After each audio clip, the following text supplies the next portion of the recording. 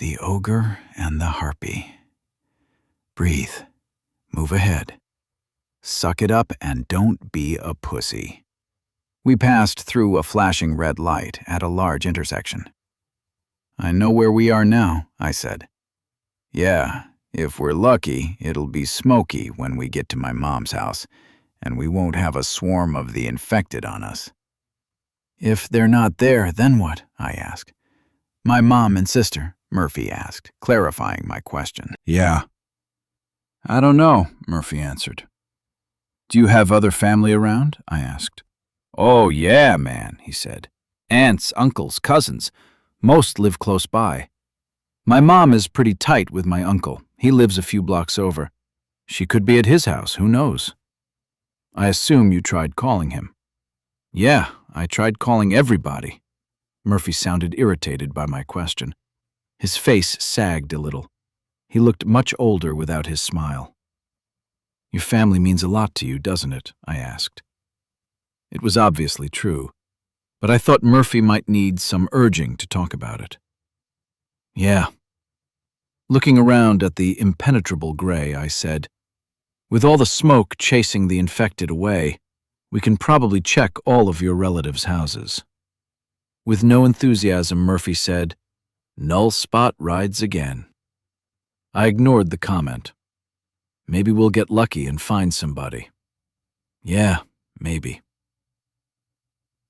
What little I could see of Murphy's neighborhood through the smoke didn't bode well. Bodies of the dead infected were scattered everywhere. Car windows were smashed. The small old houses had belched their contents and dead occupants out onto the lawns. Under the boughs of the grand old oaks that had shaded the streets for decades, Murphy's neighbors had fought the infected, and the guns they used to defend themselves drew more infected in. It was a difficult first lesson to survive through. Dried blood, torn clothes, and gnawed bones marked the places where men, women, and their kids had learned that lesson too late. In spite of the body count, I saw no firearms among the dead. Someone had lived through the battle. The area had been scavenged. That was a hopeful sign. Murphy stopped the Humvee by the curb in front of a house that looked like all the rest. Through the thickening smoke, I could barely see the front door. Murphy turned to me with his mouth in a resolute crease. You can stay here if you want. You don't have to come in. I simply said, We're in this together. Without another word, Murphy opened his door and climbed out. I did the same. When I came around the back of the vehicle, Murphy was halfway across the front lawn. I hurried my pace. The front door was ajar. Murphy cautiously pushed it open as I came up to watch his back. I checked our flanks, a lesson I learned from watching the soldiers die on the quad by the dorm. They didn't understand their adversary. They got sloppy, and they paid for their mistakes in the only currency this altered world seemed content to accept. Blood. Murphy stepped into the house. He was tense. He was tentative. He feared what he might find. His breathing was ragged, but we hadn't exerted ourselves. His smile, a dam that held back a river of emotions, crumbled in the flood. I paused halfway in and listened. A noise was coming from somewhere inside. I didn't know where, but I guessed what. Murphy crossed the living room and leaned into the kitchen as I closed the front door behind me. The furnishings were 30 years out of fashion and worn. The carpet was its own kind of ugly. A wall covered with framed photos chronicled the lives of Murphy and his sister. Murphy as a Boy Scout, Murphy as a football player. A younger, thinner Murphy standing proud and stern in a crisp army uniform. Murphy's sister sitting on a pony at a young age, pirouetting as a third grader at a dance recital. The camera caught her, clad in a cheerleader's uniform, high in the air in a gymnastic bounce. Her wearing a cap and gown with a big grin in 2 separate photos from 2 different graduations. Murphy's mom was in some of the pictures, arms around the kids, always smiling. No picture of any father anywhere. Murphy's mother and sister came to life on that wall even as their deaths were about to be confirmed. Murphy looked back at me, his face taut, and his jaw clenched. He shook his head. The kitchen was empty. I followed him across the living room to the hall. The sound was louder. Just as I became certain what it was, Murphy bolted up the hall. He must have figured it out as well. It was the infected. I hurried to follow. A closed bedroom door at the end of the hall proved no obstacle for Murphy's momentum. It cracked and splintered. Hinge screws ripped through wood as Murphy's wrath exploded into the room. Murphy's fury found voice in a primordial scream that was seconded only to the shots exploding from his rifle. The house fell suddenly silent. The ugly business in that room was finished. Only sorrow and rage remained. In the hall, I froze in my footsteps. In that room, heavy feet pounded the wooden floor. Furniture bounced against walls, trinkets shattered. A beast fought with its grief. I wondered, was Murphy's smile dying while I listened, while I cringed? Would he now wear the frown of the emotionally damaged, the same one worn now by so many? There was too much emotion in that room for me to enter the fray. I'd rather face the infected. I withdrew past the only other door off the hall. It was also closed. If something was inside, I'd know soon enough. I took up a position in the living room at the entrance to the hall. From there, I could see the front door, the back door, and, of course, the hall. Nothing moved. Moments later, Murphy burst from the room with a grimace on his face and tears in his eyes. I looked toward the second hall door, and in the time it took me to focus my attention there, Murphy crossed the distance and smashed through it. Half in the hall and half in the room, Murphy looked back and forth across it several times, and then froze. After a time, I softly asked, "Murphy?" Murphy didn't move. I listened for movement in the house. I heard only silence.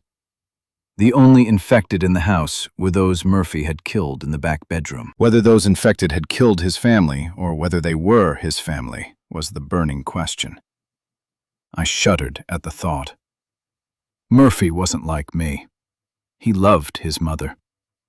For the moment, Murphy was frozen by grief. Shots had been fired.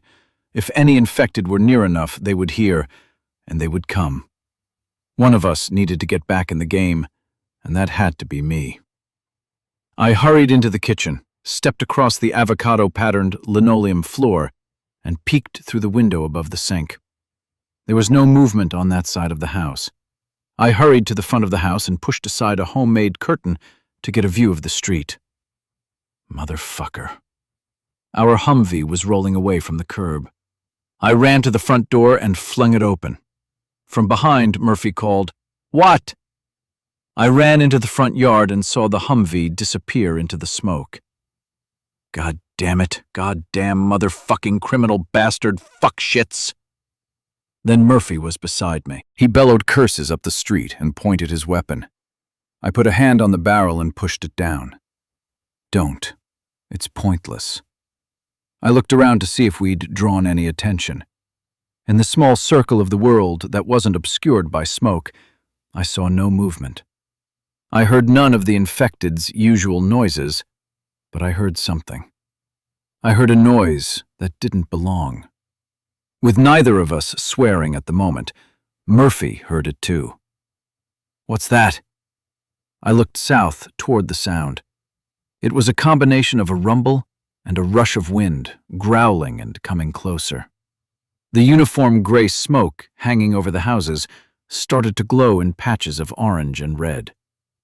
Shit. Murphy, we need to move. The fire is coming. I ran a few steps and noticed that Murphy wasn't following. I stopped. Come on, Murphy, what the fuck? Murphy was fixated on the glow of the fire through the smoke. We can't outrun that.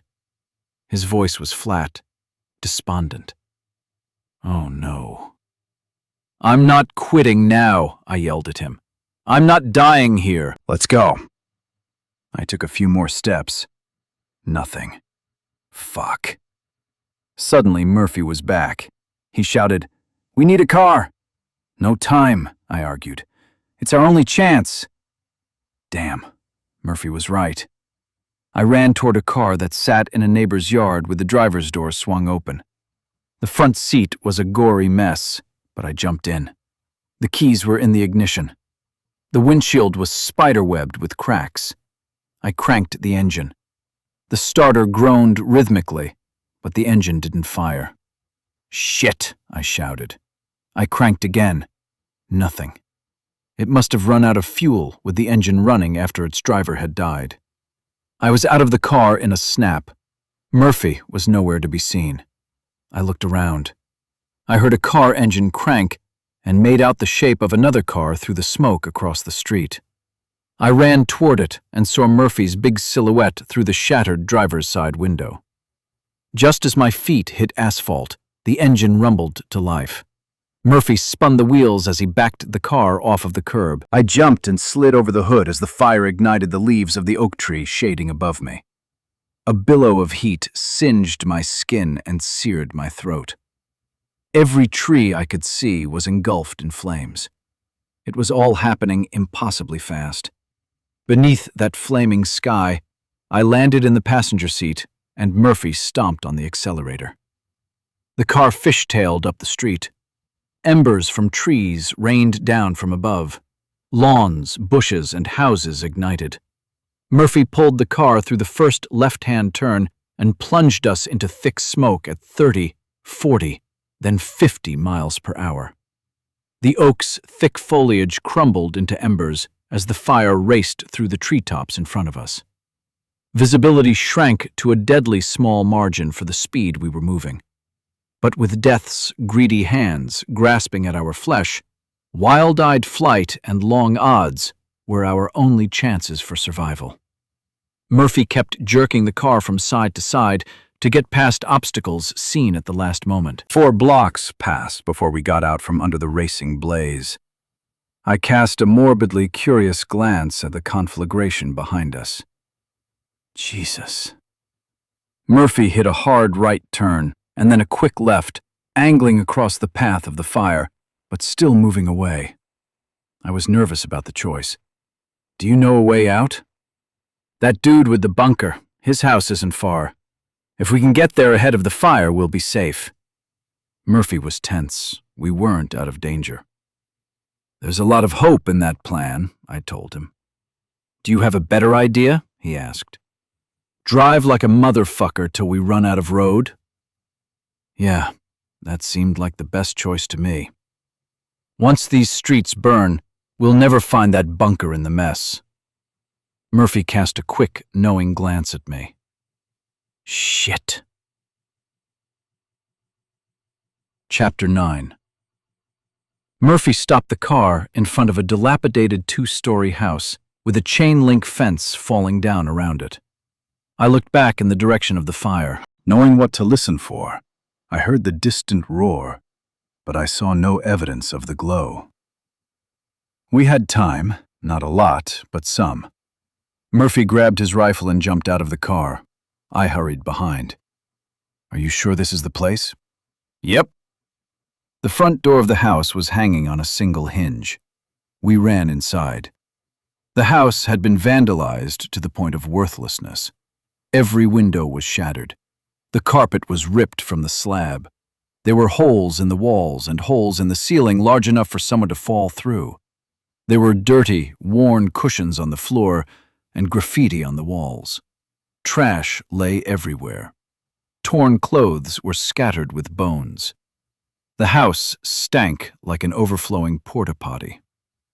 We passed through the kitchen, which had been destroyed by vandals and copper tubing thieves. Murphy flung open a door that led into the garage. Infected. Shit. I stumbled over my feet, trying to back away. Murphy, still full of pent-up rage, wasn't fazed. He barreled forward and popped off 3 rounds before swinging the butt of his gun around to work on the skull of one who was close enough to catch his fury. I regained my footing and fired 6 shots at movement in the darkness. Then it was still. My eyes adjusted, and I saw 11 dead infected among the junk. That didn't make sense. Some of them must already have been there. I also saw something very unusual. In the floor, there was a heavy, misshapen steel door. The rusty lock and handle had the look of having been pried open. Murphy pointed to my rifle and pointed at the door in the floor.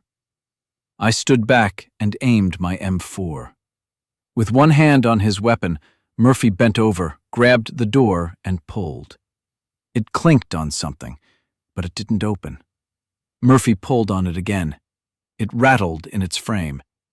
It was jammed or locked. Damn it!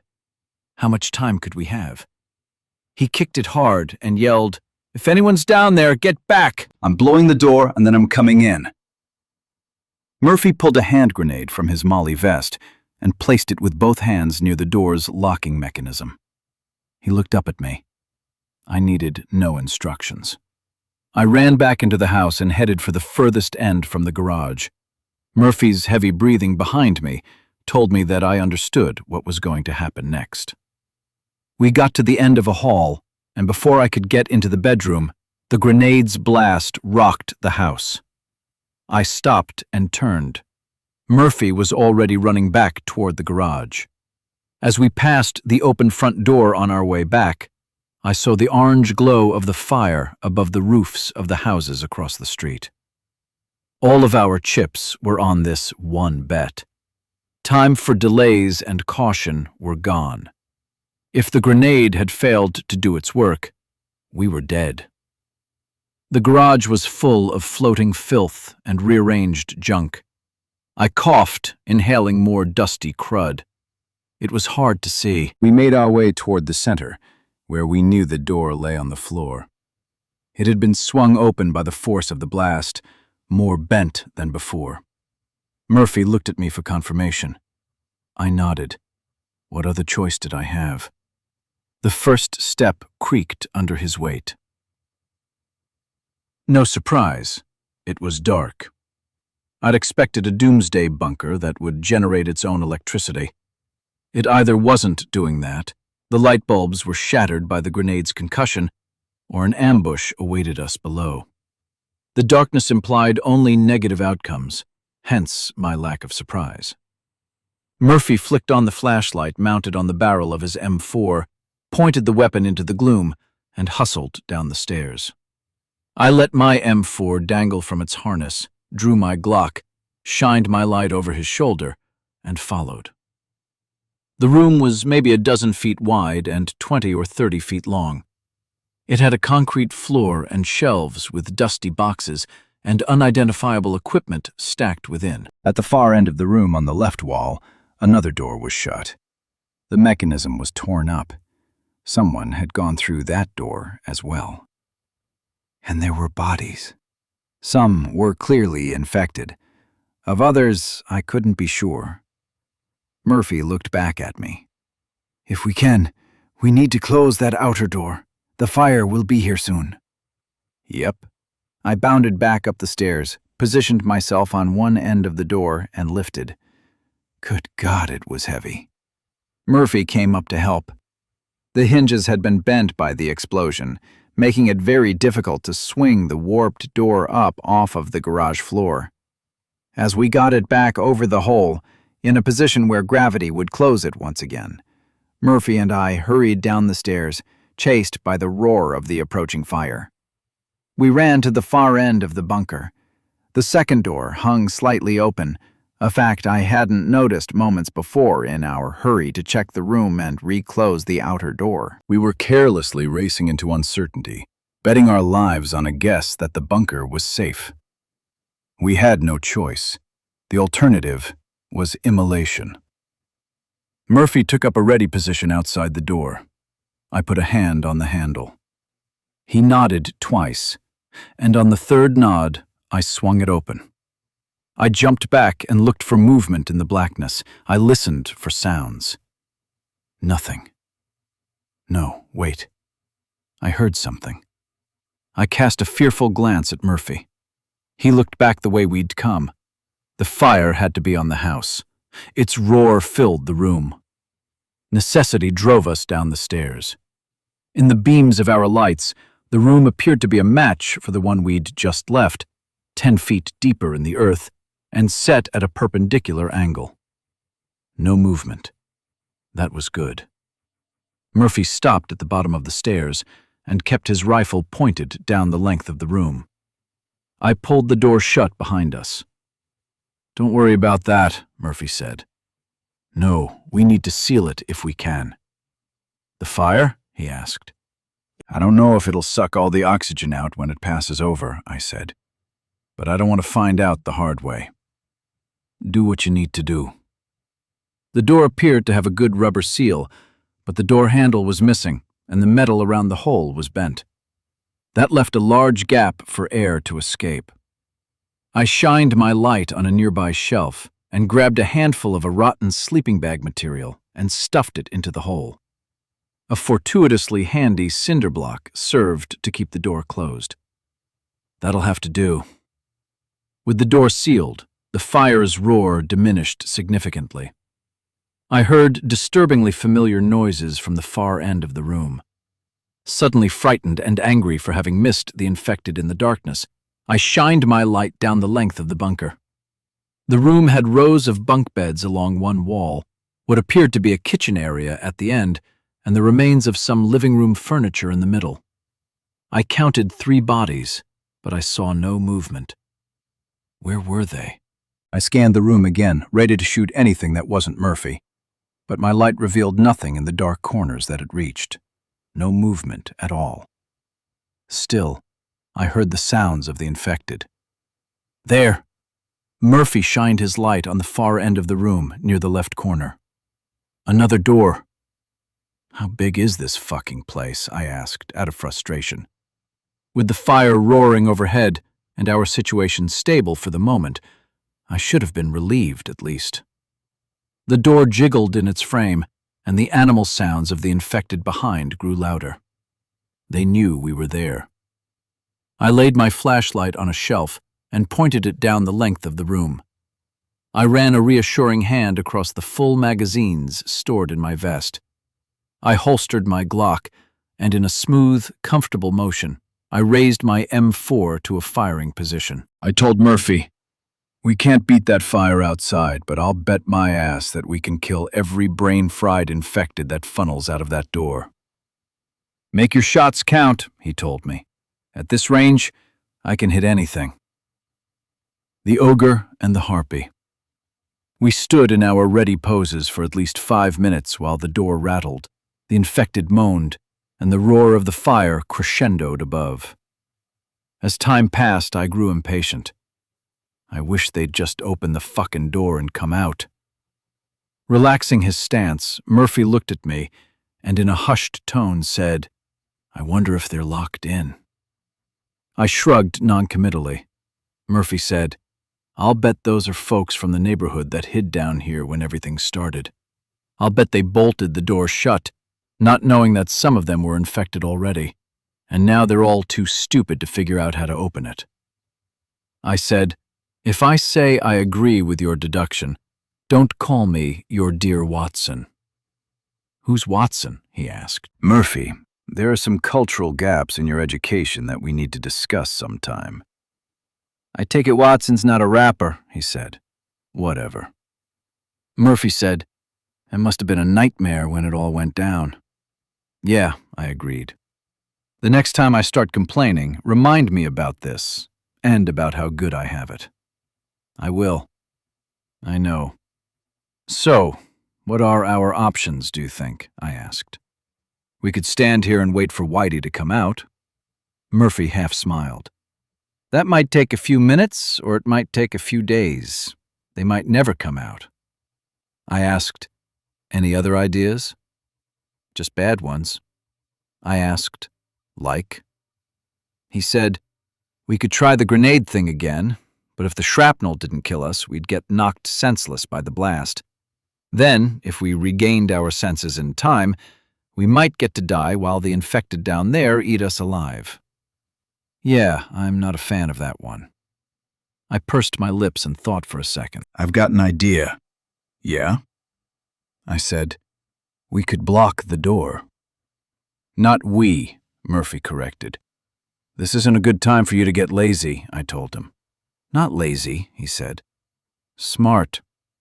One of us can pile enough of this junk between the wall and the door to keep it jammed shut. The other one needs to keep a rifle trained on that door in case the infected figure out how to get it open. Having us both standing around with boxes of crap in our hands when 100 infected come pouring out, well, that won't have a happy ending. Not for us, I guess, I said. Nope, not for us, Murphy agreed with a laugh. The door was blocked. I was exhausted. Murphy and I made ourselves comfortable at the opposite end of level 2, at the foot of the stairs that led up to the first level. The infected finally calmed down, and not much noise came from beyond the door. After what sounded like the collapse of the house above us a few hours before, all the noise of the fire had gone away as well. I left my flashlight turned on and sitting on a shelf to provide some light in the gloomy space. At least it provided enough light so that I could see whether the bag of chips I pulled out of my bag were potato or corn. "What do you got there?" Murphy asked. I looked back in my bag. Mostly chips, soda, and some donuts for breakfast. Man, all I have are cupcakes, peanut M&Ms, and 3 Dr. Peppers. I've got like 6 bags of chips, I said. I'll trade some for M&Ms. Cool. I need to find a watch, I said, through a mouthful of corn chips. I don't want to burn up the battery on my phone by checking the time, but I hate not knowing what time it is. There'll be plenty around, Murphy responded. The trick is getting one that doesn't require a battery. Yeah, how do you tell? I don't know, he shrugged. Find one that looks old, I guess. Speaking of which, how's your battery holding up? Less than half. I need to get a solar charger for it. That's pointless, dude, he said. I don't know when the cellular network will fail, but I know it will. I doubt that there's anybody interested in keeping that stuff running anymore. The electric grid will fail too. You can charge your cell phone in a wall socket until then. Besides, when the electric grid fails, the cellular network will go at the same time. So a solar charger for your cell phone is pointless. Yeah, but I still need a solar charger for a computer. Assuming you can get that flash drive from Amber, said Murphy. I need to text her, I said. You're worried, Murphy observed. Yeah, of course. She said Mark was going nuts. He was already nuts. Murphy smiled, but his eyes betrayed his worry. Yeah, that's true. Does the null spot want to go back and save her? He asked. Fuck your null spot, Murphy. I knew that if I ignored the null spot comments long enough, Murphy would give up on them. I don't know what we should do about her. Or even if we have any responsibility to her, he said. You need to remember, we took them in and helped them. They repaid us by kicking us out. It wasn't a unanimous decision, I argued. What you don't seem to be getting here, he said, is that we're different. You can think all of the we are the world thoughts you want, but we aren't part of that club anymore. Murphy, once things settle down, no, he stopped me. Once people get a belief in their heads, it's damn near impossible to change their minds. Once they decide all of us infected are a danger, they'll always believe that, no matter what. Fear makes it all worse. Fear cements belief into people's heads better than anything else. Right now, people are scared, right? As they should be. That's cynical, I countered. Murphy guffawed. That's what I like about you. You call me cynical, and you don't see the irony in it. He laughed some more. It was time to change the subject. Do you mind if I ask what happened at your mom's house? Were they both there? Murphy's face instantly changed. The deep smile lines morphed into a furrowed frown. He didn't say anything but started to stare at a shadow on floor. His mouth opened to start speaking a few times, but nothing came out. Feeling guilty for having asked, I said, We don't have to talk about it if you don't want to. It took a little time for Murphy to answer. There were 3 infected in my mom's room. My mom was dead. It was a hard thing to see. Yeah, I've been there. It wasn't a lie, but it wasn't true. And your sister? Was she in the house?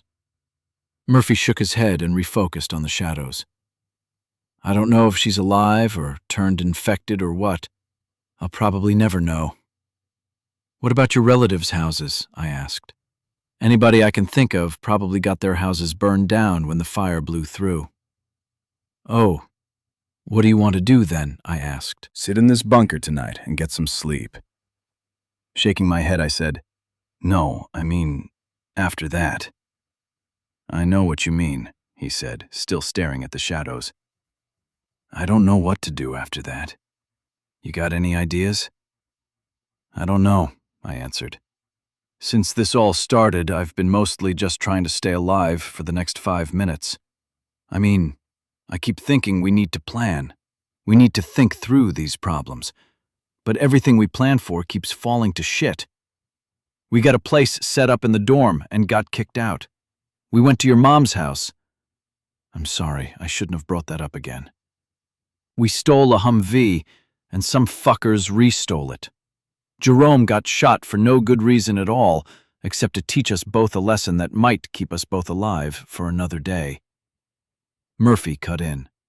That's what I'm saying. We need to expect that from the uninfected, or at least be ready for it. I went on. And now we're in a bunker that we hoped might be a safe place for us to ride this whole thing out, and it's a junked-out shithole full of the dead and infected. Murphy said, It did save us from that fire. Yeah, he had a point about the fire. Maybe I'm just being a whiny ass. I took a long drink out of a bottle of soda and said, You know all that stuff I keep talking about? We need it. We need to know what to do to survive. The only things you and I really know are the stupid things we've seen in movies. Murphy shook his head. I was in the army. Yeah, man, you know I mean besides that. You think too much, he told me. You're still alive. That's better than I can say for damn near everybody else. So yeah, you are being a whiny ass. I'd say things have worked out pretty good for you so far. I looked around the dark, smelly bunker. I wouldn't say pretty good. Well, I sure as hell would. Murphy sat up straight and looked over at me. You could be a brain-fried cannibal, but you're not. Life is going to be hard now. Get used to bad shit happening. If we want to make it, we need to suck it up and move on. I didn't realize that you were such an optimist. It was sarcasm. I'm a pragmatist, man, he said. I think I've got a reasonably safe place to sleep tonight. I know I've got a pretty good load of ammo, an M4 and a Glock. I avoided getting barbecued. I've got a full belly and enough food and water to get me through breakfast. Hell, by today's standards, I'm a rich man. If I had some fucked up hair, I'd be the new Donald Trump. Murphy's laugh found its way back. I laughed along, and our laughter disturbed the infected in the lower level. They pushed on the door, and it rattled. Too bad for them. It wasn't going to open. Do you want first or second watch? Murphy asked. I'm still on an adrenaline rush, I said. I don't think I can sleep just yet. Besides, I want to check in with Amber and Steph if I can get a signal down here. Fine, he said. I'm dead tired. You take the first watch. Wake me when you get sleepy. Will do. Murphy made himself comfortable on his pallet and closed his eyes. I checked my phone's signal strength. 1 bar. I texted Amber and hoped for the best. Me. Amber, it's Zed. Are you there? I waited for an answer for a bit and tried again. Me. Amber? I wondered whether she was sleeping, and I worried about other possibilities. Thankfully, before I could spin up too many horrible scenarios in my imagination, the phone displayed a response. Amber. Hey. Me. Sorry if I woke you.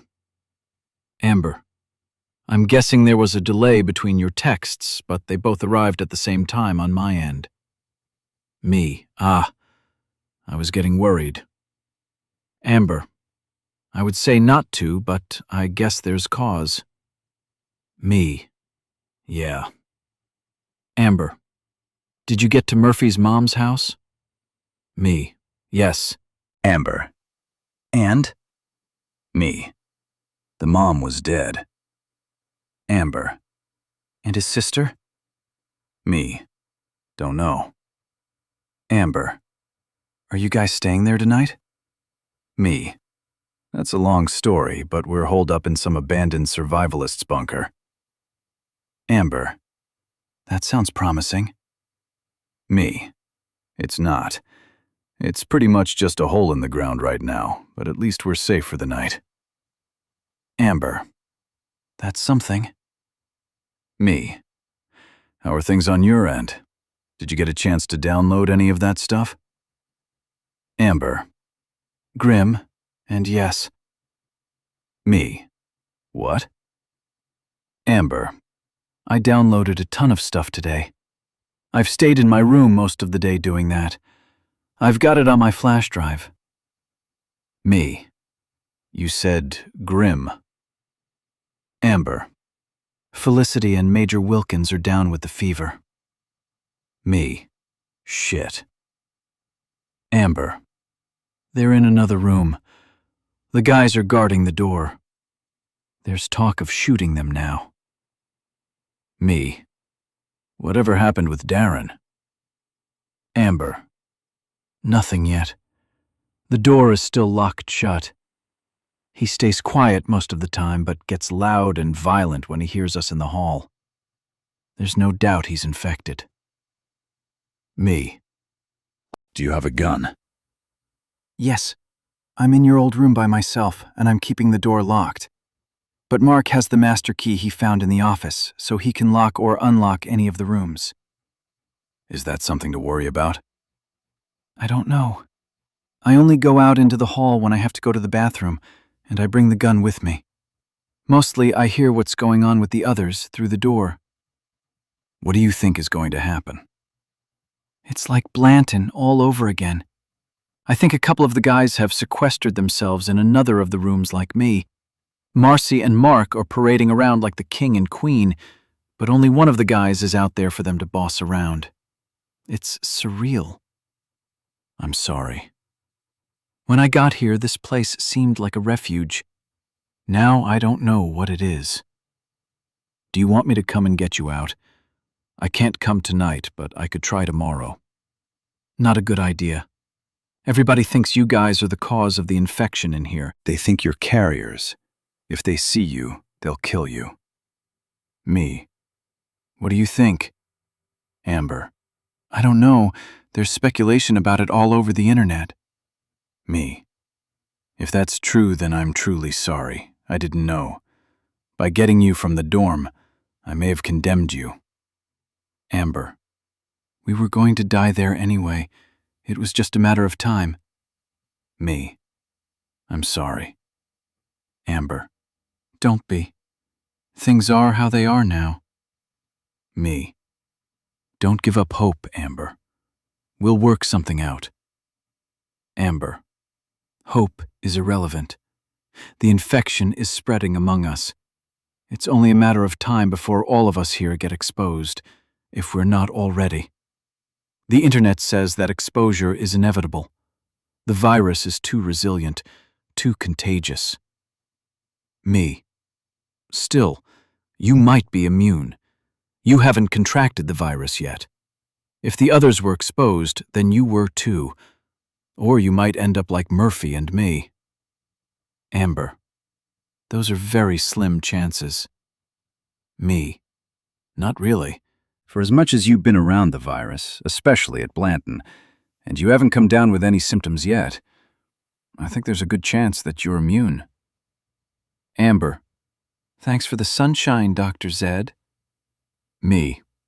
I'm not a doctor, but I'm in contact with some people over at the hospital, and that's what they think. Amber. What? Me. that the longer you go without catching the virus, the higher the chances are that it's because you're immune. Amber: Really? The doctor said that? Me: Yep.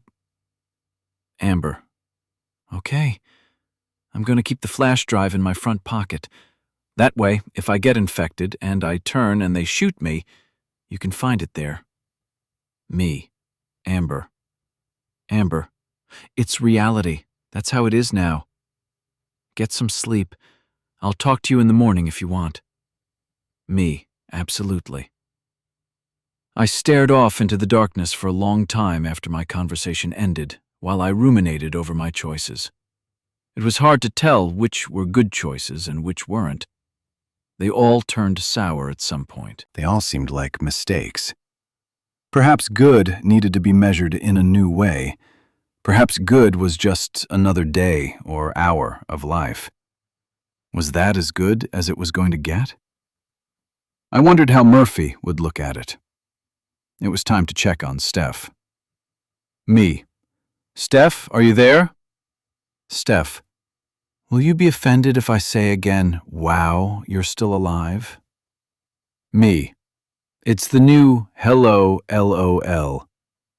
Steph: Wow, you're still alive. Me: Wow, you're still alive. I took a few moments to convey my situation to Steph before proceeding. Me: What's the story at the hospital? Did you guys start infecting people? Steph: Yes. Me: I'm sorry, but like you said before, it's the only choice that gives some of you guys a chance. Steph: That's the logic, but that doesn't make it any easier. Me: Are you okay with it all? Steph: I don't know. It was a hard thing to talk about. But imagining the difficulty was nothing compared to the reality of it. Me: How many have you done? Steph: We started right after you and I talked earlier. Me: And? Steph: We literally drew names and the first 20 names we pulled got infected. 18 of them started to show symptoms within a couple of hours, some right away. Me: Did you follow through? Steph: Are you asking if we shot them?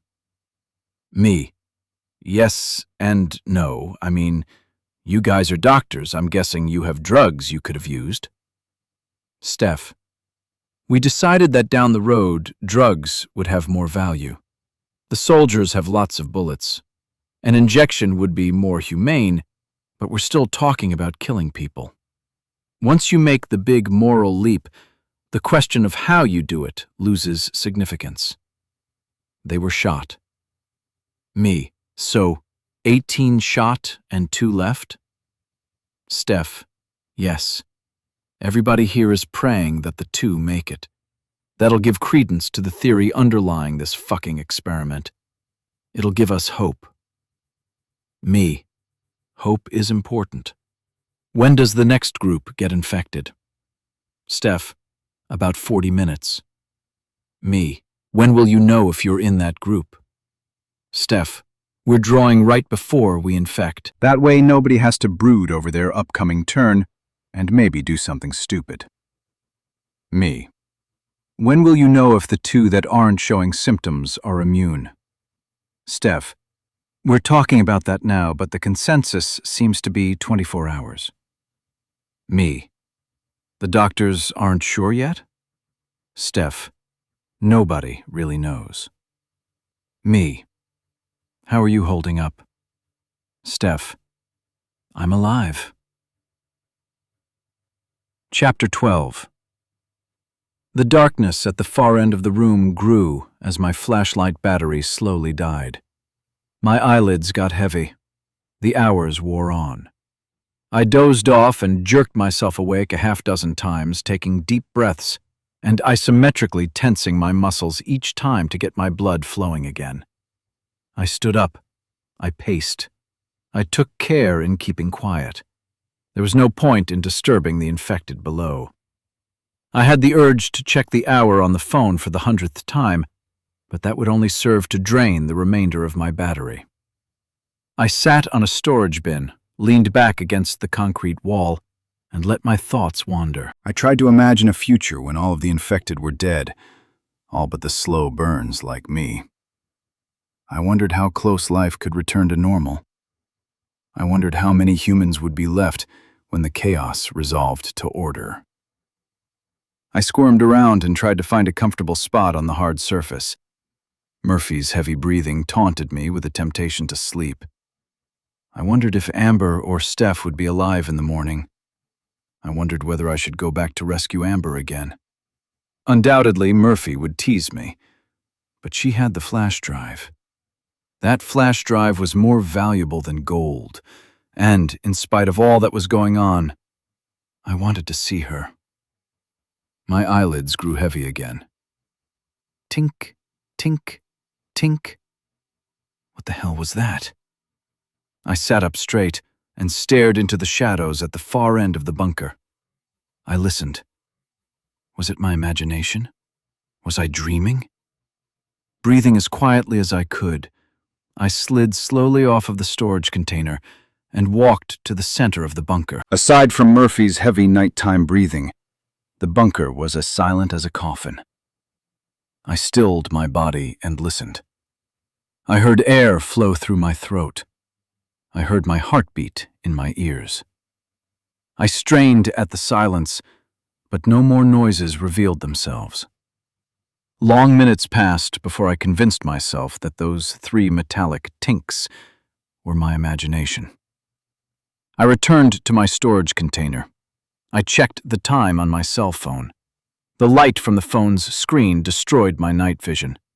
When I turned it off, the previously dim bunker was nearly black, and the blackness was frightening. I decided to go another 20 minutes before waking Murphy. Tink, tink, tink. I sat straight up, alert. That was not my imagination. I looked again into the shadows at the end of the bunker. Tink, tink, tink. My doubts were gone. It was metal on metal. Was it one of the infected squirming in a dream as he leaned against the door?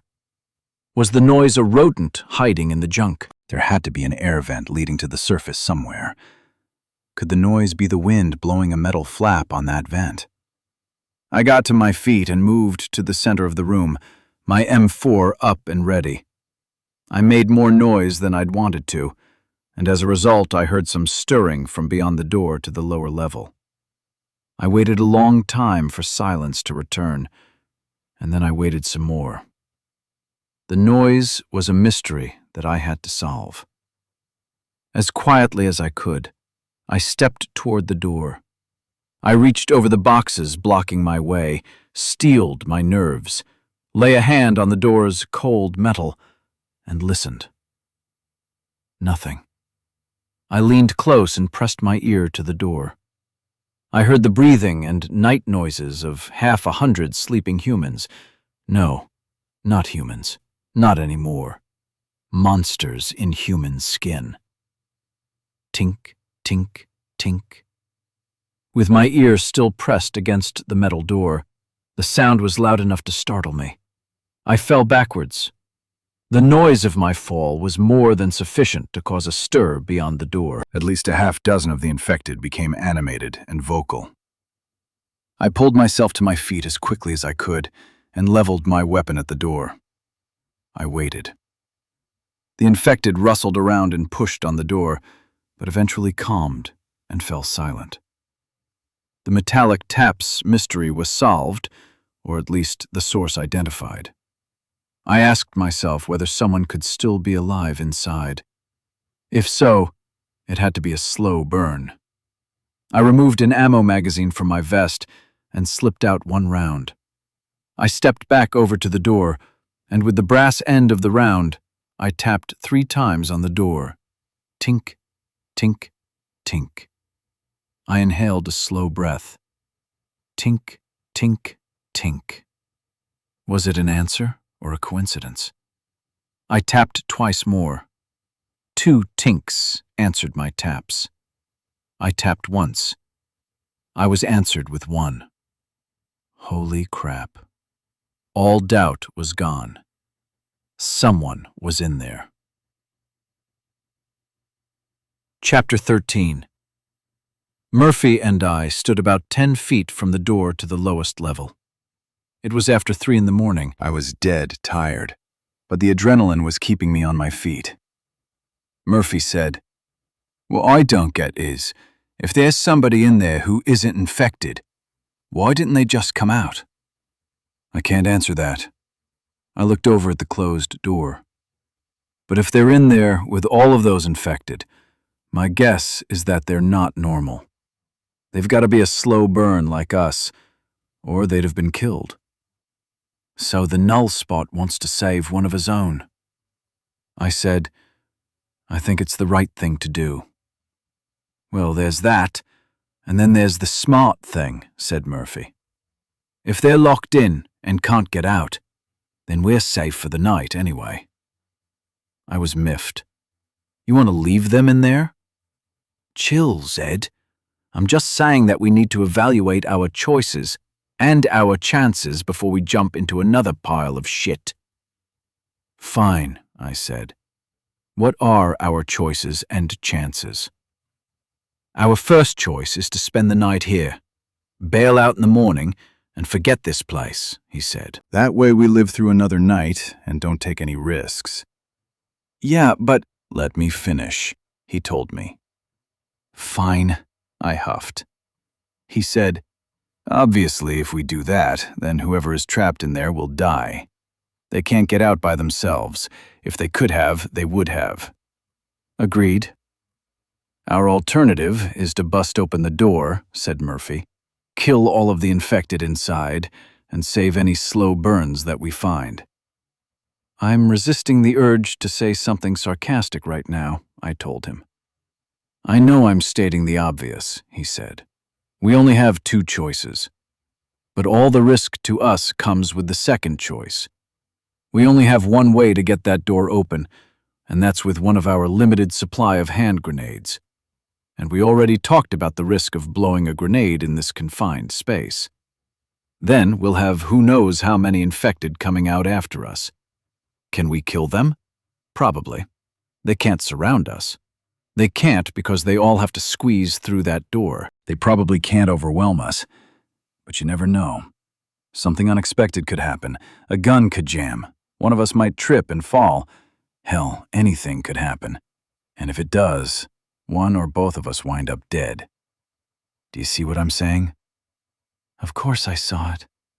I said, "I know there's an unquantifiable risk. If there's anything I've learned so far, it's that we live in a new world. I know that last week, if I tripped and fell, the worst-case result was a bruise or a tear in my clothes. Now, if I trip at the wrong time, I die. Last week, if my flashlight batteries died, I went to the store for more.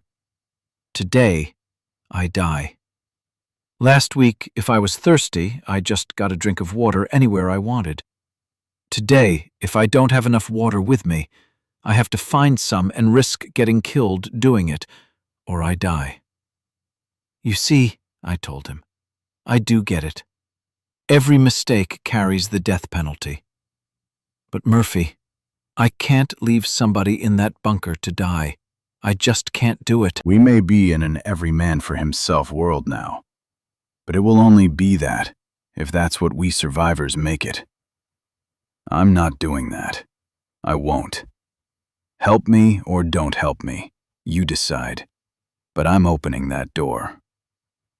Murphy took some time with his response, but eventually he acquiesced. "Okay, null spot." Looking back at the door again, as though urgency to get it open was growing, I said, "You're just saying that so that I'll shut up." Murphy smiled. "Yes, I am. At this moment, I can't think of a fate worse than listening to you babble through another 10 minutes of your null spot bullshit." He laughed. "I'll help you do this. But just so you know, when everything turns to shit, I'm gonna save my ass. I'm not going to get killed just to save somebody who's going to end up dead anyway. Thanks. I was sincere. This is your deal, he told me. What do you want to do? I walked over to the door and whispered loud enough to be heard on the other side. Tap once for yes and twice for no. Do you understand? Tink. Predictably, some of the infected on the other side of the door started to respond. I asked, "Can you open the door from your side?" Tink. Tink. Crap. Are there a lot of infected in there with you? Tink. Are there any more normal people besides you? Tink. Tink. The infected were starting to get excited. At least a few of them were pushing and pulling on the door. More and more infected moans seeped through the door. Do you have any other way out of there, other than this door? Tink. Tink. Go to the far end of the bunker. Cover your ears and hide behind something, if you can. It'll take a little while, but we're going to blow the door. Don't come out until the shooting stops, or until you hear me call for you. Good luck. Tink. Murphy said, "Just so you know, you're moving all that shit away from the door. I'll stand guard." "But you stood guard when I stacked it all in front of the door," I complained. "Like I said, it's your deal," he shrugged. "If you want it moved, you have to do it." I moved all of the boxes and junk away from the door. I then stacked it all into a wall about halfway up the length of the second level. I left room on one side to walk around the wall. That was my escape route. To reduce the concussion effects of the grenade in the confined space, we needed to open the other doors. Opening the first door and going into level 1 showed us a room was just as we'd left it, except for a haze of smoke that hung in the air. The door to the outside was still hot and was hard to get open. It was covered with a layer of ash and embers. But for the absence of Satan, the world outside looked like hell. The thick gray smoke that had blanketed East Austin was mostly gone. Black skeletons of gnarled old oak branches reached into the sky. Hulks of gray automobile carcasses littered the landscape. Nearly everything combustible was burned or smoldering. Hot mounds of glowing embers were everywhere. Most of the houses in the neighborhood were simply gone, replaced with geometrical piles of ash and occasional brick facades that hadn't crumbled in the violence of the fire. There were spots, however, that the fire had bypassed. Far in the distance, I saw a few houses with green bushes and dead lawns, untouched by flame. To the north, the fire glowed orange in the sky. To the west of the interstate, city lights glowed and illuminated the smoke from underneath. High above us, enormous billows of black smoke flowed west, blotting out wide swaths of starlight and trailing an oily stink. "What is that?" I asked, pointing up at the heavy black smoke. "I'll bet the refineries in Houston are burning," Murphy answered. "You think?" "Yeah," said Murphy. "I worked at one between Houston and Galveston for a couple of years. We lost power once during a storm, and it was a big fucking deal. The place went on alert. The engineers had us running around and doing all kinds of shit, like they were afraid the place would blow up or something." "Really?" He said, "I don't know. I was just a flunky. But I'm betting that if the power went out, something catastrophic happened.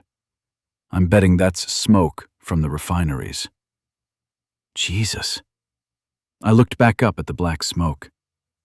"How much oil is stored down there?" "Enough to burn for months, I'll bet." I scanned the area for movement, but saw none. I heard no human sound of any kind. Any infected that hadn't run away from the fire had likely died in it. For the time being, it was safe to be out in the open. I was as prepared as I was going to get. I stood in front of the steel door that blocked the way down to the third level. I looked to my left to confirm for the 5th time that my escape path was clear. I yelled to the person inside, "If you're not at the back of the room yet, now is the time. I'm going to blow the door." Remember, hide behind something if you can. Cover your ears. Don't come out right away. I took a few deep breaths. I beat on the door with the butt of my pistol. The more infected that I could urge to crowd around the other side, the fewer I'd have to deal with after the grenade exploded. Their excited screaming and pushing on the door let me know that we were all on the same page. It was time. 1,000 thoughts of what could go wrong flooded my brain. I pushed them aside. My course of action was set. I pulled the pin on the grenade, but kept the spoon depressed. I carefully positioned it by a gap in the door created by previous work with a crowbar. The ogre and the harpy. In one smooth motion, I let the spoon slip from my fingers and spring outward as I bet my life once again on my fast feet and my ability to make quick decisions. I shoved the grenade's spoon into the gap on the door and wasted no time in evaluating how securely it was wedged there. With my heart already beating a blistering rhythm, I sprinted around the wall of boxes I'd built and made for the stairs between level 2 and level 1. Making no effort to slow down, I bounded up to the 5th stair and let the wall stop my body as I made the 90-degree turn to get through the door. 2 steps past the door on level 1, I wondered why the grenade had not yet detonated. I wondered if I'd inadvertently depressed the spoon when I jammed it into place. I wondered whether it was a dud. I wondered how I'd work up the nerve to go back and check on what should be a live grenade. I wondered. The grenade's blast roared through the chamber. The shockwave, confined in the long, narrow levels, blew up at me like a shotgun blast and knocked me onto my face. I saw stars. I heard ringing in my ears. I was confused. The dirty, cold floor grated on my face. I tasted blood in my mouth. I needed to move. I needed to run, but couldn't remember why. I pushed myself up onto my hands and knees. I saw a rivulet of blood drain out of my nose. Screaming? Screams of pain, anger, and hunger raged up from behind me. I shook my head. "Get the fuck up!" a voice boomed above me. The blood draining from my nose was so mesmerizing. A hand grabbed the back of my Molly vest and pulled me roughly forward. I made an effort to keep my hands and knees below me. "God damn it!" the voice yelled again. The hand let go of me, and I nearly collapsed to the floor under the responsibility for my own weight. The screaming behind me kicked up a notch. Bam, bam, bam. The gunfire was loud in the confined space. My gun? I needed to get my gun up. Holy shit. My thoughts cleared, but I was dizzy. Bam, bam, bam, bam, bam, bam. I looked behind me. Infected were pushing their way through the door from level 2 to level 1. Murphy yelled, "Run, goddammit!" I staggered to my feet and made my way to the stairs. Behind me, Murphy shot at the infected pursuing us. I crawled up the stairs, afraid that my balance would fail me if I attempted them on my feet. Murphy was beside me on the stairs. The howling of the infected behind me didn't diminish. I got to the top of the stairs and rolled out into ashes on the concrete floor of what had been a garage. "Go. Go, damn it," said. "You can't stay there. You gotta move." I had to move. I had to move. I got my feet below me. Why was this all so hard? I got my M4 into my hands and turned to point it at the open stairway. Murphy grabbed me by my collar and pulled me backward. "You too close, goddammit!"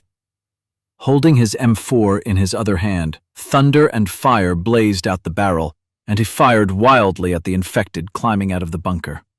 Heads and bodies caught bullets and showered blood. 10 or 15 feet back from the doorway, Murphy let go of my collar and put both hands on his weapon. I did the same. I depressed the trigger. My aim was non-existent, but the targets weren't far away, and I had lots of bullets. The repercussion of each shot pounded my head like a hammer, but with each passing second, my thoughts grew sharper. Things started to make sense. After several long minutes, the flow of infected coming out of the bunker ceased. I breathed heavily and stared at the body-filled bunker door. Murphy scanned the surrounding desolation for any sign of life. Holy shit, that was intense. I dropped to my knees, then fell back on my butt. I sat with my mouth hanging open. Murphy looked down and asked, "Are you all right?" No. Chapter 15. I sat in the darkness on a steel tire rim a short distance from the bunker's door. My rifle lay across my thighs, and I massaged my temples. My thoughts cleared and the confusion went away, but the headache chose to linger. The ash floating in the air coaxed me to cough every few minutes, and each time the pressure in my head tried to burst my skull. Murphy stood patiently by, casting glances at the door, looking at me with worried eyes, but mostly scanning the distance for movement. "How long have we been up here, do you think?" Murphy asked. I laughed weakly and shook my head. "The battery on my phone is dead." Murphy asked, "Do you feel nauseous or anything?" "No." "Dizzy?" "No." I gingerly shook my head and regretted the choice. I just have a motherfucker of a headache. "You don't have any blood dripping out of your ears or nose or anything, do you?" he asked. "No, Mum." "Well, not anymore." "Don't be a dick," he told me. "I'm worried about you, man." My fingers made a few more revolutions on my temples. "You're being kind, and I am being a dick. I'm sorry. I don't think there's any damage that some aspirin and a bottle of tequila wouldn't fix." "Breakfast of champions," Murphy grinned. "Are you up for going back down, do you think?" "I guess." I don't know why I said that. I'm pretty sure the answer was no. "There's no hurry," he told me. "We can hang up here as long as you want." I asked, "How many clips do you have left?" "None." "What?" I turned and looked over Murphy's Molly vest. "Murphy, I can see clips right there in your vest. Are they all empty?" "I don't have any clips in my vest." I bore the pain in my head and stood up, walked over and put an accusing finger on a pouch on his vest. "Right there, Murphy. What's that?" "That's a magazine, Zed." "Same fucking thing." "No, they aren't," he told me. "If you didn't get your weapons education by watching T.J. Hooker reruns, you would know that a clip holds bullets. A magazine feeds bullets. I have magazines. So do you." "Fine. When is this headache going to go away?"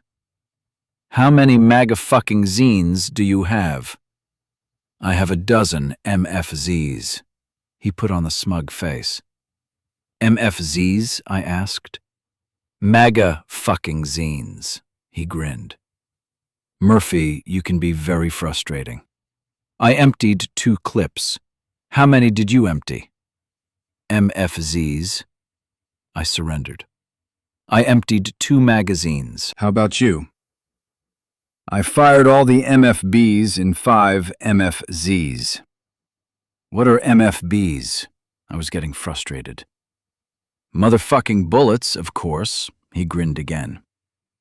I sat back down on the tire rim and put my head in my hands. "I'm just trying to cheer you up, man. We're wading in some pretty morbid shit here." I flashed Murphy a weak smile. "I know. Are you up for doing this?" I shook my head gently, but said, "I think I'm as good as I'm likely to get for a while. I guess it's not any worse than a bad hangover." "Man, I've been there," Murphy laughed. "You were pretty dazed when I dragged your superhero ass off the floor down there." "I'm past that part of it," I said. "Thanks. If you hadn't come down to get me, I'd be dead right now. Somebody has to ride shotgun in the Murph-mobile. Somebody stole the Murph-mobile, I reminded him. We'll get another one. Murphy looked around a bit more. I don't know how coherent you were, so you might not remember, but there were a lot more infected down there than I thought there'd be. I wasn't really paying attention to the count. Mostly, I think I was just trying to remember how many feet I had. How many of them do you think there were? 2. Murphy laughed. You know what I mean. I'm not sure, he said. It seemed like 40 or 50, maybe more. I said, they must have really been packed in. I guess.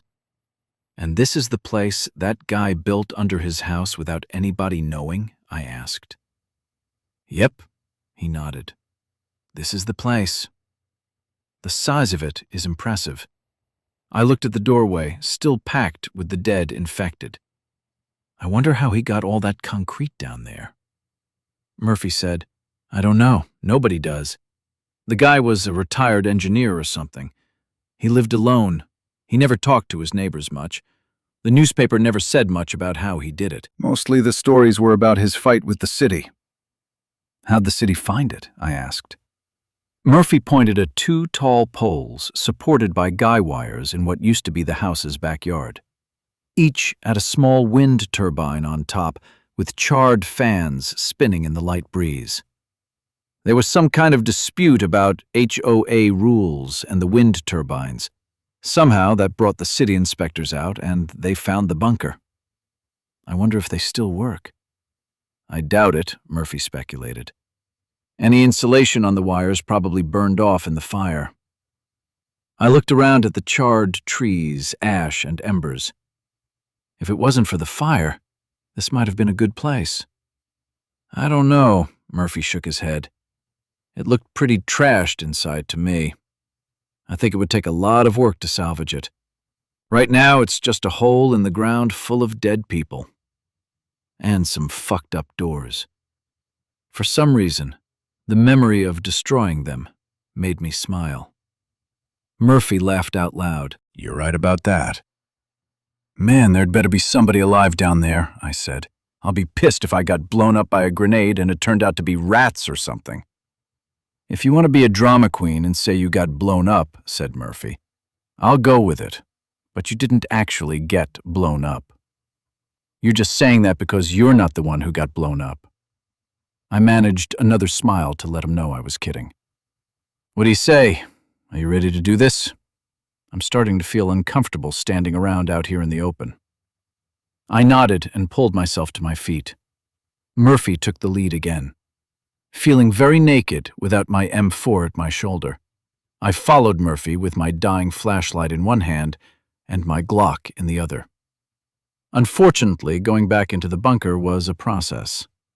With a dozen infected lying about the entrance with bullet holes in them, it behooved us to ensure that each was indeed dead. In silent agreement, we decided that a couple of good kicks were enough to test for life. The stairway was difficult to navigate. We had to push bodies off the sides as we went down. Once into the darkness at the bottom, Murphy started lifting heads and looking at faces. That was at least a little odd, but I said nothing about it. After checking all the bodies on the first level, Murphy pointed to the doorway down to level 2 and said, "Keep an eye on that other door for a second. I'm going to close the outer door so that nobody wanders in behind us." "Will do." Murphy wrestled the heavy door over and let it fall shut with a deafening clang. Agitated moans from below let us know that we still had gruesome work ahead of us. Murphy went to the other end of the bunker and retook the lead. He was up for it. I wasn't. On the stairs he stopped and lifted the head of another woman. Curiosity won out, and I asked, "Murphy?" "I need to check." "For?" I asked. This was my neighborhood, Zed. "I'm checking for people I know." "Only the females?" I asked. "My sister. I'm looking for my sister. She might be in here." Oh. I was embarrassed for not guessing. Take your time. Murphy checked another body that was wedged between the stairs and the wall. It wasn't her either. Murphy worked his way down the stairs to a spot near the bottom and then stopped. I followed, close enough to support him, but far enough away that he'd have room to jump back. From our positions on the stairs, we examined the second level with our flashlights. Only 2 infected lay on the floor at the terminus of long, bloody smears. Both had been wounded by the grenade blast. They'd tried to come up after us, but there was only so much a body can do with broken bones, gaping wounds, and lost blood, even if it can't feel pain. One of the infected was a man, the other a woman, shattered and dying, grasping for something they'd never reach, each a metaphor for the earth they'd soon leave. I followed Murphy past the scattered containers on the floor. Without a hint of emotion, he put a bullet into each. Pained moans still came from the lower room of the bunker. I said, "More wounded. Be careful when you go down the stairs." Murphy nodded but didn't speak. He was tense.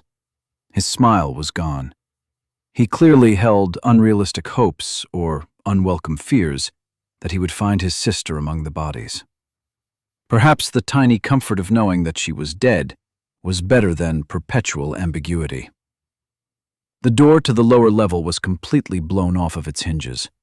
It lay bent on the floor. Murphy stepped around it and took up a position against the wall next to the doorway. Seeing that we weren't going to go in blind, I positioned myself several long paces from the door, but in a place that allowed me to see partially inside the room. I shined my light in and saw blood and blast marks on the wall. That was just a preview of the carnage that awaited us. Murphy called out, "Hey, is there anybody down there?" A weak female voice called back, "Yes." I was both relieved and surprised. "How many?" Murphy asked. "What?" The voice was irritated. "Good God," I shouted.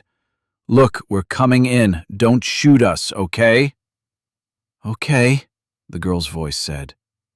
Murphy took a deep breath and said, "Here goes." The stairs creaked, and I followed him into the room in the same fashion that we'd come down to level 2. In my flashlight's beam, I saw a severed leg and an arm on the stairs. Below, on the floor, in a large pool of blood, I saw their owners. At least 5 dead were on or around the stairs. The last of the wounded were on the floor at the bottom. Murphy dispatched those. We stopped and listened as I shined my light down the length of the 3rd level. The room was wider than the 2 rooms above and nearly twice as long, cut right into the limestone bedrock with a row of steel support beams down its center. Across the floor and against the walls were scattered the ghastly remains of more bodies than I could count. In the far corner, I spotted a pair of eyes looking back at me from behind a large fiberglass cistern. "Are you okay?" I asked. "Uh-huh," the girl said. "Are there any more infected that we don't know about?" I asked. "No," she said. "I think you killed them all." Murphy's light illuminated the girl, adding to the glow of my light so that we could make out the features of her face. Murphy's shoulders drooped and his breath flowed out in a disappointed sigh. I guessed that she wasn't his sister. When we stepped out of the bunker, the eastern sky was starting to grow grey. The girl, Mandy, gasped and started to cry when she looked past the bloody bodies of the infected around the entrance and saw the devastation. It seemed that the final wisps of hope that had kept her alive in that bloody pit were blowing away in the wind with the ashes of her neighborhood. Mandy was covered from head to toe in the most disgusting combination of blood and human filth that I could imagine. But Murphy didn't hesitate to wrap a comforting arm around her. Between her tears, Mandy said, "I'm sorry. I'm so sorry. You should have left me down there. I... "It looks worse than it is," Murphy told her. I shook my head. No, it doesn't." Mandy shuddered and buried her face in Murphy's shirt. "Dude," Murphy scolded me. "Sugarcoating it doesn't do any good, so I've heard," I countered.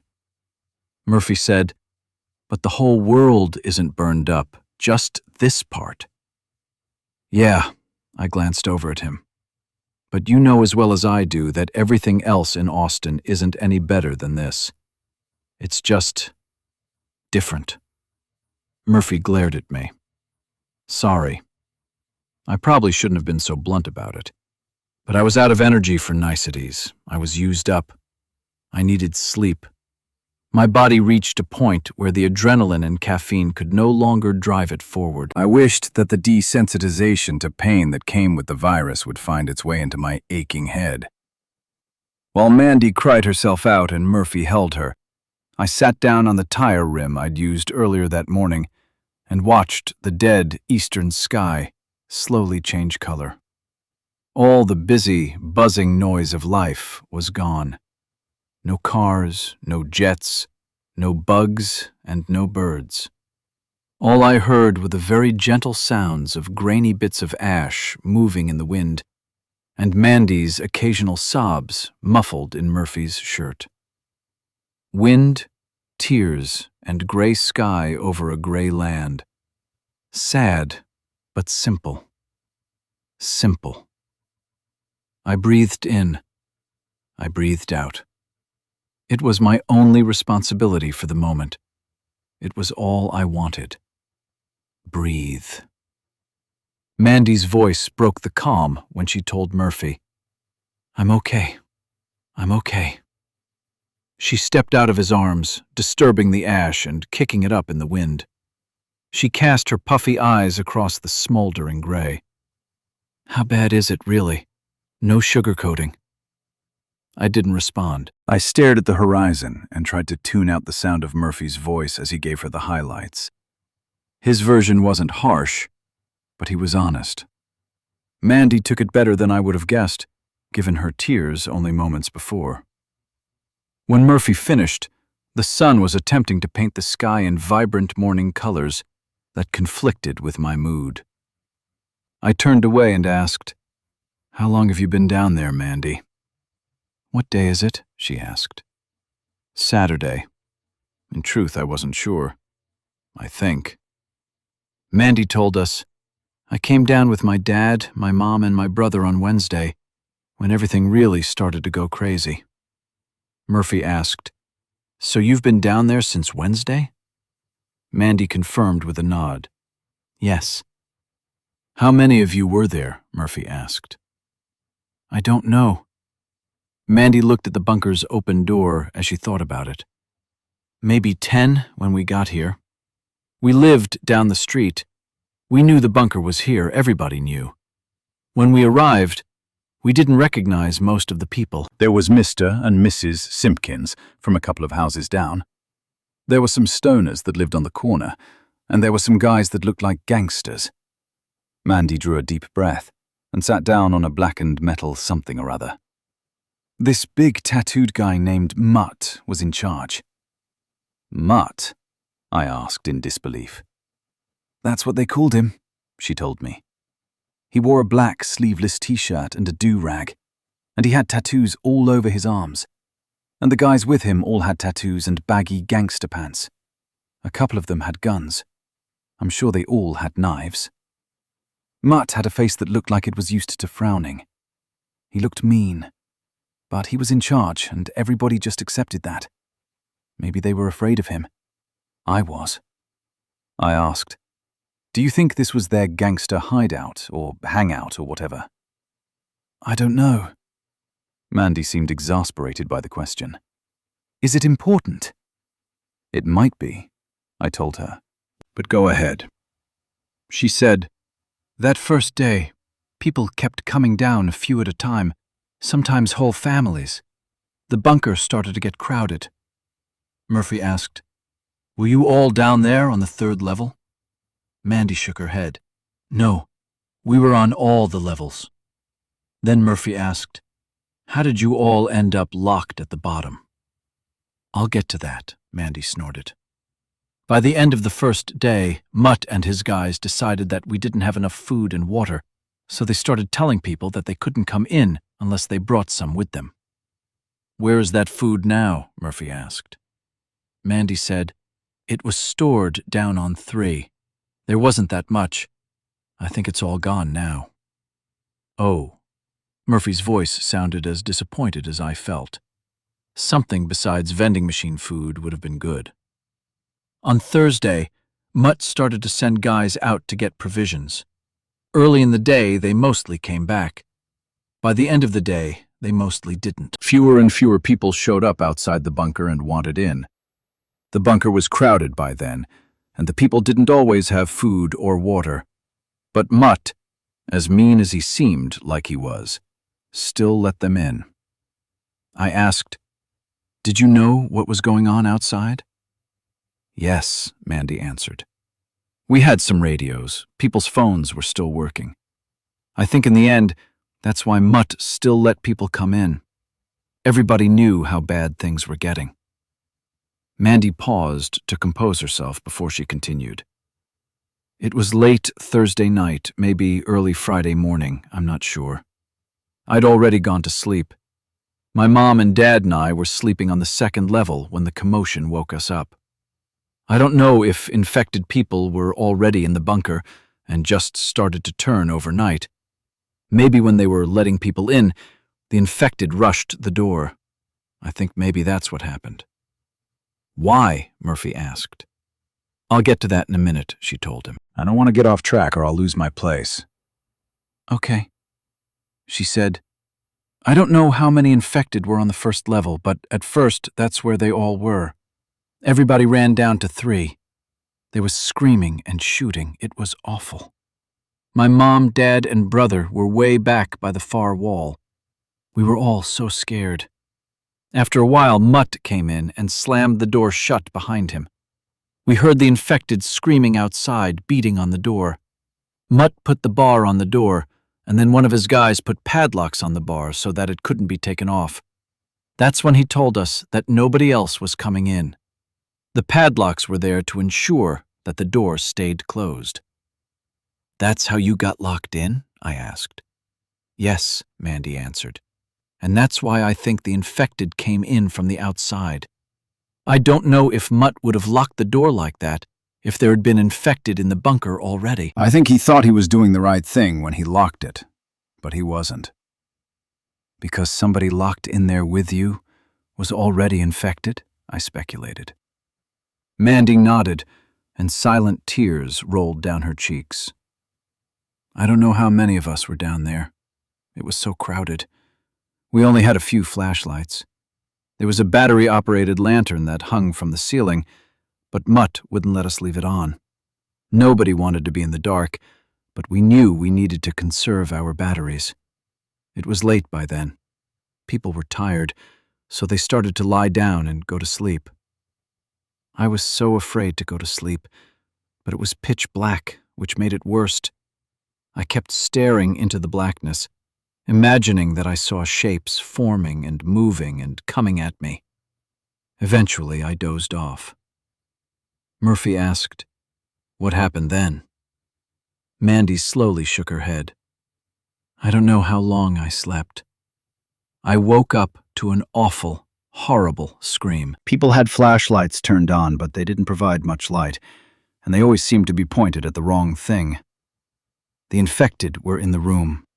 I don't know how many at first, 2 or 3 maybe. Mutt was one of them." "Oh no," I said. There was a fight that got bigger. It was like a slow-motion riot. Some people got injured, some people turned, others struggled. People were killed. More turned. When they finally shot Mutt, nobody could find the keys to the locks. Things were out of hand by then. It was hard to know who was or wasn't infected. I could see flashes from gunshots, and they sounded like thunderclaps bouncing off of the stone walls. Flashlight beams waved around the room. It was hard to see what was going on. Everybody was screaming or yelling. It was so bad. "What happened to you?" Murphy asked. You're not infected. How did you make it through? Somewhere in the scuffle, with the crowd surging back and forth, I got knocked against the wall and I blacked out. I don't know how long I was out. I know that when I came to, the room was pitch black again, but it wasn't silent. I heard what sounded like dogs eating and tearing at clothes and meat. I heard people snarl at each other like animals. Those were the sounds that the infected make. Somebody was laying on me, and other people were laying by me close enough to touch. They didn't move. They didn't breathe. They were dead? Murphy asked unnecessarily. Mandy nodded. I was so scared. I was afraid to move, so I just laid there under the dead, dreading the moment when the infected would find me and kill me. I knew they would. I just knew it. It sounds like you had a good hiding place, I observed. It was never going to last, she said. 3 separate times while I was laying there in the darkness, the infected found somebody who was still healthy. Each time was the same, cursing, scuffling, shrieking. The infected would converge on the sound, and then there'd be more screaming, awful screaming, tearing clothes and breaking bones. Mandy shuddered, lost control of her tears, and cried out loud. Murphy put his arm around her again and pulled her close. After a while, Mandy said, I knew I was going to die a horrible death. The infected were going to find me. It was inevitable. But then I heard you guys. Mandy took a deep breath to collect herself. The infected in the room went crazy when they heard you outside the door. That's when I knew that I had a hope, not a chance, but a tiny, nearly invisible bit of hope. While they were still being noisy, I crawled out from under the corpses that had kept me hidden, and I followed the wall around the room. On the way, I found a big flashlight, one of those long, old metal ones that's shaped like a baton. That was my weapon. I was determined that if any of the infected got their hands on me, then I wasn't going to let them kill me without a fight. After a while, I heard most of them go back to eating wherever they'd been eating. I found my way up to the stairs, and I pushed myself into a corner, and I waited. I don't know how long I waited. Eventually, all of the infected started to make those sleepy sounds they make. But I didn't hear you guys out here anymore. I was so afraid that I'd waited too long. You don't know how difficult it was, how afraid I was. More tears flowed. I didn't know what to say in the face of so much painful emotion. I was glad that Murphy had taken it upon himself to comfort her. She said, I found a quarter in my pocket. I used that when I finally got up the nerve to tap on the door. It took so long to get a response. Do you know what it feels like when your last hope dies? Mandy cried some more. I wanted to answer yes. The ogre taught me that lesson a long time ago. I thought... Mandy drew in a deep breath. Well, it doesn't matter. You did respond. One of you did, anyway. Thank you. Thank you so much. It was Zed who heard it, said Murphy. It was Zed who insisted that you were in there. We got you out together, I told her. Neither one of us could have done it alone. 7:12, looking at the bunker's concrete ceiling. Murphy sat nearby, busying his hands with the parts of a handgun that I didn't recognize. He glanced at me and said, Good morning, sunshine. Mandy was still asleep, so I spoke softly. Good morning, Murphy. I thought you were going to sleep all day, he said. I tainted my tone of voice with a little indignation and said, I think I earned it. What time is it? How would I know? He asked. What? Murphy pointed at his empty wrist and said, You know my watch is still at the county jail. I rolled my eyes. So it could be 7 in the morning. Murphy chuckled. Don't get your panties in a wad, man. I'm just messing with you. Sorry, I said. I could use some coffee. You and me both. Looking at the gun in his hands, I asked, "What's that you've got there?" He said, "While you guys were sleeping, I went down to level 3 to root around and see what I could find, which was pretty much nothing. But I got this Ruger 9mm. Is it a good gun? As good as any, I suppose." Murphy turned it over in his hand and looked at it. "It'll take the same 9mm ammo as the Glocks." "Was there any ammo down there?" I asked. "Just a few rounds." Murphy went back to cleaning. "I found a couple of empty magazines. You and I both have plenty of ammo, at least for now. We can spare some 9mm to fill the Ruger magazines." Then Mandy will have a gun to protect herself. I passed out when you guys were talking last night. I ventured a question I wasn't sure I should ask. "What do you think of her?" "She seemed all right to me." Murphy looked up from his work. "What are you asking?" I scratched my head. "I don't know. I mean, she seemed all right to me, too. I guess I just don't want to get backstabbed by another Mark." "I don't think she's like that, man. I have a good intuition about people. I think she's a good one." I felt like I didn't have any kind of intuition about people at all. "Sounds good. Was there any food down there?" Murphy grinned. "Depends on your definition of food. What's your temperature today?" "It's not high enough to start thinking other people are food, if that's what you mean." "Water?" "Nothing." Murphy shook his head to emphasize it. "That big cistern down there has holes like the ones on the other levels." "That's too bad." This could have been a great place to ride this whole thing out. But with everything broken or missing, I punctuated with a shrug. "Maybe worse than that," said Murphy. "Without a house on top to keep it hidden, it's a death trap. It'll probably keep the infected out. I mean, if you fixed the doors that we blew. But if anybody with a few weapons wants in, well, you saw how easy it was for us to get in here." I rummaged in my bag for something to eat and drink. I found 2 packages of donuts I didn't realize were there, as well as a bag of peanuts. I set the peanuts and a package of miniature donuts aside for Mandy and opened the remaining donuts. She was one of us for the moment, and she needed a share of the food. Murphy added, "I saved her something too, a package of cupcakes." "Cool," I said. "That'll get her started." "So what do you think? Are we still at square one? We've got almost no water, and this is the last of our food. At the moment, we've got no communications, so we don't know what's going on anywhere. And we still need a place to stay." "Yeah, square one," Murphy agreed. "What about your sister?" I asked. Murphy's smile slipped off of his face.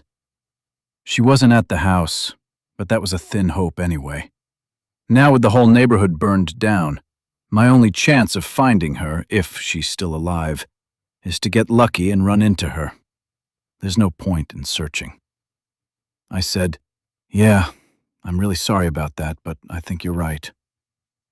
With the pistol put together, Murphy started slipping 9mm rounds into a magazine. I changed the subject. "I think Mandy is immune." "Maybe." I tilted my head toward the door down to level 3. "She's been down there with all of those infected for days. She would have caught it if she wasn't." "Sure." Murphy glanced up at me, then turned his attention back to the pistol. "I don't know anything about any of that." "You're the college boy, so whatever you think." "She's immune then," I decided. "That's goody gumdrops for her, but also bad. I mean, you and I can walk around among the infected as long as they aren't too hungry. But not Mandy. She's lunch unless she stays hidden." "Yeah, but the uninfected won't shoot her like they will us." "Do you really think they're all that way?" I asked. "It could be that those soldiers that killed Jerome were just, I don't know, overzealous." "I'll tell you what I think." Murphy set the weapon down in his lap. "I think you're a little bit naive about people's intentions." I shook my head. Nothing could be further from the truth. "I think that is the problem." Murphy leaned toward me. "You want to believe this is all going to blow over, and the ones of us who are left are going to sing Kumbaya and then go make babies and live happily ever after or something. Yes, that is what I think, I shrugged. Murphy's summary of my hopes made them seem ridiculous. Shaking his head, Murphy said, "That's not gonna happen. Every time they see our white skin and our dilated eyes, they're gonna see the monsters that killed their brothers, or their mothers, or their sisters, or their sons. They're gonna see us as disease carriers. The uninfected hate us. They're all afraid of us. They'll kill us if they can." No. I didn't want to believe that.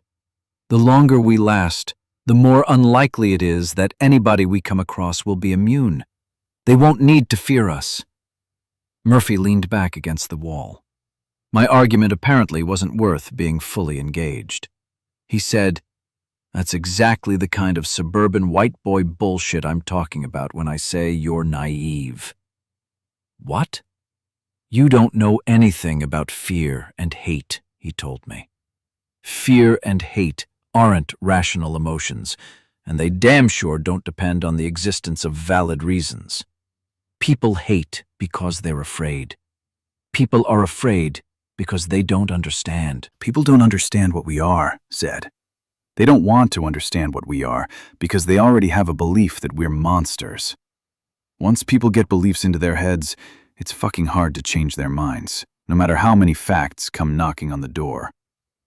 As far as the world is concerned, you and I aren't people anymore. We're big-eyed white monsters because we look like all the other big-eyed white monsters. White is the new black, man. How does it feel to be an oppressed minority? I don't have big eyes. It was the best argument I could come up with. Murphy laughed. You don't believe me now, but you will. Give it time. Mandy isn't afraid of us, I argued. Not that you know, he said. Amber, Murphy butted in, is one of the people who kicked us out of the dorm, Zed.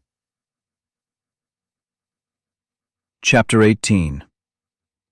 It was well after noon when Murphy pushed the bunker door open.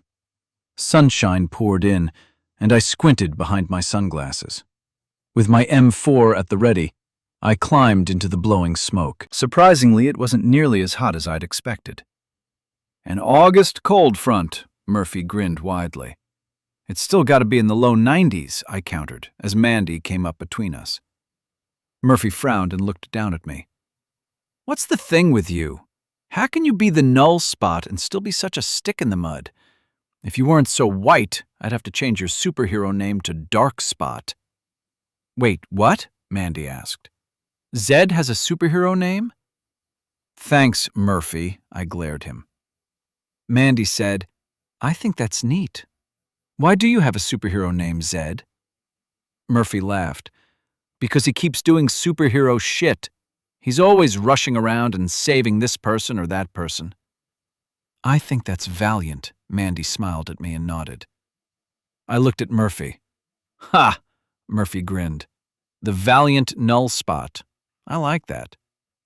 Mandy asked, why is your superhero name Null Spot? The valiant Null Spot, Murphy corrected.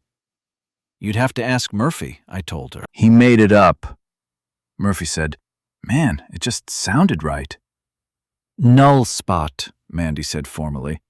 Thank you for saving me from the bunker. You already thanked me, I reminded her. And besides, it was both of us, not just me. Thank you anyway. Murphy nudged me. Damn, dude, say you're welcome. You're welcome, Mandy. Murphy looked at Mandy. Don't mind him. He's a good guy. He always wants to do the right thing. He's just moody.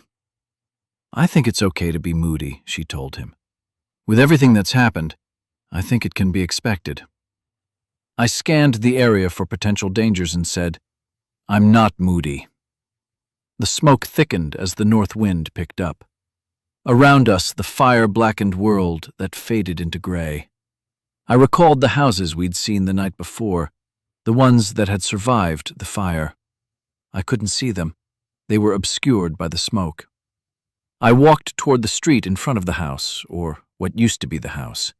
Murphy and Mandy followed. When we reached asphalt, we headed west. We walked between rows of dead oaks whose blackened branches reached futility for heaven. Burned kitchen appliances, mounds of unidentifiable junk, and partial masonry walls marked the remains of each structure we passed. Hulks of cars littered the lawns and roads. Among those lay the crusted, black bodies and bones of the dead. Mandy spoke up. "Murphy, can I ask you a question?" "You don't need to ask me if you can ask me a question," he told her. "Just ask it." "I'm just trying to be polite," she said. Murphy chuckled. "You don't need to be that polite." "Fine," Mandy said. "Why do you smile so much?" "Why not?" "Doesn't all of this make you sad?" she asked. "It doesn't make a difference how I feel about all of this," he said. "How I feel about it isn't going to change any of it." "Why then?" she asked.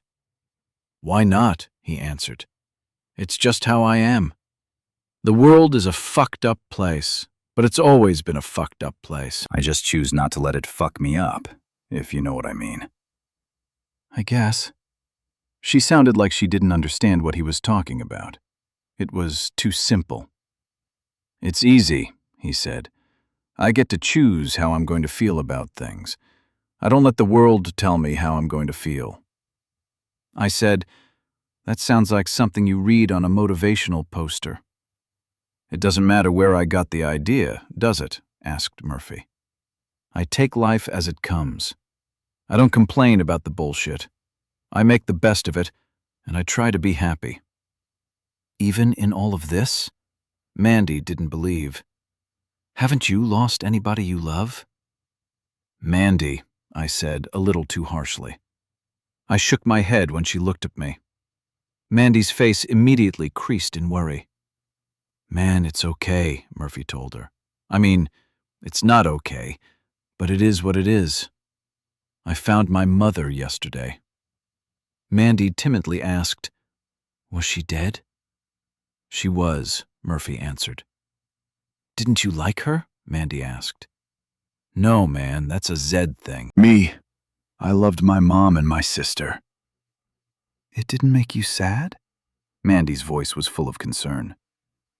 More than that, he admitted. It breaks my heart. But I choose not to let it tear me up inside. I choose to put one foot in front of the other. In life, that's one of the only choices you ever really have. You can choose to move ahead and take control, or you can sit and let life roll over you. "One of the only choices?" Mandy asked. "What are the others?" Murphy stopped for emphasis and looked at both Mandy and me. "You get to choose how you're going to feel about it. I choose to be happy." "I don't understand," she said, "how you can be happy when you just found out your mom was dead." "I'm a complex human being with complex emotions," Murphy said theatrically. "I can be unhappy about my mom and still be the same happy guy I've always been. I don't have to let it ruin me." We all walked on a bit, and Mandy concluded, "I'll have to think about your philosophy, Murphy." I muttered, "I think I need to get a What Would Murphy Do bracelet." Murphy said, "They sell them online." "Really?" Mandy asked. Murphy laughed. "No, not really," I told her. "Well, I didn't know." Mandy got a little offended at being the butt of the joke. "I don't know you well enough to know if you're kidding." Half a block later, Mandy asked, "Is it safe to be out here?" "We think the infected stay away from the smoke." I looked around, just in case they were in the act of proving me wrong. I think they understand that smoke means fire, and like any animal with half a brain, they're afraid of the fire. I think we're fine for the moment. Mandy said, "I have half a brain, and I'm not afraid of fire." Murphy burst out with a big laugh that carried for blocks. "That's because you didn't see the fire that we saw yesterday." Man, that damn near scared the shit out of me. And I don't mean metaphorically. I mean, I nearly shit my pants. "Was it bad?" Mandy asked. I mean, to actually see it? I said, I don't know why we're alive right now. We should be dead. Mandy's face showed a pained expression. I couldn't tell whether she was sincere or trying too hard to appear that way. She asked, Can I ask another question? I said, I thought you and Murphy agreed that you didn't have to ask if you can ask a question. I'm sorry, she said. It's a habit. No sweat, I answered. What do you want to ask? Why do you and Murphy act normal, but you look infected? I hesitated. Murphy likes to talk. I'll let him explain it. Chapter 19. We saw nothing alive as we walked through the destruction. Slowly, the smoke dwindled to a gray haze that floated around us like a thin layer of fog. Above was cloudless, peaceful blue. The sky was a hope of something better, but like everything better, it lay beyond reach. Murphy and Mandy had fallen silent by the time we came to the block of houses left untouched by the fire. On one side of the street lay nothing but mounds of ash and the metallic innards of family homes. On the other side of the street, the grass and leaves were wilted by the heat, the lawns cluttered with the detritus of a post-virus world. The houses bore their scars but were generally intact.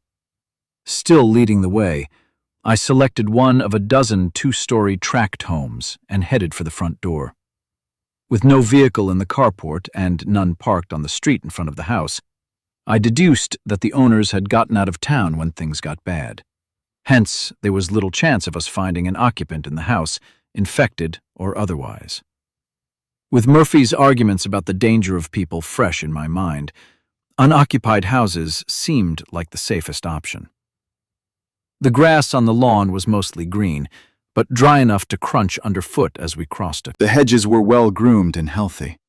The flowers hanging over the edges of the pots on the porch were once lush, but had turned dry and brown.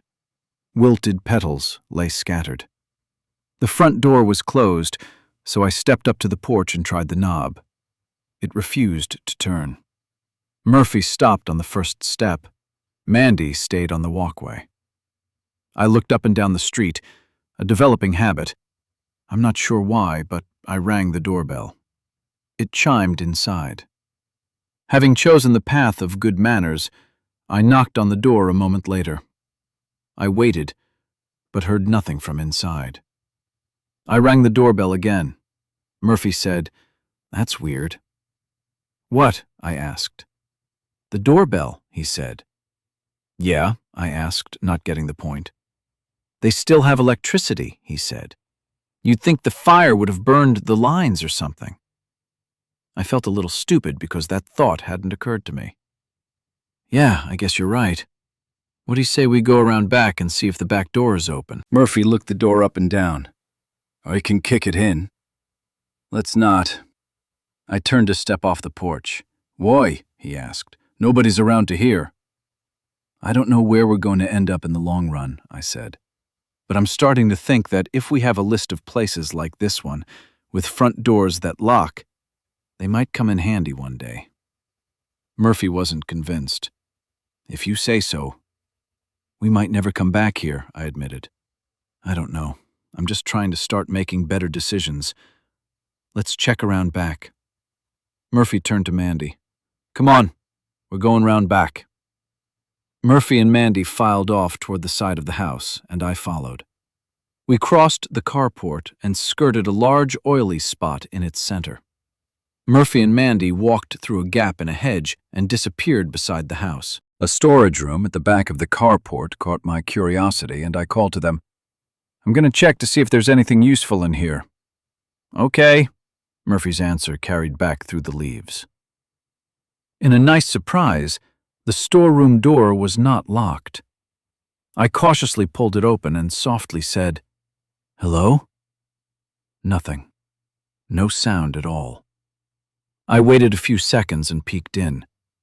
It smelled of oil, gasoline, potting soil, and dry grass. It was small, but well organized. A lawnmower sat on the floor. A few rakes, shovels, a hedge trimmer, and a tree branch cutter hung on the wall.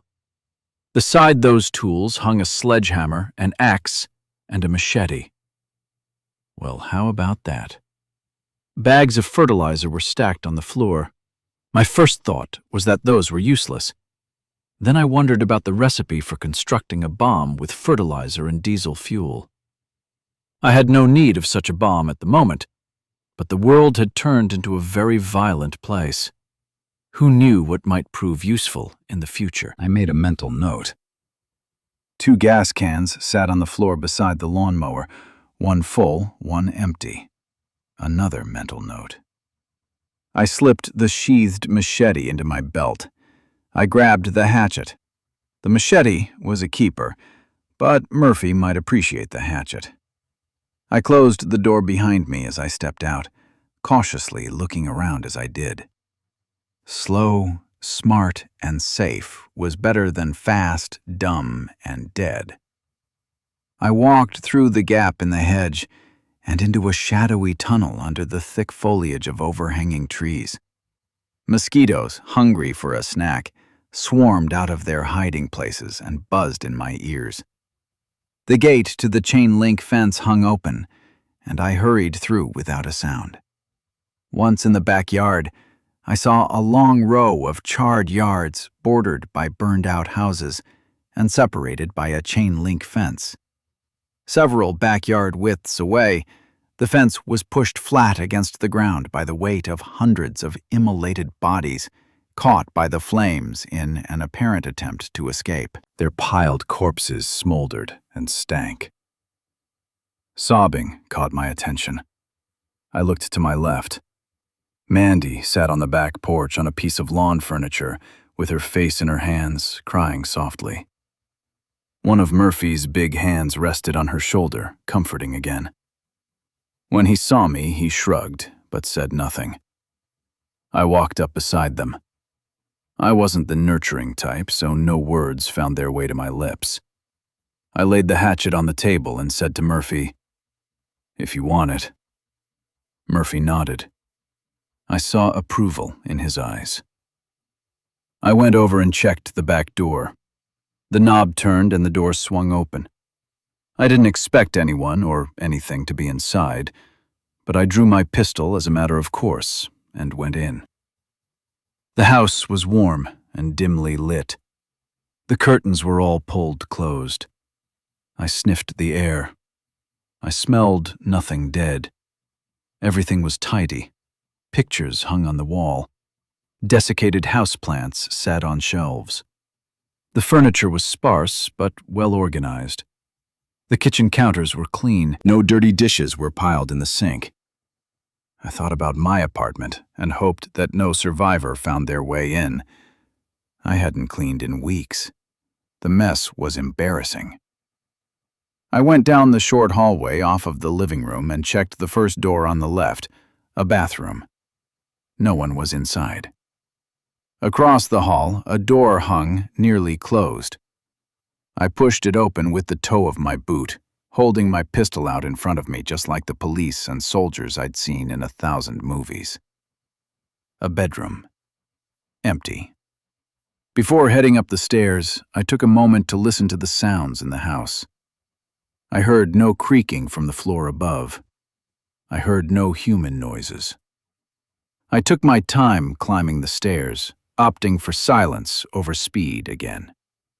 An 8-foot-wide rectangular landing at the top of the stairs provided access to 3 doors, 2 open, 1 closed. One open door led into a small, vacant bathroom. I stepped across the landing for a view into a room used as an office. It was orderly, with a tidy desk. I spied a phone charger I thought might work on my phone. I took a moment to pull the cord from the wall and pocket it. The closet held nothing of concern, a file cabinet and storage boxes. Out of the room and back across the landing, the last door was ajar, just like the bedroom door downstairs. I nudged it gently with my elbow, and it swung open. I was startled by the sight of a man sat on the edge of a bed, straight back, feet flat on the floor, palms on his thighs, staring through partially open blinds at the mound of corpses in the distance. I pointed the gun and braced myself to pull the trigger. "Hey," I said. No response. No movement. Could he be dead in that position? "Hey!" Not the slightest move. What the fuck? I edged my way into the room, careful to keep myself positioned with my pistol pointed at his chest. The man's skin was pale like mine. He was infected. My finger rested on the trigger of my pistol, and I wrestled with the choice of whether to shoot. He's infected. He's a threat. But he was just sitting there. Was he a monster? Was he like me? Or was he something else? As I came around to his side, I saw that his eyes were open. Tears left shiny tracks down the coarse skin of his cheeks. His middle-aged face was frozen sadness. I saw his chest move ever so slightly in and out. He was alive. "Hey, man," I said. Still, he did not respond. I didn't know what to do. I didn't want to touch him.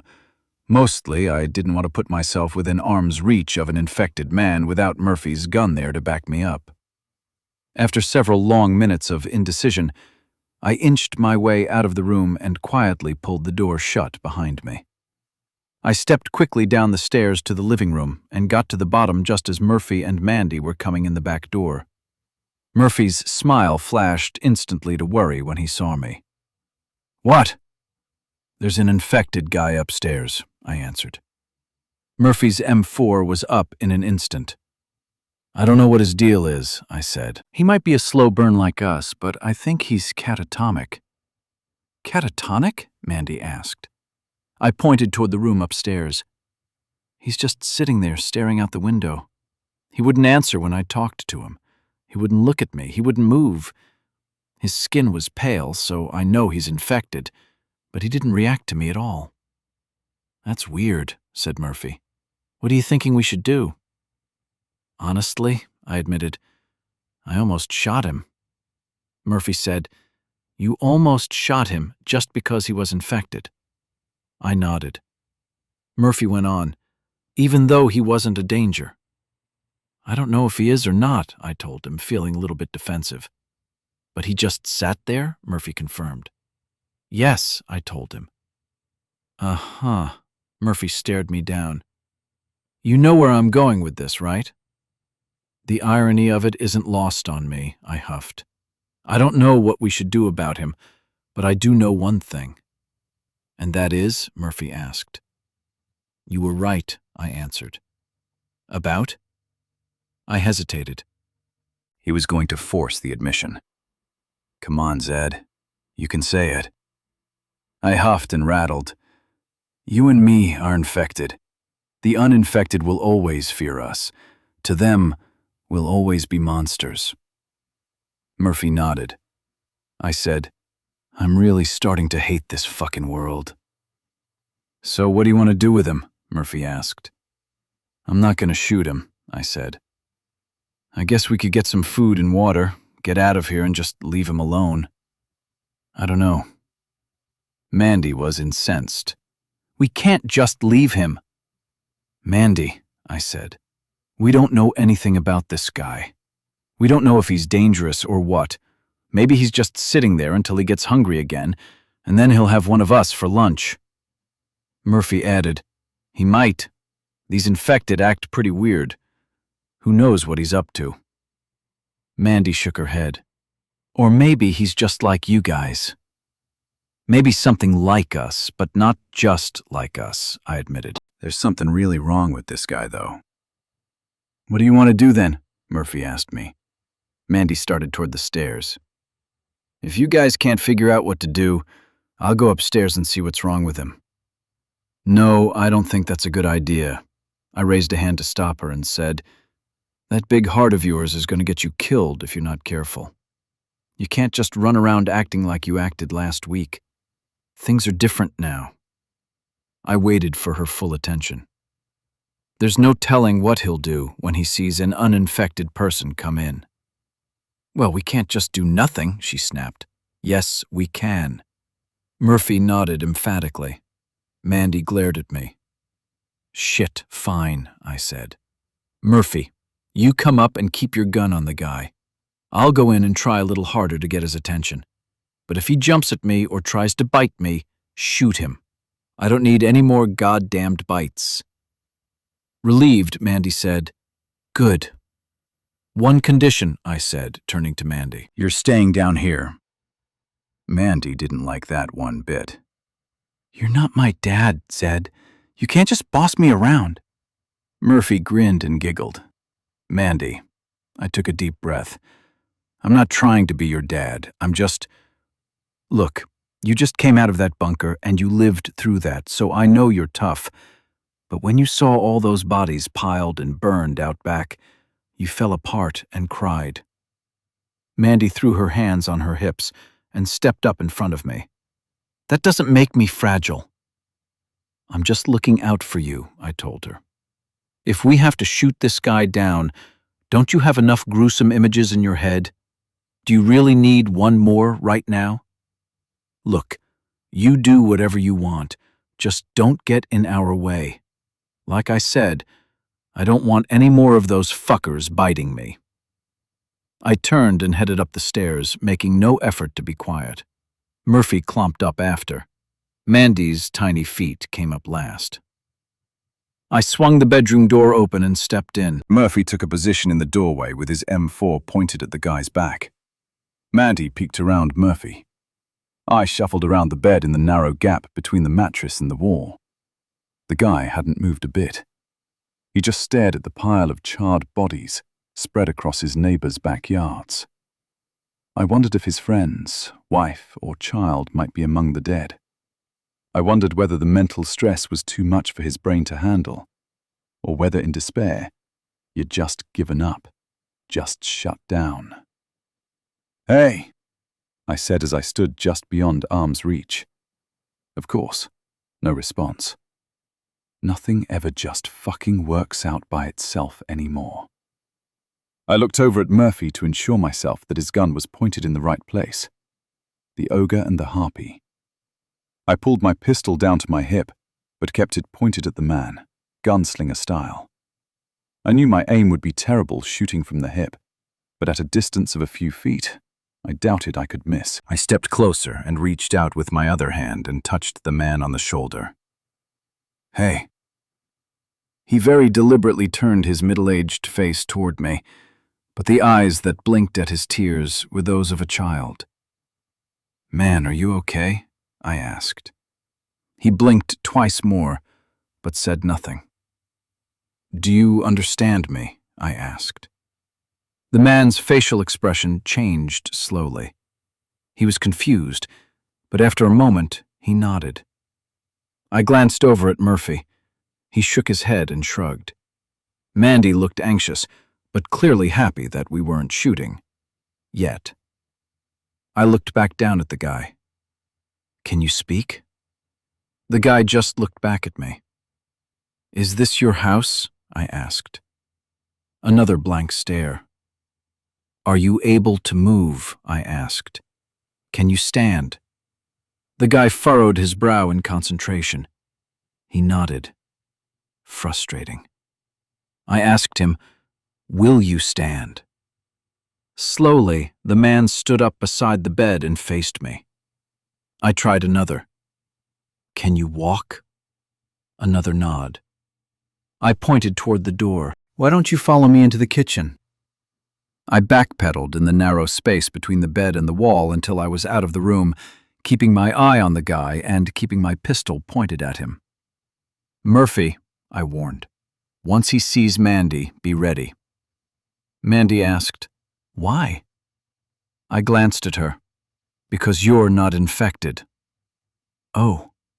She understood, finally. Once we got downstairs to the living room, I looked over at Mandy. "Would you check around and see if you can find a thermometer, please?" I brought the guy into the kitchen and asked him to sit down, which he did. He was certainly compliant. "What do you think, Murphy?" "I don't know, man." He took a long look at the guy. "I think his brain is fried or he's gone off the deep end. I'm surprised he's not dead already. Man, what do you think?" I don't know what to think, I said, as something occurred to me. I'm wondering about something Jerome told me. Jerome the liar? Yeah, Jerome the liar. That seemed a little harsh, thought it was completely true. He said not all of us slow burns end up at the same temperature, and that the higher your temperature, the lower your brain functions. Maybe this guy is high enough to be like this, but not quite high enough to be a monster. Murphy reiterated his point. Based on what Jerome said, right? Look, I said, letting a little of my irritation show. I don't know if everything Jerome said was bullshit or not. Murphy shook his head and stepped back a bit. But you do know everything he knew about the disease he learned on the internet, right? Yeah, but that doesn't necessarily make it untrue, I argued. Murphy said, "When you have a liar tell you something he learned on the world's biggest repository of lies, I don't know how probability works, but I think whatever probabilistic equation explains that situation will tell you that he was probably full of shit." "What?" "You know," said Murphy. "X plus Y times Q squared equals turd." He laughed loudly. Mandy came into the kitchen. "I found this thermometer in the medicine cabinet. It's one of those ones that you just shine in your ear and it reads out the temperature digitally." Perfect. I reached out to take the thermometer, but when Mandy raised her hand, she pointed at something else she was holding. She said, "I also found this." Murphy asked, "What's that?" "It's his badge," Mandy told him. "He worked at the highway department. His name is Russell Coronado." "Russell Coronado," I repeated. Mandy handed me the thermometer, and I holstered my pistol. Russell was seeming less and less like a danger, but I didn't know what to think of him. I got in front of him and said, "Russell, I'm going to check your temperature. Is that okay?" Russell just looked at me. Whatever. I put the thermometer to his ear and clicked the trigger. Russell didn't react. I read the thermometer's display out loud. 102.3. "That's high," said Mandy. "For a normal person," I said. "Here, Murphy, check Mandy." Mandy came in at 98.6, exactly normal. My temperature was 99.4, and Murphy was 99.9. For Mandy's benefit, I said, "This guy Jerome told us." Murphy interrupted. "Jerome the liar." I rolled my eyes. "Yes, Jerome the liar." Mandy asked, "Who's Jerome again?" "Jerome got caramelized," Murphy busted out laughing. Mandy got cross and asked, "Caramelized? What?"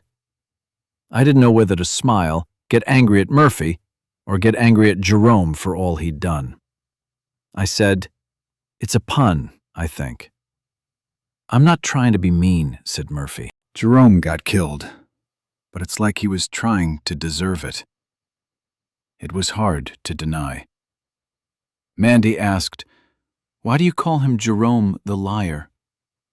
"Tell you what," I said. "Let's see if there's any food or water first around. Jerome is a long story. We can talk about it after we find something to eat." I crossed the kitchen and opened a door that looked like it could be the pantry. Murphy checked the kitchen sink for water pressure. "I'll check the fridge," Mandy offered. "No water," Murphy said, playing with the knobs. "There's plenty of stuff in here," I said. "Jackpot." Mandy said, pulling a bottled soda out of the fridge. "It's cold." "I told you the electricity was still on," said Murphy. Mandy passed us each a soda. I opened mine up, gulped a third down, belched, and said, "I'm curious about the electricity thing." I looked at Murphy. "Keep an eye on Russell." I headed for the back door. Russell got up and followed. Oh well. Mandy pulled a single-serving frozen dinner out of the freezer. "I'm having lasagna. What do you guys want?" Murphy was watching Russell follow me and asked, "What's up with that?" I shrugged. "I don't know. Mandy, cook me anything. Throw something in for Russell, too." Back outside on the porch, the sight of the burned bodies piled along the fence line made me cringe. Russell stopped beside me and stared. Out on the pile, blackened hands reached out in permanent desperation. Faces were petrified in agony. They lay every which way imaginable, many trampled under the feet of the others, many clawing their way away from the terrible flames, all frozen in their dying pose, with clothes and hair burned away, skin blackened or gone, exposed red flesh rotting in the heat.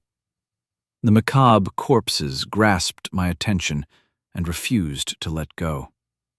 I wondered about the people in that pile, who they were, what they did for a living.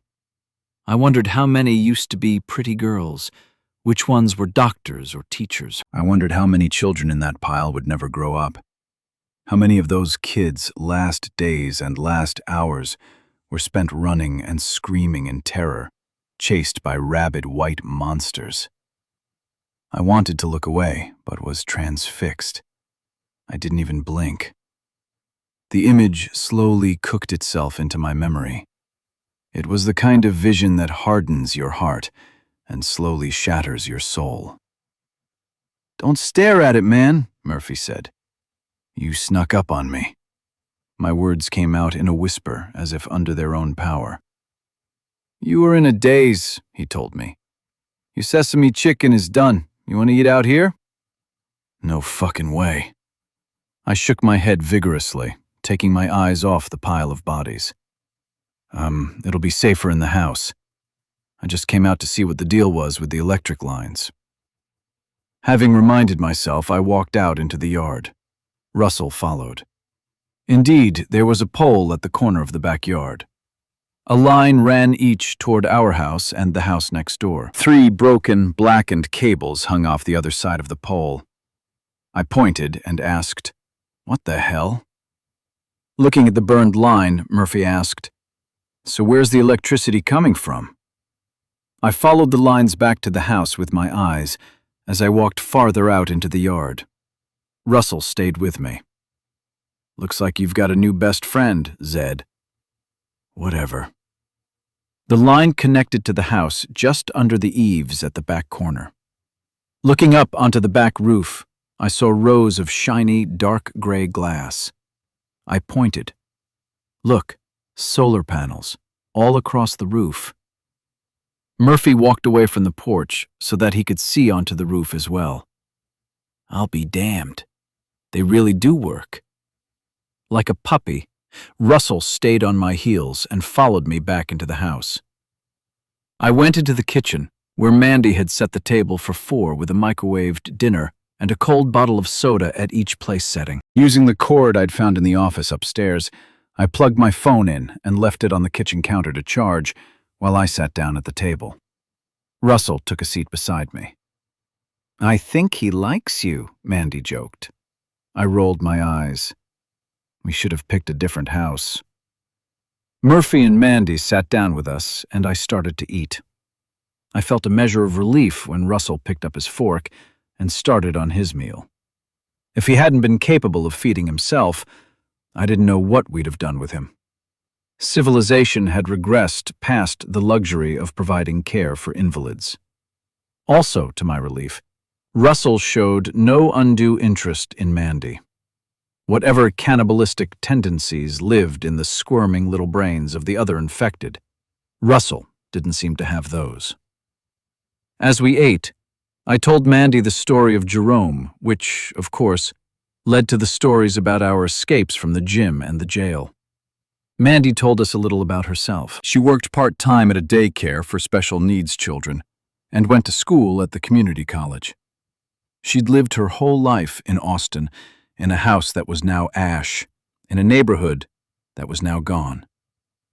After we finished eating, we sat around the table, enjoying a moment of anachronistic normalcy.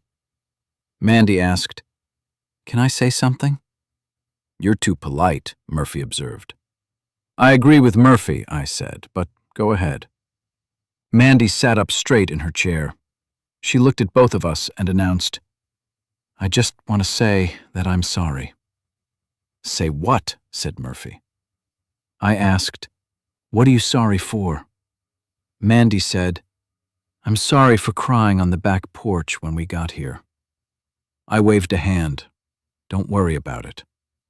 She nodded and said nothing for a few moments while she collected her thoughts. "All those people burned to death back there. Do you think they were infected?" "I'm sure they were," I lied. In truth, I had no way of knowing. "Yeah," Murphy agreed. They were infected who got caught by the fire. The infected aren't that bright. Mandy argued, "Smart people get caught in fires too." "Mandy," I said, "it doesn't matter. Not one single bit. Not to sound cruel, but they're dead. We can't do anything about it." My voice rose, perhaps more as a way to hide from my own weakness than to scold Mandy for hers. If we'd been here when it happened, we wouldn't have been able to do anything about it. We're all alive in a world that isn't like the one we grew up in. We need to figure out how to deal with it.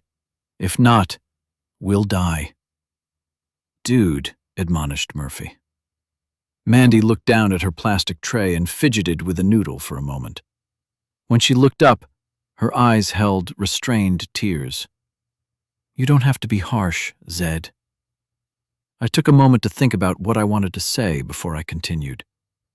"Mandy, I don't mean to be an insensitive prick, but our new reality is cruel and violent. We all know it." We've all dealt with it firsthand, or we wouldn't be here. I took a deep breath and rolled on. "Mandy, like I said before, I know you can be tough. And I do appreciate that you're such a sweet girl that you feel like you have to ask for permission to ask a question. That kind of overly polite bullshit behavior probably served you well before, but now it'll get you killed. Now you need to be that tough girl that survived all those days in that bunker." With an edge in her voice, Mandy asked, "Why can't I be both?" "I'm sure you can," I lied, like I actually knew. "Just don't be too polite to stay alive." "And who are you, Zed?" Mandy asked, derisively as her excessive manners would allow. That made what she said all the more harsh. "What part of yourself did you give up to be tough enough for today's world?" "Now, kids," said Murphy, "we don't need to argue." In a calm voice, I said, "It's cool, dude." I looked back at Mandy. "I'm not trying to offend you. I'm really not. You seem like a really, really nice person. I wish I'd known you before all of this went down. But to answer your question, I came into this world hardwired for success, and I think Murphy did too." Mandy laughed out loud. "What the hell is that supposed to mean?" Murphy scoffed. "This one might be good enough to listen to." I looked over at Murphy. "It's like you said this morning when you were talking to Mandy. You put a smile on your face and take the world as it comes. You don't attach your happiness to any false expectations of reality. You don't expect the world to give you a big house and an expensive car and fat wife." "Hey," Murphy cut in, "who said anything about a fat wife?" I continued, "You're not going to be unhappy without those things. You're happy with what you have, not with what you think you should have. More importantly, you don't wallow in the tears over what you've lost. Not many people are like that." I took a big gulp of soda and continued, As for me, I'm kind of the opposite of Murphy, but with a similar benefit. I had a pair of suboptimal parents. Mandy giggled. "Suboptimal?" Murphy leaned over and whispered loudly to Mandy, "He has a philosophy degree. He makes things more complicated than they need to be." I ignored them both. I don't get attached to things and people like most folks. That's to say that in yesterday's world, I could probably have been considered emotionally unhealthy. I was too detached. In today's world, that works well for me. All the despair and horror drift by without affecting me. "Dude," Murphy scolded, "I'm not sure that's true." It's true enough, I argued. Mandy said, I like Murphy's approach better. I said, you don't have to pick one or the other. Just find a way within who you are to suck it up and deal with today. That's all I'm saying. Then why didn't you just say that? Asked Mandy. Like Murphy said, I'm a philosophy graduate. Murphy laughed. Chapter 20. It was after 4 o'clock. I was in the upstairs office, since it had a window that opened to the front of the house and one that opened to the back. I sat at the desk, which, unfortunately, looked out the back window and onto the grotesque heap of the dead. Russell squatted on the floor beside me. His inexplicable need to stay by me was already starting to creep me out. Murphy was leaning on the windowsill, staring at the vastness of the fire's destruction. Mandy was in the bathroom downstairs, using the water out of the toilet's tank to wash all of the crap off of her skin from her time in the bottom of the bunker. Murphy said, I think we should stay here tonight. It's as good a place as any, I guess, I said, without looking away from the pile of corpses. But before it gets dark, he said, let's go through some of these other houses and see if there are any goodies. Like what? I asked. What do you mean, like what? Murphy turned to look at me. I don't know. You got a hatchet and a machete earlier. That's good stuff. We've got everything we need for the moment. It wasn't much of a protest. There's plenty of food downstairs to last us for 3 or 4 days. We've got nearly as much ammo as we can carry. You're not thinking ahead, he said. That rubbed me the wrong way, but I put a thin veneer on my irritation and said, I'm fucking tired. My head is still pounding from when I got blown up by the grenade. Murphy laughed. If you're a pussy with a headache, just say, I'm a pussy with a headache, and we'll leave it at that. Don't be such a drama queen. Fine. I wanted to say no. Let me check my phone, and then I'll go with you. But just a few houses, okay? I want to be back before it gets dark. Fine by me. I'll go check on Mandy. Murphy left the office and tromped down the stairs. I turned on my phone and saw that I had messages. I checked Steph first. Steph, Zed, are you there? Zed, are you there? Zed, I hope you're alive to read this, but I know the truth of it. If you're not answering this, then it's because you're dead. Everybody is. So I'm just writing this to myself. Dear Diary, I can't stop crying. Steph, the first 2 groups all turned. 40 people infected and shot. We killed them. I feel like my heart is dying. We just infected 20 more. Steph, it feels like suicide now. Nobody is talking here. Everyone stares at the walls or out the windows. There's no hope. No hope. Only prayers and tears. Steph, if by some miracle you're still alive and you read this, you need to know that I'm in the next group to get infected. I'm volunteering. Goodbye, Zed. Thank you for being a friend. I wish I'd gotten to know you better. I know I'll die soon, and I'm okay with that. I don't want to be in this world anymore. Shit. I blinked away tears and looked around, glad that I was alone. I wanted to do something for Steph, anything, but I knew there was nothing. The messages were hours old. Steph had lost hope. She was likely infected. She was dying or dead. That thought left me with a hollow, black feeling that stuck in my throat. Life had been so much easier without emotional attachments. I texted Steph back several times. I stared at the pile of Holocaust corpses as I waited for a response. God, the world was so fucked up.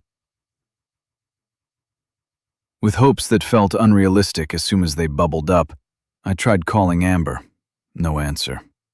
After the last ring, my text message icon indicated that a message had arrived. Amber. Zed, is that you? Me, yes. Amber, I can't talk right now. Text me back. Me. Why can't you talk? What's going on? Amber. I'm trying to stay as quiet as I can. Me. Why? What happened? Amber. Things got really crazy, then it got real quiet.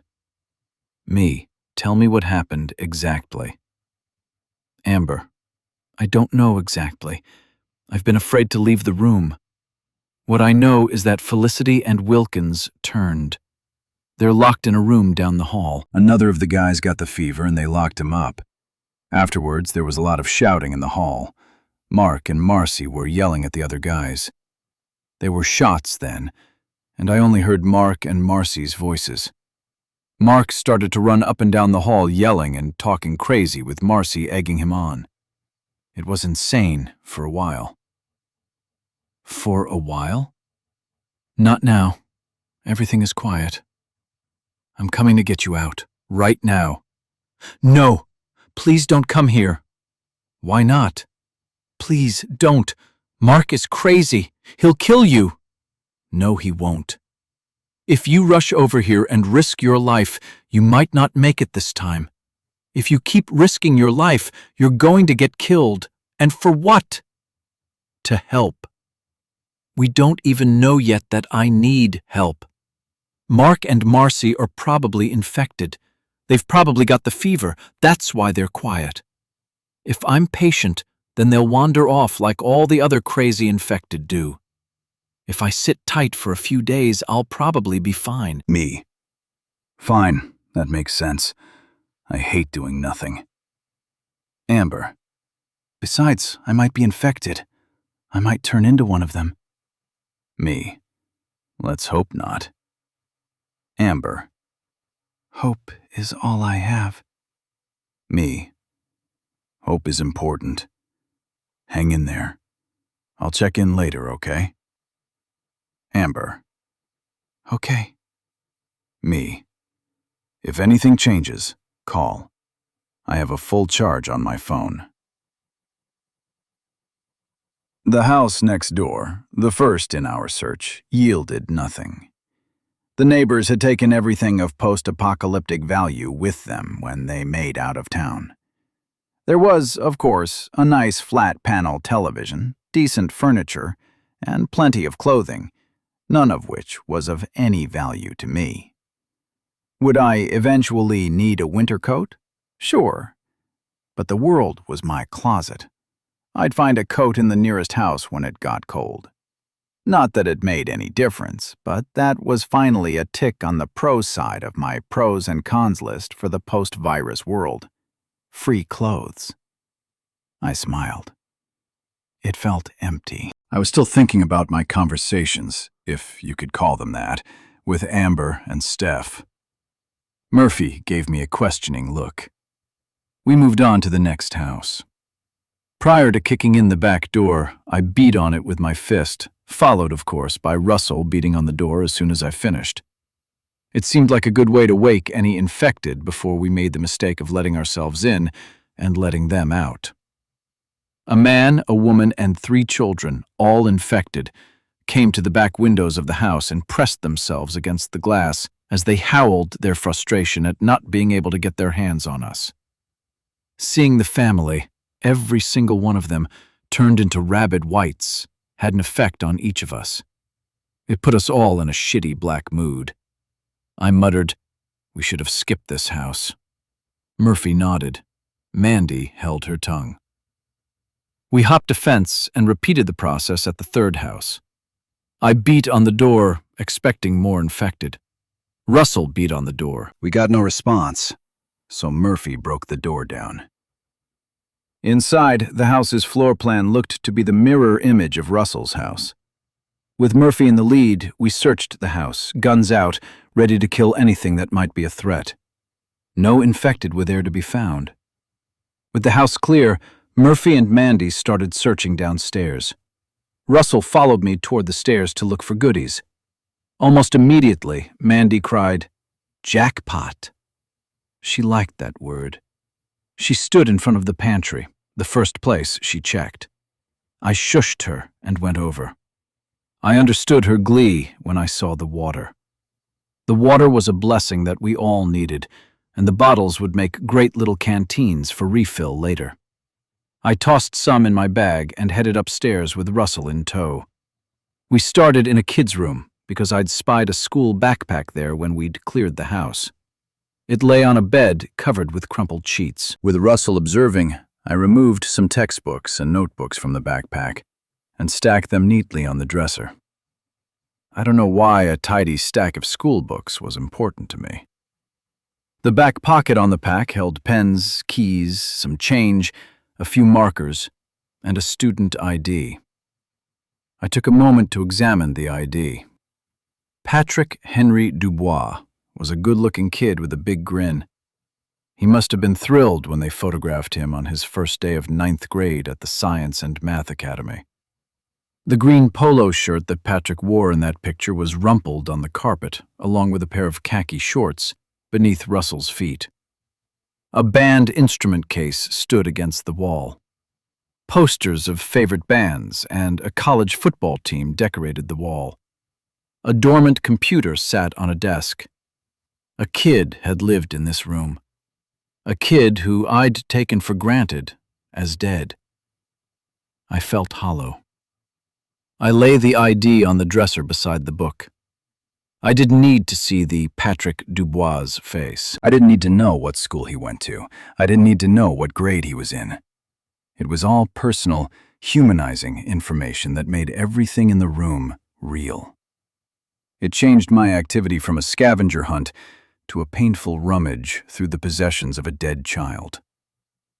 I drew a deep breath and tried to stifle what I was suddenly feeling. Empathy for the dead and infected was an emotional luxury I knew I couldn't afford. I had to find a way past it. I was having trouble enough paying for the empathy I felt for the living. Russell complied when I asked him to stand still. Like a parent getting his child ready for school, I put the empty backpack on him and adjusted the straps. Russell wasn't proving to be useful for much of anything, but he could at least carry his share of the load, a burden we were all going to have to get used to. I searched the closet and found a 27-inch aluminum baseball bat, probably left over from the kids' Little League days. I picked it up and hefted it in one hand. It was long enough to be lethal, but light enough to be wielded in one hand. I spent a moment debating whether I'd be better off with the machete or the baseball bat, for times when bullets weren't the right answer. The primary advantage of the baseball bat was that there was no risk of it getting stuck in the skull of an infected, which could happen with the machete. A skull-stuck machete could be a life-ending dilemma. In the end, I slipped the bat into Russell's backpack, with the handle sticking out of the top. Nothing else in the room appeared to be of any value. The master bedroom held a big bed, a television mounted on the wall, and a closet full of the kind of clothes that were well suited to the modern world. A small pair of hiking boots found its way into Russell's backpack. They might fit Mandy. In the nightstand, I found a drawer full of medicine. Murphy's insistence that we search suddenly seemed well worth it when I came across a half-full bottle of amoxicillin. I opened the bottle and swallowed 2 of the antibiotic capsules immediately. I looked at the crusty bite scabs on my arm. I was probably out of the woods on infection, but the antibiotics were good insurance. The amoxicillin, a big bottle of hydrocodone, some aspirin and ibuprofen, all went into Russell's backpack. The prescription medicines I wasn't familiar with, I left at first. On reflection, I went back and picked them up. Medicines could be of great value to the people who needed them, and the supply would eventually run low. At that point, expiration dates be damned. People on maintenance drugs would trade away anything to get them. I heard Murphy's and Mandy's footsteps coming up the stairs. Murphy said, "You need to see this shit." "What?" I asked. He led me over to the window that faced the street. I pulled the curtains back and peeked out. "What the fuck?" Murphy said. "Uh-huh." Mandy asked, "What is it?" "I don't know," said Murphy. "Some kind of crazy follow-the-leader bullshit?"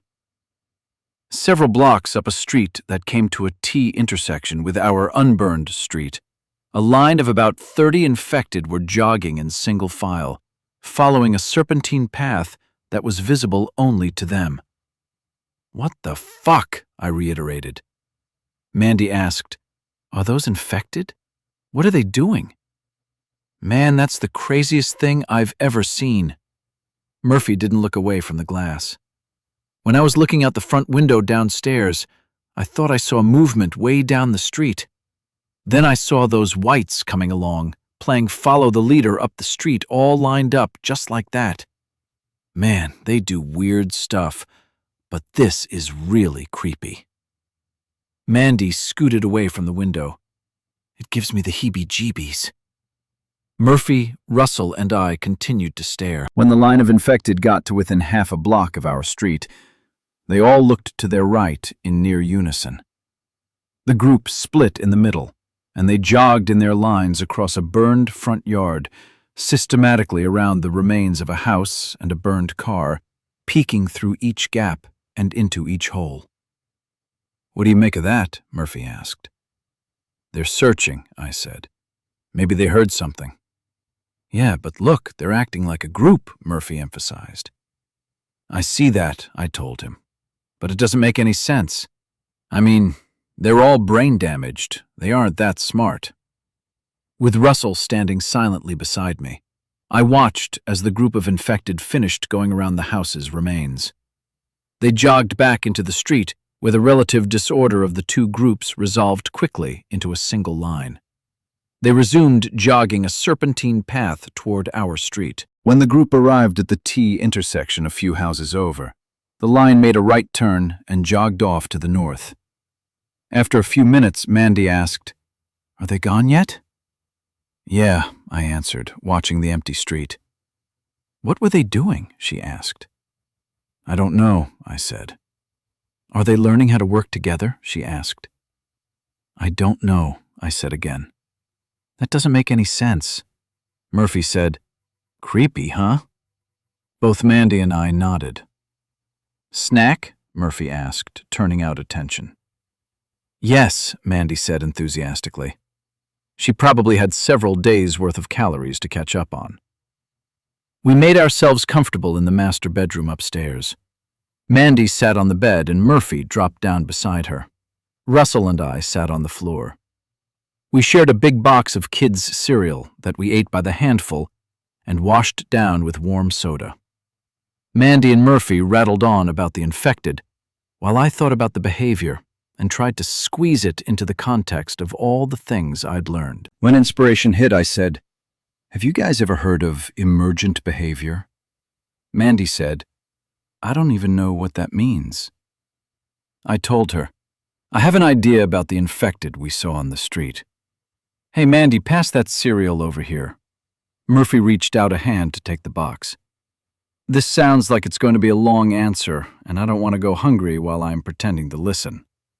Mandy giggled. I said, "Emergent behavior is something you see in birds, for instance. Let's say you have one bird, and you want to understand everything there is to know about bird behavior. You can watch that bird all day long for years and years, from the moment it hatches until the moment it dies. And if all you ever have is that one bird, you'd never know anything about flocks of birds." Murphy was focused on his cereal and making no effort to listen or pretend to. Mandy, though, was politely intent. "Okay, Professor." I rolled my eyes. "When you see a flock of birds, they all seem to fly together. They move like one giant organism, changing direction as one, going up and down, choosing to land and to take off." Murphy, who apparently was listening, asked through a mouthful of cereal, "Aren't they just following the head bird or something?" "No, that's just it," I said, getting excited about the subject. "They've done studies on bird behavior, and they don't follow one bird. They all seem to turn at pretty much the same time. Nobody knows exactly how they decide that. It's the same with fish. They school, and when they're in a school, it's like they stop being individuals and start being one organism. Again, without a leader that can be identified. It's like they're operating by consensus, but nobody knows how they come to their consensus decisions. "Come on, man," Murphy said. "There's got to be one in charge." "Nope." I shook my head vigorously. They've studied the movement with video at multiple angles with computers. There doesn't seem to be a leader. Mandy asked, "So the short version is?" I rolled my eyes again. "The behavior of the group, that is, the behavior that can't be predicted from observing the behavior of the individual, is called emergent behavior. There's this interesting study this guy did with ants." Mandy cut me off. "That's okay, Zed. I don't need to know about the ants. Is there a shorter version?" "But it's really interesting stuff," I protested. "No, Zed, I'm good." She took the box of cereal back from Murphy and grabbed a handful. "You make my brain hurt when you start talking all of your mumbo-jumbo." I huffed and took a drink of soda. Murphy said, "I don't want to hear about the ants, but let's say that you're right about this emergent behavior thing. What does it mean for us in a practical sense? Do we need to be worried? Are the infected learning how to work in teams, like packs of wolves? Are they going to become more dangerous to us? I don't know," I shrugged. "I guess that you could classify pack behavior in dogs and wolves as emergent. I'm not an expert in this stuff, so I'm kind of guessing. Wolves evolved to hunt together successfully, and they're able to learn how to hunt certain animals in certain ways. I don't know if the infected are learning to work together, or if what we saw was a manifestation of some kind of herding instinct that's hardwired into the human brain. I'm going to guess that it doesn't present any added threat to us, but I think we should keep an eye on them and see what happens. We are all in new territory."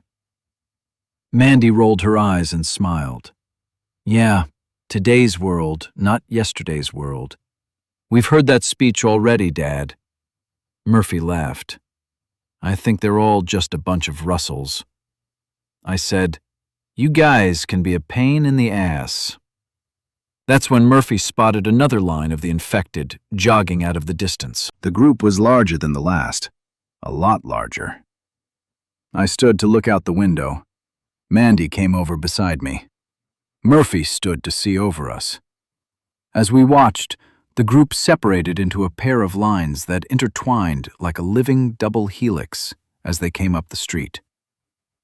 "There are hundreds in that bunch," Murphy said. I nodded. "Are we safe in here?" Mandy asked. "Is there somewhere we should go?" I heard the sounds of the infected from somewhere behind us. I ran to the back window to look. The group of 30 that had gone up the street much earlier had come around the unburned houses and found their way to the decaying corpses. I don't know if the sounds were jubilant, but they were loud. They fell on the pile of the dead and started to gorge themselves on the flesh. I said, "Those guys must be starved." From where Murphy stood by the front window, he said, "I think these guys heard that noise because they're hauling ass now. Shit. They didn't turn at the street like the other guys." "Stay calm." I ran to the front window and looked out. The wave of infected rolled across the street and broke on our block, spreading out and flowing between houses and into backyards. They became very vocal. I heard them running past our walls outside. "Shit," I shouted. "The back door is open." "Oh no," Mandy burst into frightened tears. We all stood there for a second, frozen, as the sudden danger of the situation sank in. Murphy said, "The infected might bypass the houses and go straight for the burned corpses. Maybe." But as Mandy cried, and Murphy hoped, I'd passed hope and sprung to action with a few steps toward the bedroom door. I was already too late. The calm in the house shattered when the clumsy sounds of the infected burst into the living room below. Mandy wasn't ready for another bout with danger. She fell to her knees, her face in her hands, trying to cover her mouth and muffle her cries. Russell just stood beside me with a blank look on his face. I looked back at Murphy, who raised his M4 and ran a hand across the bulges of grenades on his vest. Thinking out loud, I looked around and mumbled, "No, this isn't going to happen. There's got to be a way out." I glanced out the windows. There was no way to escape that way. I looked around the room and at the flimsy interior door. Its protective properties were nil. I looked at the landing at the top of the stairs. Could Murphy and I shoot them all as they funneled onto the stairway? I spotted a framed-out square in the center of the bedroom ceiling. The attic. The house was old. The ceilings weren't that high. It might work. I pointed at the attic access panel. "Murphy, get Mandy up there now." Heavy footsteps pounded on the stairs. I jumped out onto the landing. Over the rail on my left, several infected were hurrying up, likely prompted by the sound of my voice when I told Murphy and Mandy what to do. I shouted, "God damn, we're out of time." I drew my pistol and my machete. The last thing I saw before tunnel vision narrowed my sight to the lethal white monsters mounting the stairs was Murphy, jumping onto the bed and pushing the access panel out of the way. The stairway was narrow, perhaps the only sparkling crumb of optimism in a rapidly deteriorating situation. A shaggy-haired woman led the pack of infected charging up after me. As her foot landed on a step near the top of the stairs, her head came up above the edge of the rail. Without a sliver of pause, I swung the machete in a powerful backhand that took off the top of her skull. A fountain of blood exploded in the air. She stiffened, but stayed upright as those behind her pushed ahead. My momentum carried me the last 4 feet across the landing. Another half-turn put me face to face with the coming mob. As the dead woman crumpled, I swung my arm down and cleaved another's skull down through the eye socket. Blood was everywhere, as the beating hearts of the 2 dying infected pumped the last life out of their bodies. The infected behind the dying pushed and howled. The woman's body was jammed up by my feet, with the guy crumpled on top. As the next one climbed over, she caught my machete in the neck and went down. Russell snagged my brief attention with a shrill scream and swung down over the railing with the baseball bat I'd put in his pack. The bat connected with an infected woman's head, but Russell was too uncoordinated to be much more than an irritating distraction.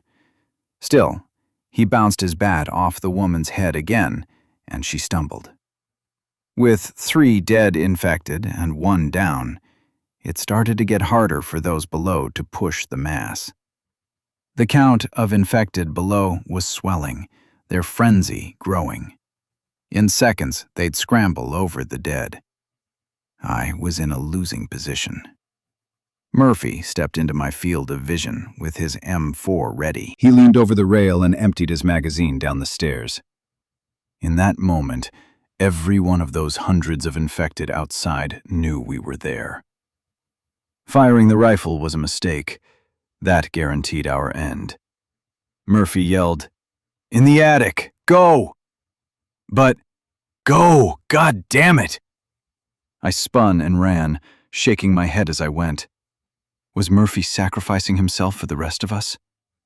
I felt my heart break. I bounded up to the bed as a grenade explosion rocked the house. I fell off balance, bounced off the bed, and hit the wall on the other side. As I got up, Russell was standing on the bed, looking into the attic. Murphy leapt into the room and screamed, "Get in the fucking attic! We only have a few seconds!" I regained my feet and jumped up to the bed. Murphy threw the front window open, pushed out the screen, and heaved a grenade. I jumped and grabbed a 2x4 beam and hauled myself into the attic. Mandy tugged on my clothes to help me up. A grenade explosion sounded from in front of the house just as Murphy ripped open the back window. Russell screamed like an abandoned monkey and reached for the attic as tears poured across his face. Another explosion rattled the house from the backyard. I yelled, "Jump, Russell!" Russell waved his arms and bent his knees, but was afraid to make the leap. "Jump!" I yelled. Russell cried louder. Then Murphy was on the bed, grabbing Russell in a bear hug around his thighs and lifting him up. Mandy and I both grabbed whatever we could and pulled Russell in. As soon as his feet cleared the hole, Murphy hauled himself up. "Get him quiet," Murphy hissed. "Now!" Mandy immediately put her arms around Russell and cradled his head on her shoulder. Able to think of nothing else to do, I awkwardly hugged Russell. He started to calm. Murphy slid the attic access panel back over the hole and whispered, "It's time to pray," silently. Outside, the infected were howling and screaming, preying on the wounded. Downstairs, it was much the same, until the sounds of infected running through the house reached the top floor. Murphy drew his knife, reached over and pushed it into my hand. His look at Russell told me what he expected.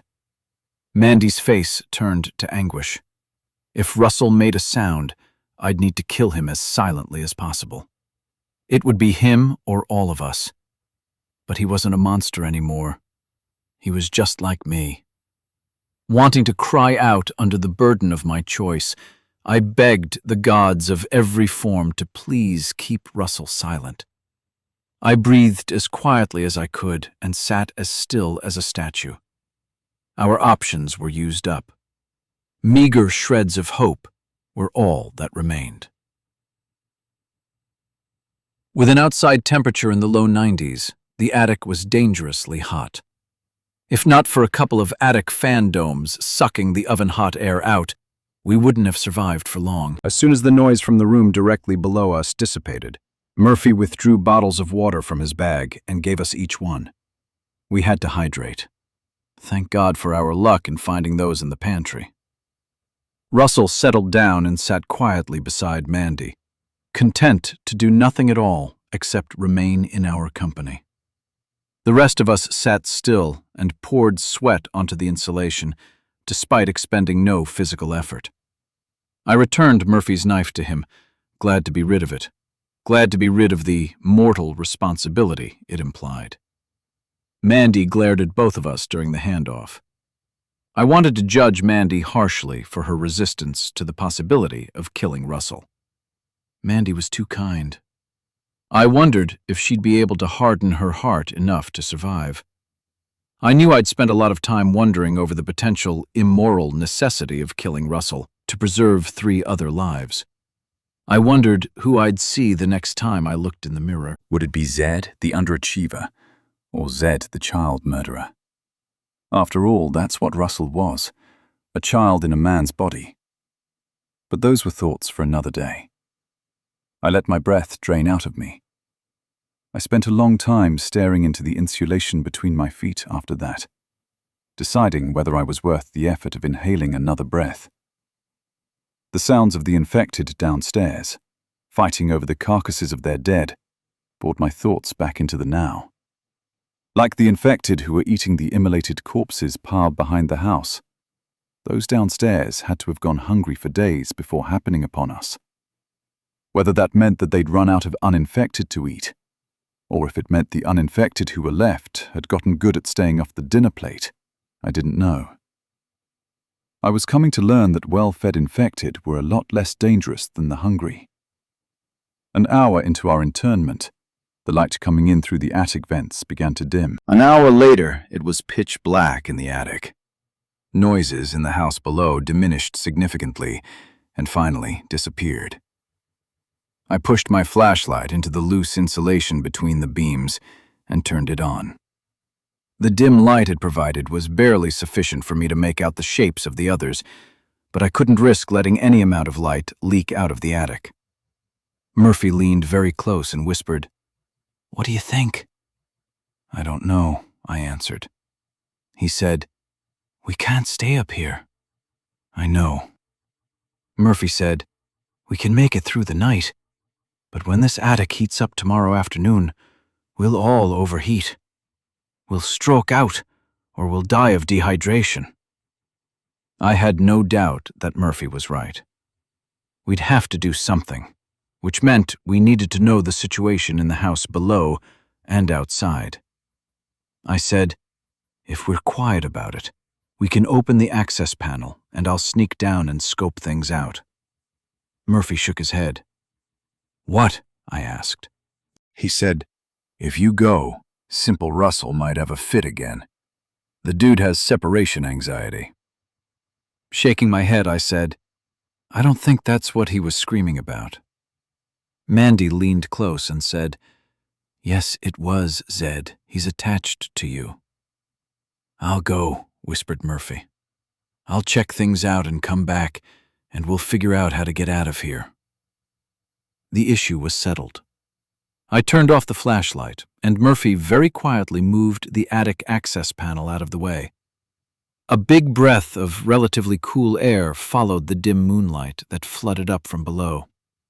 After checking that the room below was empty, Murphy stealthily lowered himself down to the bed. I cringed as the mattress springs creaked under his weight. I strained to hear any other sounds in the house, only breathing and snoring. We were safe for the moment. Once Murphy got to the floor, I slid the panel over and covered most of the hole, leaving a 6-inch gap on one end. I positioned myself so that I could sit on a ceiling beam and watch the bedroom door through the gap. We waited. Impatient minutes passed. I looked at Mandy's and Russell's ghostly gray shapes in the darkness. Whether Mandy was feeling as anxious as I was over the elapsed time, I couldn't tell. I couldn't make out the features on her face. I wanted to check my text messages, but that's as far as that thought went. The bright light from the smartphone's screen could give us away. I wondered about Amber and Steph. I thought about the state of the world. I thought about the future. I tried to imagine a way for us to get out with all the infected below. They had to be down there. Otherwise, Murphy would have returned right away with the good news. The primary question on my mind was what Murphy was up to. What was taking him so long? Whether 30 minutes or an hour had passed, I didn't know. But when I heard a creak from the stairs below, I sat up at full attention, put a ready hand on the access panel, and waited. Several long moments later, I heard another creak.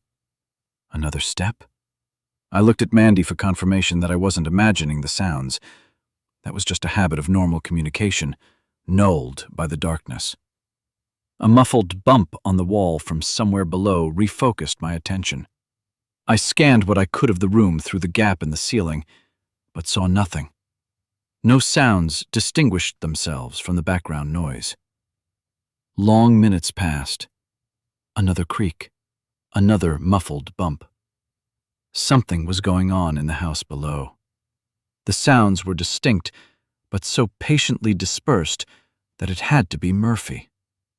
Through the bedroom door, in the shadows of the landing, I spotted movement and tensed. I put a hand on my holstered pistol and prepared myself for whatever might come next. Another bump on the wall was followed quickly by a second and a muffled groan. I was surprised when I saw the end of a ladder come through the bedroom door, followed by Murphy, who was carrying it. I exhaled a long breath and felt some of my tension melt away. I slipped the attic access panel open. Murphy carefully pushed the top of the ladder in through the square hole and leaned the lower part of the ladder against the edge of the bed. He climbed the first few steps as the aluminum ladder creaked.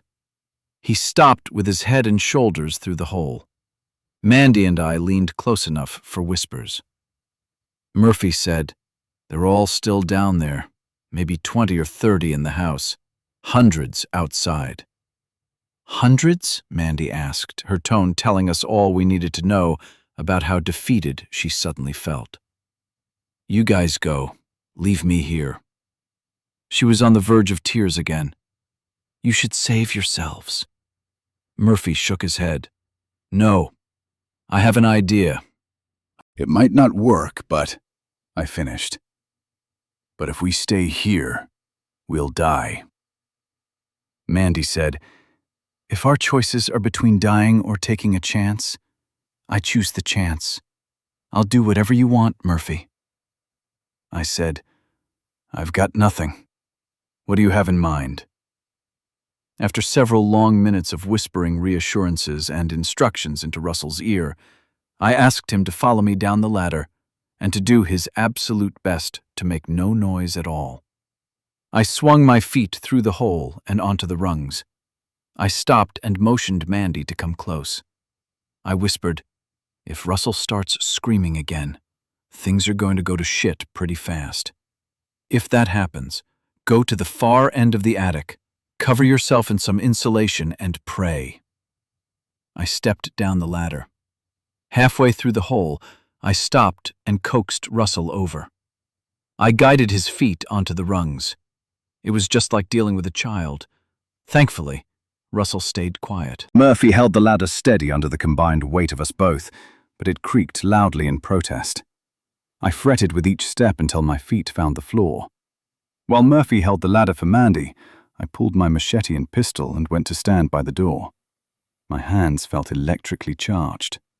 My blood was ready to burst from my veins and my heart was beating a manic rhythm. I was frightened out of my wits, but I was catching a familiar, addictive adrenaline wave. I was ready to taunt the Reaper. The Ogre and the Harpy. Russell came up behind me and looked over my shoulder.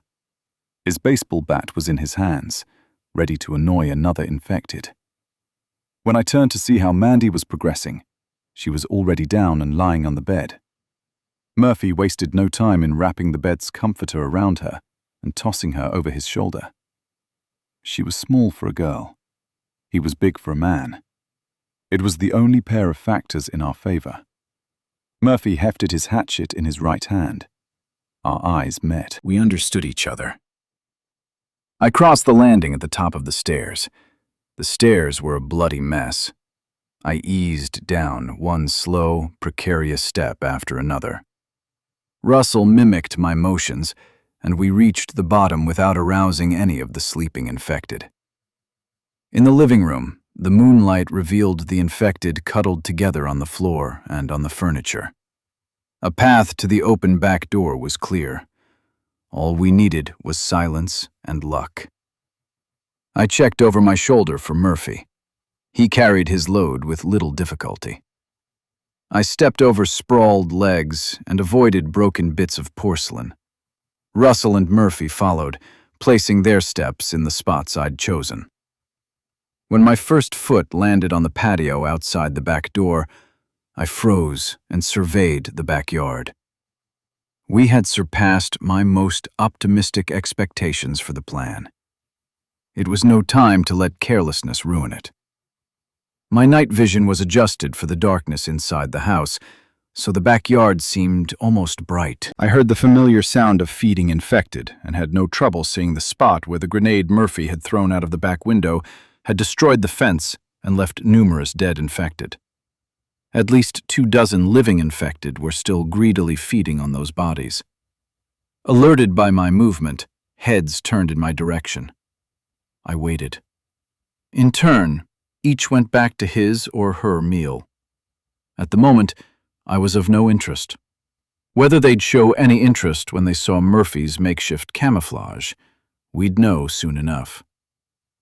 With Russell on my heels, I skirted the house going left. I stopped at the corner, one eye on the feeding infected, and held my breath. The Ogre and the Harpy. Murphy came out of the house with his cargo. No reaction. I couldn't believe our luck. Would the chips finally fall in our favor? I rounded the corner of the house and stepped into the deep shadows among the shrubs between the houses. The ground was covered in a carpet of dead, crunchy leaves. I pressed slowly forward with all following behind. I turned at a gap between two tall shrubs to get onto the neighbor's carport and out of the noisy leaves. I froze. A tall, infected man stood 3 feet in front of me, knees slightly bent, hands out to his sides, teeth exposed, ready to pounce. He'd heard us coming through the bushes and waited on his prey. When he saw me, he paused, trying to understand what I was. I didn't take time to think so much as react. His pause would come with a high price. I stepped forward in a move that the predator never expects from the prey. His inherent reaction was to step away, but with a move I'd learned from a high school buddy who studied kung fu, I stomped my left foot down on one of his, and all of my weight came over on top of it, pinning the foot in place. The infected man lost his balance and fell backward. Whether he intended to roar in anger or try to catch his balance before he fell, his brain would never have a chance to tell his body. My machete was already following an arc through the top of his head, splitting his skull down to the bridge of his nose. The infected man died as he collapsed with my machete lodged in his cranium. The machete made a loud metallic clank on the concrete. Russell was immediately beside the dead man and smashed him once across the chest with his baseball bat. I looked around for more danger. I spied no other infected, no other movement. Murphy emerged from behind the shrub with wide eyes and a gaping mouth. His hatchet was up, ready for action. I stepped up to the end of the carport and scanned what I could see of the yards and the ash-covered desolation beyond. Nothing moved. I breathed. I scanned again. I listened. I heard nothing unusual. No frenzied, infected howls, no running feet, no crashing bodies. We were safe. For the moment. I walked down the driveway to get a better view up and down the street. I saw the spot where the grenade Murphy had heaved out the front window had exploded. The only human remains were torn clothes and scattered bones. The other infected had finished their work there and were gone. I went back and wrestled my machete out of the infected guy's skull, then headed for what felt like sanctuary at the moment, Russell's house. Long minutes later, we were back in Russell's upstairs office, having checked the house to ensure it was empty, and locked the doors shut. Murphy said, "I can't believe that worked." Mandy harshly whispered, "What?" We hauled the mattresses from both bedrooms to Russell's upstairs office. They took up most of the floor. I helped Russell get his shoes off and realized he hadn't changed his socks in days. Well, not that I had either. I wondered how many months or years would pass before I wouldn't be surprised by how different the mundane had become. I sat Russell on a mattress and told him to lie down. Murphy said, "I'll take first watch." I started to protest, but couldn't think of any reason why Murphy shouldn't. "Be quiet, null spot," he told me. "We need to get on some kind of watch schedule anyway. Good sleep patterns are important to your health." Mandy smiled for the first time in hours and said, "Look at you, Murphy, Mr. Mom." "You can make fun if you want," Murphy chuckled. "But you know I'm right." "We can talk about a schedule tomorrow," Mandy told us. "You two should sleep. I'll stay up and keep watch. I owe you both that much, at least." "But," I started. "Null spot, if you say anything about it, I'm going to decide that you're a chauvinist." Mandy's voice was stern, but her smile was real. "Whatever." I dropped onto a mattress and started to untie my boots. Murphy said, "I'm cool. Mandy's up first." With a sour look on my face, I said, "I haven't had these boots off in days, so forgive me if my feet smell worse than Russell's." Murphy grinned. "I doubt they can be." "Right," Mandy agreed. Mandy sat herself in a chair where she could see the infected out the back window of the office. "When do you think they'll all leave?" "Who knows?" Murphy answered. I laid my weapons on the floor beside my spot on the mattress. 3 grown men going to sleep on a bed made of 2 mattresses. Talk about a new mundane. But that was my last thought about that. When my head hit the pillow, my body felt like I'd melted onto the mattress. I was exhausted. I needed downtime, but I was so keyed up, my brain so alert, that my eyes refused to stay closed.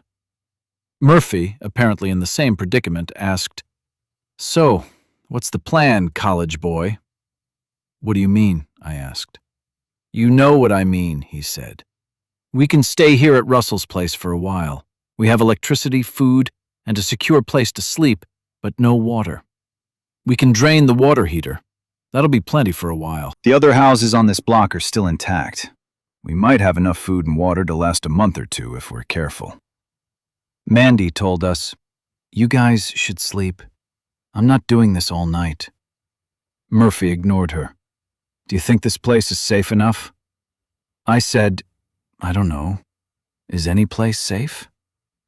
Mandy said, "Fine. If you're not going to try to sleep, I'll tell you my opinion. I think the bunker would have been safer." Rising to the debate, I said, "Murphy and I already talked about that. The bunker was trashed. Nothing works there anymore. It's a hole in the ground that we'd have to build out from scratch. We'd need a way to collect rainwater. We'd need a way to generate and store electricity. We'd have to clean it out, not just the bodies, but all the crap down there. I think its only advantage is that it's underground and relatively hidden." Murphy added, "If we're going to spend the time building a place to stay, I don't think that's the place to do it." There aren't any resources around. I mean, if the bunker was stocked and functional, then I'd say let's stay there for 6 months or a year and wait for things to settle down. But as it is right now, no. "Whether we like it or not, we need to find a way to feed ourselves," I said. "That means that at some point, we need to learn how to farm. We have to grow our own food, raise some chickens, stuff like that." "There's got to be plenty of food in houses and grocery stores," said Mandy. "We should be able to scavenge that and eat for a long time. I don't know how many people are out there doing the same thing right now, but there's got to be plenty for everybody. We might go for years. We might be able to eat canned food forever."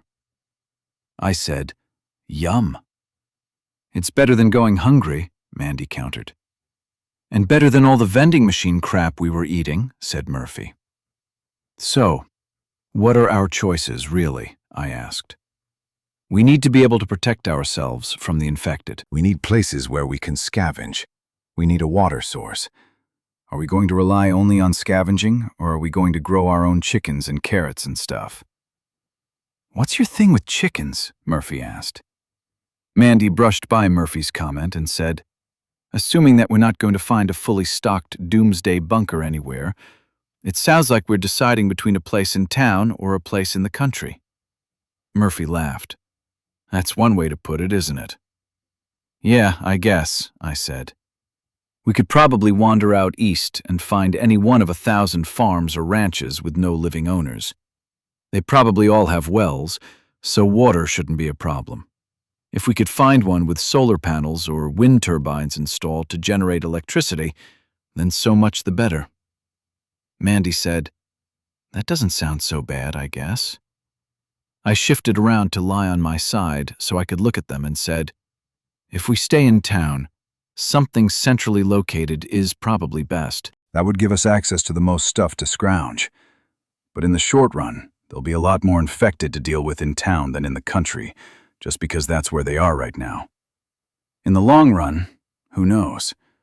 I'm guessing that the infected will end up near whatever place has available food. If they start eating each other, like Jerome said. "Jerome the liar," Murphy corrected. "Yeah, him," I continued. "Then who knows?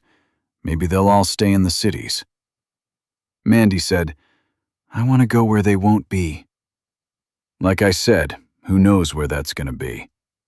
I rolled over on my back and stared at the ceiling for a bit after that, figuring to give sleeping a real try. Murphy seemed content to try. Russell started to snore. We all stayed quiet for a while when Mandy started in again. "I don't see anything moving around out back anymore." I sat up and got to my knees to peek out the front window. "Zed, lay down," Mandy told me. "I don't need your help keeping watch." "I'm still wide awake," I said. "Me too," said Murphy. I sat back down on the mattress and leaned back against the wall. "You know, we could go with something of a hybrid solution." "What?" asked Murphy. "On the housing choice," I said.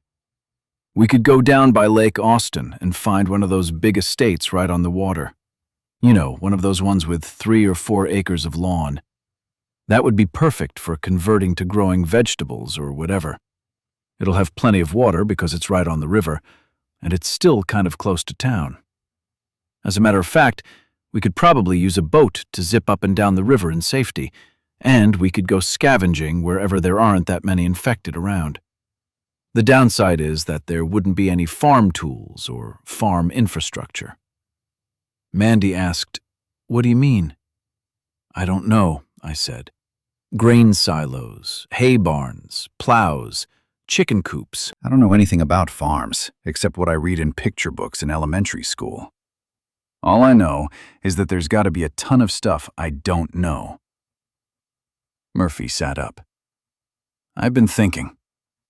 "About?" I asked. He put on a pensive look. "To steal a page from Mandy's etiquette manual, may I ask a question?" Mandy said, "Very funny, Murphy." Murphy asked, "Who's going to win?" "What?" I asked. Murphy continued, "It's an easy question. Let's face it, the uninfected and the infected can't coexist. We don't get along, right?" I nodded tentatively, not sure where Murphy was going. Murphy said, "So, at some point, one group is going to get killed off. Either all of the infected will get killed or die of old age, or all of the uninfected will get killed or die of starvation or something." "What makes you so sure about that?" Mandy asked. Murphy told us, "Because that's the way it always is. There's only one biggest, baddest motherfucker on the block. If there are two, there's going to be a fight, and then there'll be one again. That's the way it is right now. There are two kinds of people now, and they both want to kill each other." "I think there are three kinds," I disagreed. "Don't forget us." "Oh, yeah, us." He nodded. "Thanks." I straightened up. The topic was interesting. "Murphy, what you're saying makes evolutionary sense. You don't generally have two animals in the same biological niche. When you do, they compete and one wins out. In the long run, there's only one left. One dies out or moves on to greener pastures." Murphy shot Mandy a conspiratorial look, then grinned. "Yeah, Professor, that's what I'm saying." I ignored the jab. "So it's us or them?" Mandy asked. "Either the infected will kill all of us, or we'll kill all of them?" "Yep," said Murphy. "That's it. I think we all agree on that." "But there are so many of them," said Mandy. "I don't feel good about that." Murphy laughed out loud. "Don't feel bad. People win. People always win." "Okay, Happy Murphy, why?" asked Mandy. I laughed. "Happy Murphy, I like that. Maybe Mandy is a keeper." Murphy chuckled along with us. "Mandy, the easy answer is that eventually all of the infected will die of old age or something. I guarantee you that at least some normal people will survive. Hell, there's probably 100 bunkers hidden in the mountains or out in West Texas with 100 years' worth of food and water, and I'll bet they're full of people just waiting until all of this blows over. Then they'll come out and have the whole planet to themselves." "Unless the infected start reproducing," I countered. Murphy paused. "I hadn't thought of that. Do you think they can?" "Unless the virus makes them sterile." I wondered about that. Which is possible given their body temperatures. I don't see why not. You don't have to be that bright to make babies. Every species figures it out, no matter how small their brains are. "Maybe you're right," Murphy conceded. "Maybe it won't be as easy as just waiting them out. But in the end, the result will be the same. The only question is, when will intelligent humans be the dominant animal on the planet again?" Mandy asked, "Why are you so sure they will be?" "The same reason it's always been true," said Murphy triumphantly. "Because people are smarter." "Yeah," I said. "I agree with that too. People evolved in places where all of the predators were stronger, bigger, and faster, and so were most of the prey animals. Our only advantage was that we were smart. Evolutionarily speaking, brains always trump brawn. Brains trump speed. Brains trump size. Brains trump everything. At least, so far. Mandy asked, "So far?" Murphy said, "Don't listen to him on that last part, Mandy. He thinks too much." Sarcastically, I thanked Murphy. "I call him as I see him," he told me. Whatever. "What's the point of all this, Murphy?" I asked. "Man," he said, "my point is that one day, not tomorrow, probably not even next year, maybe not even 5 years from now, but one day, this will all be over. One day, the infected will either get wiped out by smarter, uninfected people, or they'll just be some minor annoyance like wolves or mountain lions were a few hundred years ago." I said, "I'm not sure that getting eaten by a mountain lion is something I'd call a minor annoyance." "Zed, don't be a dick. You know what I mean. When you were growing up in white boy suburbia, you never walked to school worrying about whether a mountain lion was going to eat you. There was a time when people did worry about that, but not now, because people are afraid of mountain lions, so they killed most of them off. It's going to be the same with the infected. It'll take a while, but eventually people will learn how to deal with them, and they'll all get killed off." "Fine," I said. "Where is all of this going?" "Patience, grasshopper." He grinned. He was getting excited. "I'm getting there." "Grasshopper?" Mandy asked. I said, "Murphy spends too much time watching old TV shows." "Let me ask another question," Murphy said. "Since we all agree that one day the infected will be a problem that gets solved, what will become of the human race?" Mandy said, "I don't understand what you're asking." "What I mean," Murphy asked, "is what will life be like once all the infected are gone? Let's say that you could get in a time machine and come back here 100 years after the infected were all dead, or 200 years, however long you think it will take things to get back to normal. My question is, what will normal look like?" That was an interesting question. I needed a moment to think about it. Murphy was a lot smarter than he generally seemed. I asked, "How will humanity react when it realizes that it has survived an extinction event?" Mandy ventured her guess. "Things will be just like they were before. Is that what you guys think? I mean, they would, wouldn't they?" I said, "Unfortunately, the cynic in me agrees with you." "Why is that cynical?" Mandy asked. "That seems optimistic to me." I said, "It's cynical because I don't think that this will be a spiritually maturative event for humanity. I think eventually things will go back to being just the way they were. There'll be disgustingly rich people and abjectly poor people. Mankind will still find reasons to go to war. There'll still be starvation. There'll still be distrust between nations and people who are different. If anything, this virus might exacerbate that. The idealist in me wants to think that mankind will come out of this with a new perspective on how fragile a species we are and how fragile an ecosystem we have." The idealist in me wants to think that we'll come out of this feeling like we've been given a second chance at building a civilization that doesn't have all the evils of the old one. But it won't be that. We'll just rebuild the same thing we had before. That's how things have always happened in the past. After the Black Death, people just picked up the pieces and moved on, and things were just like they were before it happened.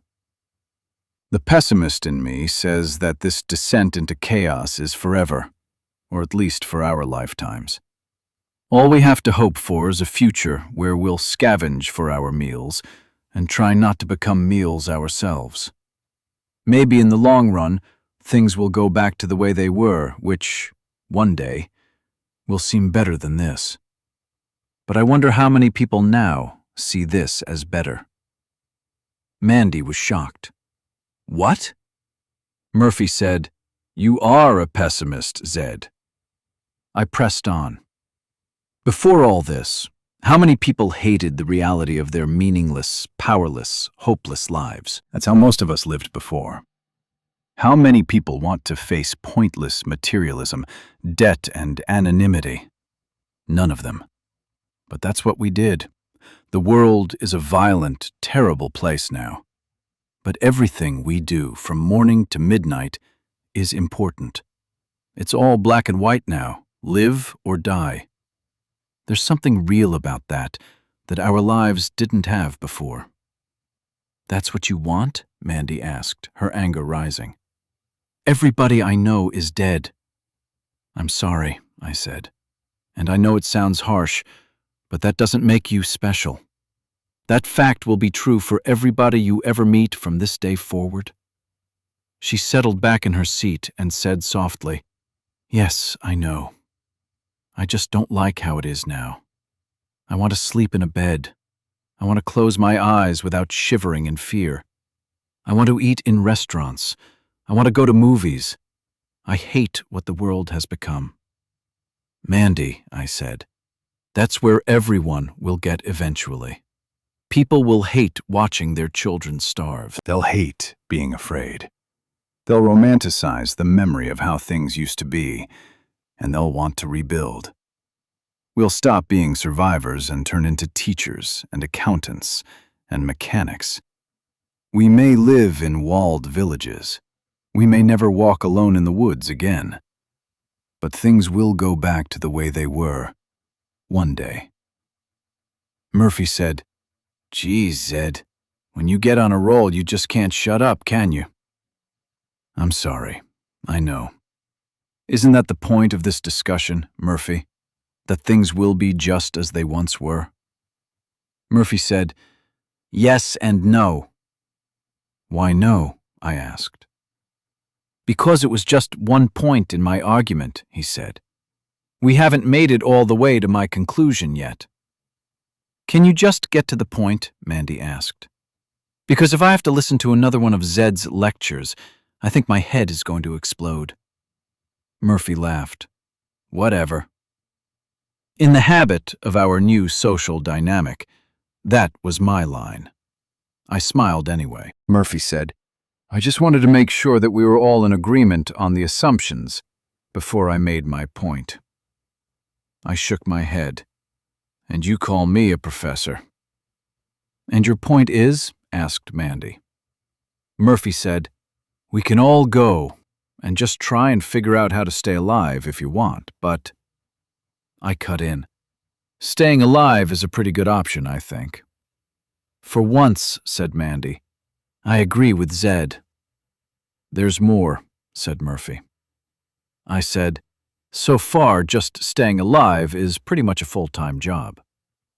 "My point is that things will settle down a bit," said Murphy. "We can go live on a farm, grow potatoes and Zed's chickens, and wake up one day 5 or 10 years from now, only to find out that the world is right back the way it was. Then we're right back where we were, trying to pay the rent, trying to earn enough to feed the kids, and wishing we had the Mercedes we'll never be able to afford.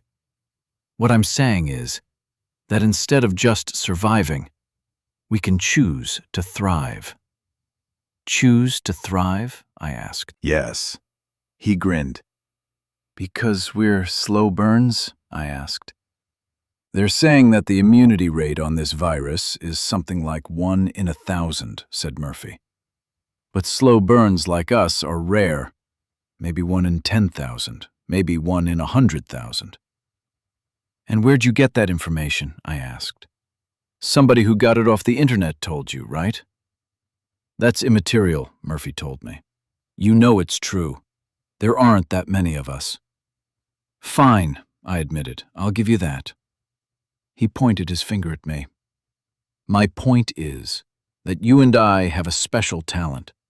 We can move around among the infected with a lot less danger than other people." "True," I allowed. "We can take advantage of that to position ourselves for the post-virus world." "How?" I asked. "It's easy," he said. "Instead of becoming farmers or scavengers, we become traders." "Traders?" I asked. Mandy asked, "Traitors?" "No," I told her. "With a D," Oh, Murphy said, people are eventually going to group together to survive. They're going to build walls to keep out the infected. People want safe places to raise their families. You know what will be between all of those little villages that spring up? Mandy shook her head. I said, if I say no, will you just tell me? Zed, Mandy, between those little villages will be Badlands. The Badlands will be full of the infected and full of valuable stuff. Zed, you and me, we can collect that stuff and trade it to the villagers for their valuables. Shaking my head, I said, they hate us. You said that, remember? But they don't hate Mandy, said Murphy. She's one of them. I couldn't argue with that. We can carry goods from one village to another, he said. We can build a whole trading empire transporting goods, rebuilding the economy, taking our little slice off the top, and getting rich in the process. We'll be like the John D. Rockefellers of tomorrow. To start with, I argued, being contrary just for the sake of being contrary, we'd be more like the Cornelius Vanderbilts since he was a railroad tycoon. He transported goods. Mandy said, I think I just had a tiny explosion in my head. That's irrelevant, said Murphy, and he was right, it was. My point is that these rich dudes saw an opportunity, and they took advantage of it and got rich. We're all three in a special position to take advantage of today's opportunity. I said, I'll give you one thing, Murphy. You are the most optimistic person I've ever met. Everybody you ever met is getting eaten by the infected right now, and you see past all that, and better yet, see a way to get wealthy in the process. What about money? I think it's pretty worthless right now. Doesn't trade depend on currency? Details, man, he told me. We can get around that. I adjusted my sitting position to get more comfortable and felt the phone in my front pocket push into my thigh, reminding me of its presence. Mandy asked Murphy some more questions, but I only half paid attention. I pulled my phone out, turned it on, and waited. The screen splashed the manufacturer's logo. It took its time, but finally came to life. I got 3 cellular bars. The data icon lit up. I waited. The missed call badge didn't flash red. The message badge didn't flash. Those always took a few minutes to catch up after the phone booted. Murphy and Mandy continued talking. My attention was fixed on the phone. To hear nothing from Amber was good, based on our last conversation. To hear something from Steph would be a fantastic surprise. I was already taking the emotional steps toward accepting her death. The phone vibrated, and the phone's missed call badge lit up. 7. Holy crap, I missed 7 calls from Amber. I checked for voicemail. Nothing. I checked for text messages. Nothing. I dialed Amber's number, waited a moment, and listened to the phone ring again and again. It switched to voicemail. I hung up. Murphy said, "What's up?" I shook my head but didn't answer. I dialed again and listened to though for the ringing. Mandy asked, "Is everything okay?" Voicemail. Damn. I dialed again. Murphy and Mandy were talking. I didn't hear them. Ring, ring. Voicemail. Shit. Chapter 26. The air outside was still warm, but it was a far cry from the heat that would come later in the morning after the sun came up. I looked up at Murphy and asked, "Aren't you going to call me Null Spot?" Murphy's face was cast in seriousness. "No, I don't think you should go." "I have to go, Murphy." "You shouldn't go by yourself," he told me. "I have Russell," I answered. Murphy shook his head. "You know what I mean, man." I did. I said, "Taking Mandy into that is likely to get us all killed. We can hardly leave Mandy here to fend for herself." So, Mandy had tears in her eyes, but she remained quiet. Look, said Murphy, don't take this the wrong way, but you barely know this Amber chick. She was with them when they kicked us out. Please stop saying that, Murphy. I looked up the dark street. She didn't want that. She did what she had to do.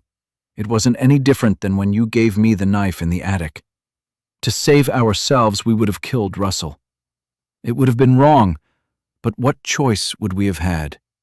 It was the same for Amber. She made a choice to survive. Murphy shook his head. I'm going to tell you the same thing you told me about my mom and sister before we came up here. Just like I didn't want to hear it, you're not going to want to hear it. If she's not answering the phone, it's because she's probably dead. I felt a lump in my throat. I nodded. I couldn't chance a verbal answer. I needed a second to get a grip on my emotions. You like her, don't you? Murphy asked. I nodded again. Then I shook my head. I managed to say, I don't know. Maybe. I don't know what I feel. Like you said, I barely know her. It doesn't make sense to me. I just know I have to do something to help her. She called me 7 times, Murphy. She wouldn't have called if she didn't need help. She was counting on me. Murphy shook his head and softly said, Zed. I said, I have to do this. Murphy looked past me into the dark sky and didn't say anything for a long time. When he did speak, he was as serious as I'd heard him yet. Don't take this the wrong way. I know we just met and all, but I love you like a brother, man. He wrapped his big arms around me and hugged me tight. Don't get killed. I was stiff. My arms hung at my sides. I wasn't emotionally equipped to respond, but through the gravel in my voice, I said, Thank you. Murphy let go. Man, you don't need to say anything. It's not like you're trying to get laid here, but maybe one day, when you get that stick out of your ass, you can act like a normal person. He gave me a smile and a nod. Until then, Mandy came over and hugged me too. Please come back. She stepped away and covered her face in her hands. Murphy said, You should have enough ammo and water. I said, With any luck, we'll be back by noon. Luck? What the fuck is that? Chapter 27. The sky was clear, and we had the light of the waxing moon over smokeless desolation. The wind had turned. It came out of the southeast, carrying humidity from the Gulf of Mexico. With water, ammunition, and weapons, I was carrying at least 20 pounds. To balance the load between us, I put the bulk of the water and some food in Russell's bag. I cinched Russell's backpack tight on his shoulders. I checked that his shoes were tied. Are you ready for this, Russell? Russell looked at me with his blank face and empty eyes. Good, me too. I turned and started a jog down the street. I set a slow, sustainable rhythm for my booted feet. As they clomped on the asphalt, I heard Russell's steps fall in sync with mine. He stayed right behind me. As the blocks passed, as the sweat ran over my skin, I slipped into a meditative state. Running always helped to clear my mind of anger and worries. As I ran, all that existed in the world was the breath in my lungs, the pounding in my chest, and the asphalt slapping the bottoms of my boots. But I missed the usual pain. My knees didn't feel the pounding of jogging with the extra weight. My lungs didn't burn with exertion. My muscles didn't complain about the burden. I put 2 fingers on my neck to check my pulse. Without the feedback loop of pain to keep me from overexerting myself, even jogging could turn fatal. 20 or 30 minutes into the run, I slowed to a walk to give Russell and me a chance to drink and rest. 5 minutes was all I afforded us before I leaned back into a southwesterly jog. Above us, enormous black plumes of smoke flowed out of the east. The Houston refinery smoke was back. Miles passed. Sweat poured. Water bottles were emptied and returned to Russell's pack. I'd hoped to have found a car in which to chance a race to the campus by that time. But the fire's ubiquitous destruction saw to it that no functioning car was anywhere to be had. When we got to MLK Boulevard, we came across the first of several flocks of westbound infected that we'd encounter on our run. There were thousands in that first group, jogging up MLK with their pale, sweaty skin glowing in the moonlight. They jogged in 3 serpentine, intersecting lines with marching band precision. Very creepy. Russell and I waited on a side street and rested while the group passed. We needed to follow MLK down to campus, but I had no desire to disturb the group, though the thought of jumping onto the end of a line did cross my mind. We were all infected. It may have worked. It wasn't until we encountered the third such group that I started to wonder if they were fleeing the Houston fires just as the infected in East Austin had fled our fires a few days before. By 6 o'clock, the sky was painted a dull gray in the east, and we crossed the MLK Bridge over IH-35. We were at the southeast corner of the university campus. Brackenridge Hospital was maybe a quarter-mile south along the highway. My clothes were drenched with sweat. Russell was soaked. I felt fatigue in every ounce of my flesh. I wondered why the virus couldn't have damaged the part of my brain that made me feel that. Russell and I downed more water, and I pointed down toward the hospital campus. It's my favorite used car lot, Russell. I'm thinking I'd look good driving a tan Humvee. What do you think? Russell, of course, had nothing to say. He looked across the hospital complex with a pained expression on his face. When I followed his gaze back, I noticed that there were a lot more infected around the hospital's main building than there were when Murphy and I had stolen our last Humvee. I also noticed that the hundreds of bodies of the dead infected had been picked clean of flesh. With the carrion gone, it wouldn't be long before the infected started to turn on the weak among them, or any infected they came across. Come on, Russell. We ran south on the highway's access road, past the basketball arena. It wasn't long before we were among the bones and vehicles where Murphy and I had acquired our last Humvee. The difference on this trip was that I wasn't picky about which one I got. I wanted the first armored Humvee I could steal. With a vehicle under me, I'd be at the dorm in minutes with a means to get Amber free of that place. I grew anxious as I thought about what I might find in the dorm, but I steeled my heart for whatever I might have to do. The first Humvee we came to had dry pools of blood on the floors. Blood stained the seats, and shredded clothing lay scattered inside. It smelled of maggots and rot. It was disgusting, but bearable. From the passenger side of the vehicle, I held the door open and told Russell to get in and sit down. He complied, but once I shut the door, he became very agitated and started to howl as he fumbled with the door to try to get back out again. I hurried around to the driver's side of the vehicle. 100 infected eyes were on me by the time I landed in the driver's seat. They came running at us as I closed the door. Jeez, every fucking time, are you kidding me?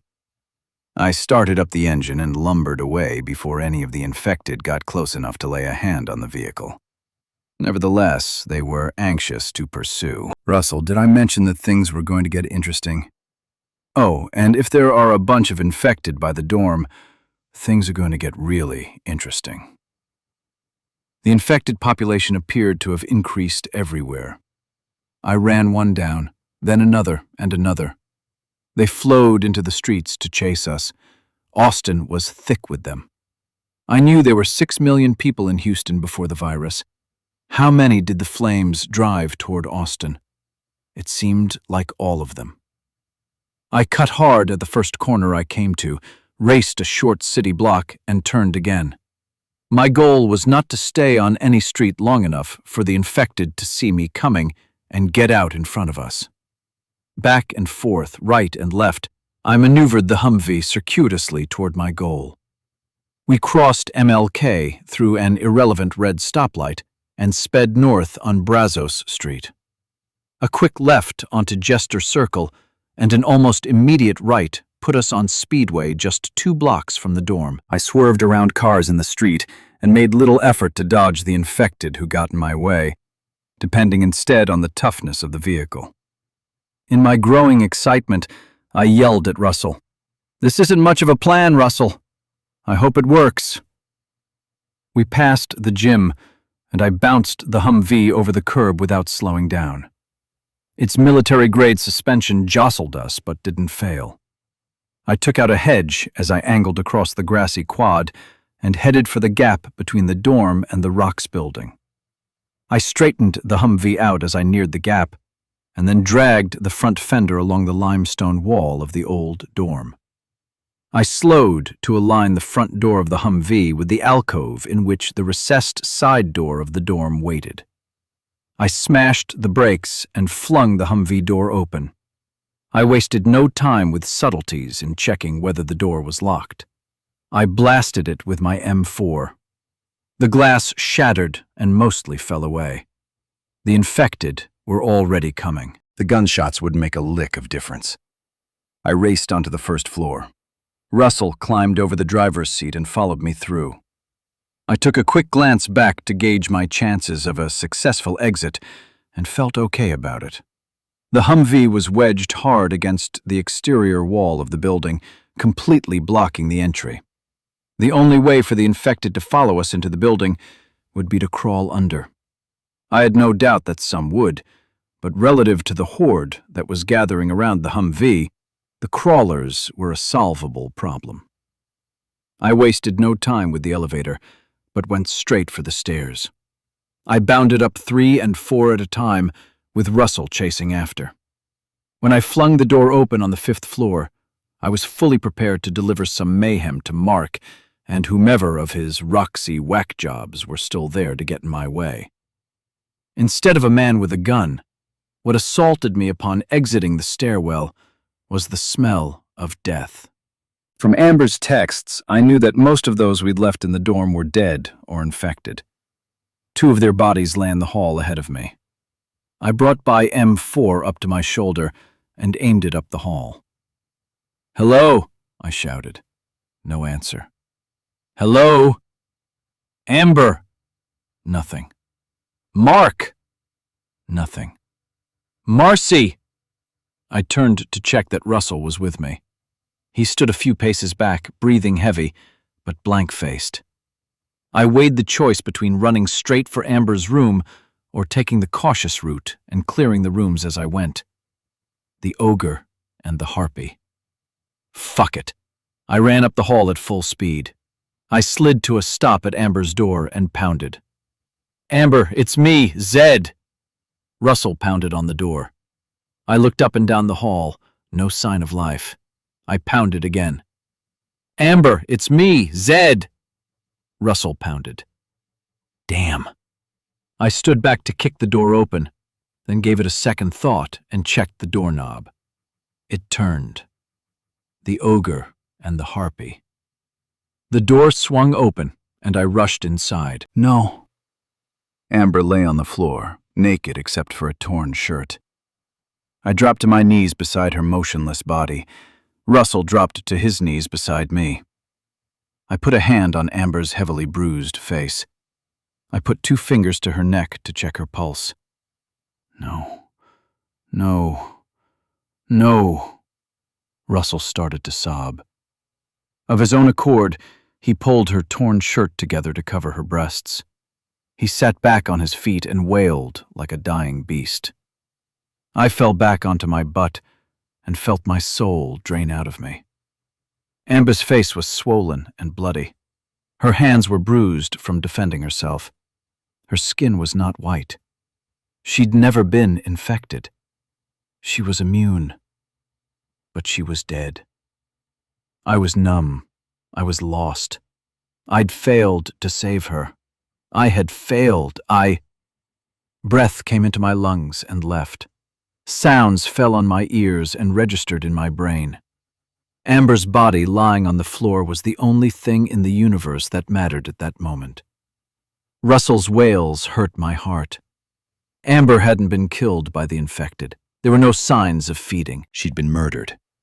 I cut the deduction short and jumped to the only conclusion that made sense. She'd been beaten, raped, and murdered by Mark. I barely knew her, but she was a friend. She could have been more than that. I cried. In my head, the harpy's bony fingers skewered my defenses, and her harsh cackle poured in. The ogre's heavy fists punished me for my weakness and pushed me to rage. Rage brought frustrated tears. Tears brought humiliation. Humiliation brought more rage. In the little bits of my gray matter that could form a rational thought, I wondered whether the infection was for the best, whether we humans deserved to continue. What did people ever do that didn't end in tears? What? Two seemingly normal parents had raised the heartless harpy, whose only joy in life was in ensuring that there was none in mine. Who knew what had turned Dan into an iron-fisted ogre? Our culture made the cops that beat me. It trained the doctors that tried to dispose of me like a piece of hazardous waste. But it made Steph who tried to save me from that fate. It made Amber, a sweet girl who was too afraid of her peers to stand against prejudice when Murphy, Jerome, and I were being cast out. We humans made Mark, and Mark's worth could only be measured in the blood and bruises on Amber's skin.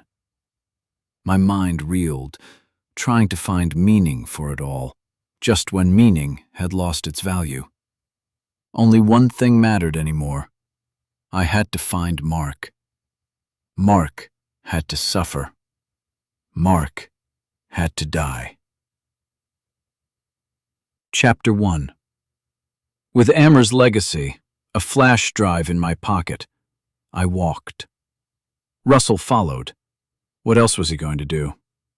Through the university's campus and into a neighborhood of old wooden houses, I walked past cars, corpses, and clothes. The dead left their remains where they gasped their last breaths, and all the tidiness of the world flitted away in the breeze. I had no destination. I had no goal. Dark thoughts of revenge and the stupidity of it followed me like the half-dozen infected who each fell in line behind Russell, keeping step as we walked. Was social conformity so hardwired into the human brain that even the fever rot couldn't burn it out? Shadows shortened. Summer heat shriveled hope as it boiled toward midday.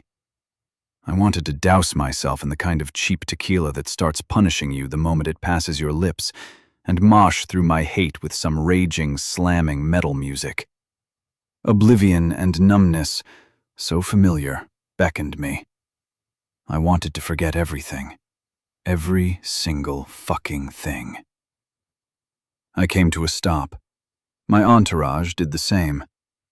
I stared at the sun and tried to sear the image of Amber's bruised face out of my brain. But it wouldn't go. Spots in my vision were all I earned for my trouble. I wanted to squeeze Mark's neck and see his eyes bulge, see his face twist, and hear the pinched sounds from his throat as he tried to gasp for breath. I wanted to revel in the ever-weakening pounding of his fists on my face, like a metronome winding down while his brain died from oxygen deprivation. But he was more likely dead than alive, a probability that increased with each passing minute. He might be a slow burn or a raving cannibal, one of a million white faces, none of which I'd ever recognize again. Unless fortune one day smiled on me, I'd never find him. Revenge would only ever be a little nugget of unrequited, unfulfilled hate weighing on my soul. I needed to let it go, but I knew I never would. Ahead of me, a medicine capsule of a car seemed suddenly to be in the middle of the road, offensively bland, obnoxiously shiny. It angered me beyond reason, and my machete wanted sorely to punish it. So with black fire in my eyes, I attacked, hacked at a fender, and rent ugly scars in the soft metal. Supportive, even in violence, Russell was immediately beside me, beating on the hood with his baseball bat. And what the fuck was I going to do with him? Did I really need a Siamese twin? My infected hangers-on assailed the car with their fists and smashed their skulls against the windows until the glass spiderwebbed and caved in. I jumped up on the hood and went after the roof with my blade. The whites tore at the car's leather seats. Russell screamed. I roared. The infected joined. We were the destroyers, and our victims' pieces fell to the asphalt. Sweating and breathing heavily, I pointed my machete to the sky and screamed at God. White clouds morphed into other white clouds and slowly slid across the blue and gray. Such was his answer. I jumped down to the street and fell back on the hot asphalt, my dirty, matted hair my only pillow. The odor of unwashed sweat lingered over me. My knees and elbows were soiled and scraped. My arm, bandaged and scabbing, still oozed pus from its own little infections. And the blood of the dead, of those whites victimized by my bullets or my blade, covered my clothes and skin in crusty, reddish-brown badges of every shape. Tired, thirsty, hungry, spent, I stared into the mottled blue. I was lost. My childhood came to mind, and for the millionth futile time I tried to forget it all. But the ogre and the harpy had so branded the stench of their wicked ineptitude on my soul that I would forever carry those scars, cursed to hear the harpy's hiss even when I breathed my last breath. Forgetting is a skill learned by the lucky. I'd tried and tried, but always failed. In my failure, I'd watch over and over Jerome's death while I hid behind a wall. I'd see Earl's head explode in front of me as I ran across the street. I'd forever see Amber's bloody, inanimate face. Nothing in life is worth remembering. The past is something to escape from, nothing more. On my feet again, I wandered through parts of Austin I'd never seen before. But no matter the street names, no matter the style of houses behind the curb, they were all the same, empty and lifeless, the realm of the infected. But I was infected. Was this realm now mine? King Zed and his dumb white lackeys, destroyers of cars and screamers at the skies. That was worth a laugh, but a laugh was a million miles from my heart. I was wallowing in self-pity over a girl I barely knew, and there was no rational explanation for it. I needed a way to get past it. I was rational enough to know that. A house on a bend in Matheson Ridge Road with a wide, lush lawn and an open front door offered itself up as a distraction. The green grass was a thick carpet under my feet, but it blackened my mood to imagine what would become of it when the electric grid failed and the automatic sprinklers stopped giving it life. Curiously, there were no signs of violence on the porch, and the front door was undamaged, apparently just left open, forgotten in a rush. A soft, air-conditioned breeze whispered over me as I walked through the doorway. Behind me, Russell and our friends followed. Looking back, I saw that their faces showed no appreciation of the wonderfully cold air.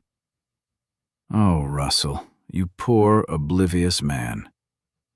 As soon as his feet landed on the tile of the foyer, I slammed the door in the face of the infected behind, knocking the first one back into the others, who fell on the porch and the stairs. The doorknob clicked, and I turned the deadbolt. A few seconds later, the infected were beating and pushing on the door. It wasn't the frenzied behavior that I'd seen so many times already. It was different. It reminded me of Russell in those moments after I jumped into that attic, and he stood on the bed, yelling, reaching, and frustrated. Fuck 'em. Russell followed me into a large living room with a fireplace 12 feet wide, built of raw stone, stacked all the way to the ceiling 20 feet over our heads. The room was filled with expensive leather furniture and inexplicably ornate doodads. It sported a glass wall on the back that gave us a view over a wide, wooded ravine, with glimpses of Austin's downtown buildings in the distance. We had walked much farther than I'd have guessed, though I wasn't conscious of it. I had to be dehydrated, and my stomach, tired of futilely telling me how hungry I was, had given up. Russell, poker-faced, quiet, unshaven, stinking of sweat, needed water and food as much as I, though I doubted he'd do anything to resolve it if I didn't put it in front of him. But should I? The empathy that had allowed Russell to attach himself to me the night before was under assault from the blackness of my mood. Did the world have room for Russell?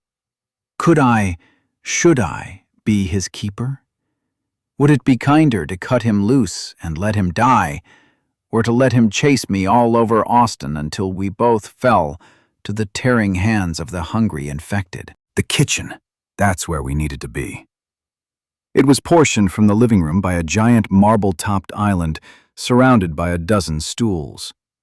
The kitchen itself was as large as my apartment. Dual refrigerators built into a cabinet-covered wall proved to be well stocked. Whoever had left this house had left us with a bounty. Bottled water was the first casualty of our refrigerator raid. I opened one and put it in Russell's hand, then turned him around and put another 7 or 8 in his backpack. As Russell gulped his water, I opened another bottle and did the same. The cold water poured down my throat, bringing near orgasmic satisfaction. I was thirstier than I knew, dangerously so, perhaps. Staying alive with my virus-dulled senses was going to require a little more introspective attention. With the water downed, Russell looked over my shoulder while I gathered up cold cuts, wheat bread, lettuce, and condiments. I dumped the sandwich fixings on the island and went to work, stacking several thick sandwiches of expensive deli meats, aged cheeses, lettuce, and ripe tomatoes. I parked Russell on a stool and jammed a sandwich into his hands. We ate. I thought about Murphy and Mandy. Were they safe in Russell's house, eating microwaved meals, sipping bottled water, and staying hidden from the infected massed around the charred dead behind the fence? How many hours had passed since Russell and I left? Could Murphy and Mandy be dead? Had it been long enough for that? Of course it had. I needed to get back to them, but I was drowning in emotions I didn't understand and couldn't process. I needed an outlet. With a full stomach and the distraction of Russell's noisy chewing fading into the background, I sat on my stool and looked across the glossy expanse of marble, out the windows, and down the long ravine. The 28-floor UT Tower stood several miles distant. Smoke hung like an ashy fog over the city and washed color and clarity from the world until it just faded into horizonless gray. High above, black billows of smoke from the Houston refinery fires rolled west. What was it? A week since Dan killed the harpy and bit me in the kitchen? And now the old world was casting about in messy throes of death. Following the city's skyline from the tower south, the basketball arena stood beside the highway like a giant snare drum. Just to the right of that lay the Brackenridge Hospital complex. I strained my eyes to tease details out of the distance, but none would come. Steph was in one of those buildings. Dead? Possibly. Probably. I fished my phone out of my pocket. It was silent and held no unread messages. I blinked as though tears were in my eyes, but I'd spent all of my tears over Amber's body. There were no more left to fill the harpy's cup. Wicked, destructive thoughts slowly coalesced in my mind. Trying to find Mark would be a waste of time at best, so killing him wasn't going to happen. Perhaps surrogates would feed the hunger for now. I needed to busy my hands in the bloody work of catharsis. Steph, dead or alive, somewhere up in Brackenridge, was convenient enough to rationalize the violence that was brewing within me. Better to know for sure if she was dead, than to ruminate over it later. At least, that's how the rationalization came together. Nullspot the Destroyer had work to do. With Russell close behind, I went into the garage, hoping for a wink of good fortune in the form of a sturdy automobile. Instead, the rows of decorator lights twinkled on a fat, low-slung motorcycle built to rumble as much as roll. Its chrome sparkled, its leather gleamed. To ride it would be tantamount to suicide.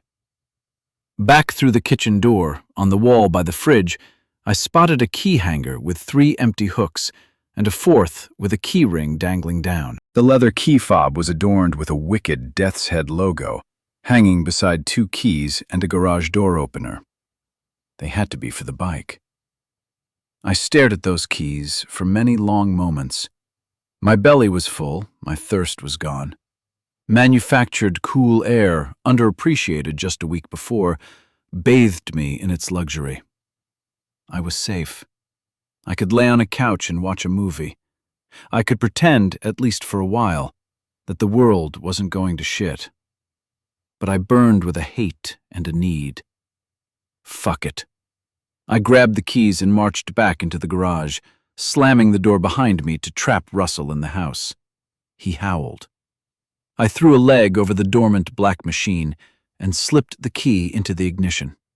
With my heel, I pushed out the old-school Kickstarter and put my weight into waking the engine.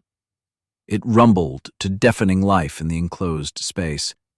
I doubted it could rocket down the road like my old repossessed Suzuki, but it sounded powerful enough. The garage door opener clicked with a satisfying snap under my thumb, and I slid my sling around to level my M4 at the tiny, widening gap of daylight.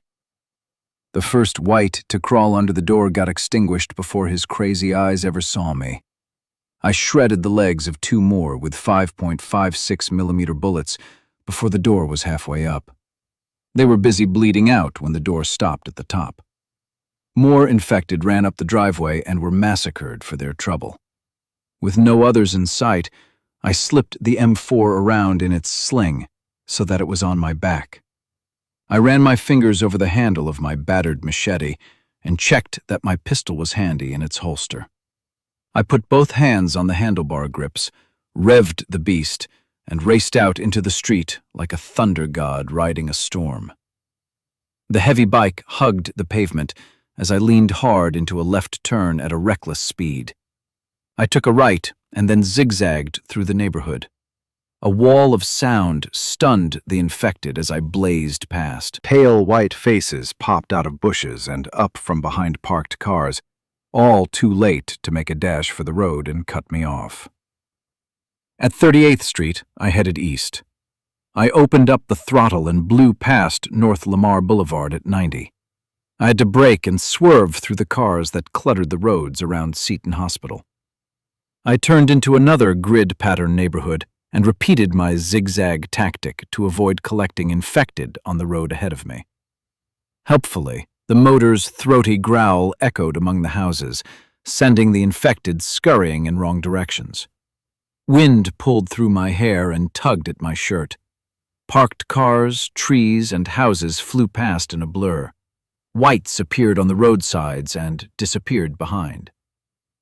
At Red River Street, I cut a hard right and let the bike's big engines sweep me past the eastern edge of the university campus toward the looming basketball arena and the tall hospital buildings to the south. Luck, rumble, and speed were the only things keeping breath in my lungs and infected teeth out of my flesh. But I'd lose 2 of those when it came time to get off the bike. With the hospital less than a mile south, only luck would be left. Chapter 3. Among the toppled barricades and abandoned military vehicles ahead, the infected froze in their steps and locked me in their famished stares. As I came up beside the basketball arena, I checked my flanks for whites. None. I squeezed both brake levers and the bike skidded to a stop. A cannonade of sound echoed between the buildings as I held the clutch and revved the engine, tempting the infected into a run. Mouths stretched and white faces contorted in desperate need.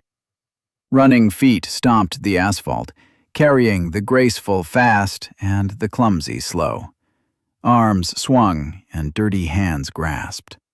Howls drowned in the storm. In seconds, the horde bloated from hundreds to thousands, as debilitated brains reckoned that I represented a more attainable meal than those who defended themselves on the hospital's upper floors. As the whites drew near, I let go of the clutch, leaned the bike into a turn, and blasted toward the north end of the arena, slowing enough to make certain that I didn't elude my pursuers. I hopped the bike over a curb and drove up onto the wide plaza that encompassed the arena. Compliant so far, my cohorts followed, tempted by the revving engine and a quarry that seemed too slow to lose them. I followed the curve of the building and came around into a southerly direction again. A few crazy whites were off to my left, and a few were dashing toward me from the front, teeth bared and fingers digging at the air. I crested a concrete knoll on the south end of the arena and saw that the hospital complex was relatively clear. Nearly all of the infected were busy chasing the mob around the other side of the arena. Abandoned vehicles, barricades, bodies, and angry, straggling infected were the only impediments to speed. As fast as I could without skidding the bike, I slalomed down the grade, past frustrated crawlers and chasing whites. Behind me, the shrieks of the infected swarm swelled the hot air and pushed me to go faster, pushed me to greater risk. To my right, the tail of the fetid host, the slowest among them, had not yet rounded the arena and was in fact just coming up to it. They spotted me and changed course, howling their good fortune to the clouds. I mocked them with my glare. I was Null Spot the Destroyer. Their greedy, grasping fingers would touch nothing but air. But the Null Spot could extrapolate, and a quick mental exercise told me that I needed to get to my goal faster than my current course and speed allowed. The race was on. The big bike's engine thundered back to angry acceleration, trying to pull me off the back. A crawler under my wheels nearly sent me into a skid, but I was on a beeline and out of choices. The bike hit a curb hard and bounced up in the front. I thanked God that the back wheel didn't shatter as it bumped over the same curb and spun wildly on dead grass. Seconds later, I bounced off of another curb, and my tires caught asphalt just a few dozen feet from the entrance to the parking garage across from the hospital. 5 floors of concrete and empty automobiles would hold no interest for the infected, so it had to be empty. Such was the foundation upon which my hastily conceived plan was built. With nothing ahead but empty asphalt, I pushed the bike hard as 3 or 4 particularly fast infected chased. I rounded the motorcycle into the garage's east entrance as gravity's fingers tugged me down. Rubber burned on concrete as I braked and slowed for a right turn up the ramp. I twisted the throttle. The engine's reverberations hammered courage into my veins. I flew up the ramp and braked into a hairpin turn onto the second floor. Now I was aligned for the ramp up to 3. Empty cars sat alone in their parking spaces. Not a single white was in the garage. If I hadn't needed both hands to control the beast beneath me, I would have patted myself on the back. I passed the 4th floor too fast to think about it. The ramp to 5 spit me out into hazy gray sunshine on the top level. Bare, sun-bleached concrete, flaking yellow stripes, and a few dusty cars were all that waited for me there. I squeezed hard on the brakes, and the bike skidded to a stop near the door to an enclosed stairwell. Hopefully, the only thing waiting inside would be the reek of fermenting transient urine and stale cigarette smoke. The engine died when I turned the key, and a peaceful silence existed for the second it took me to make out the wails of the infected echoing up from the floors below. I dropped the kickstand, left the key in the ignition, and stepped off the bike. With my pistol in hand, I ran to the door of the stairwell and peeked in through the small glass window. There was no movement, so I opened the door and slid inside, closing it silently behind. I held my breath and listened. Nothing. A wicked grin stretched my lips. In spite of my supremely bad choice to ride that noisy motorcycle across town, my luck had held. I was alive. The stairwell was empty. I rushed downstairs, euphorically riding a wave of overconfidence that hid a riptide of anger, churning in despair over Amber's death. I exited the parking garage on the south side, unnoticed by the infected trying to jam themselves into the car entrance on the east corner. But the noise from above had ceased, and short attention spans were losing interest. The infected started to look around for other prey. Mostly they were drawn back to the muffled gunshots coming from inside the hospital. That wouldn't last much longer.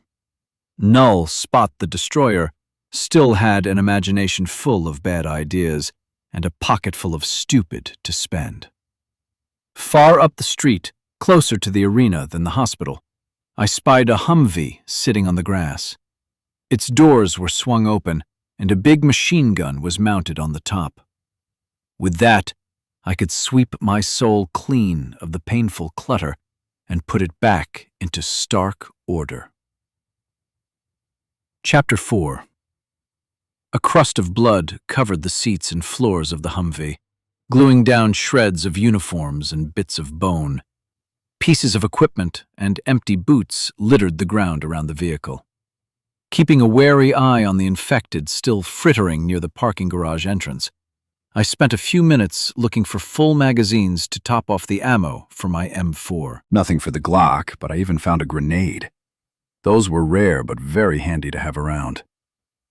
Back inside the Humvee, I climbed up through the roof hatch and familiarized myself with the mechanisms for opening, closing, and latching it. That was the kind of thing a careful, smart person would do. The kind of person who had a chance to live through the day. The kind of person I aspired to be, though the morning's activities might have suggested otherwise. I took my time fumbling around with the big machine gun, while images gelled in my mind of dead whites, all with Mark's pious whack-job face piled high in the dirt. A big rectangular box for .50 caliber rounds was attached to the side of the gun. It was empty, but a glance down into the Humvee confirmed what I'd noticed on the way up. Another half-dozen boxes. I slipped down through the hatch and checked each box. 2 were empty, and 4 were full of big brass cartridges stuffed with cordite and plugged with fat lead slugs, each nearly the length of my hand from wrist to fingertips. Some had colored tips, most didn't.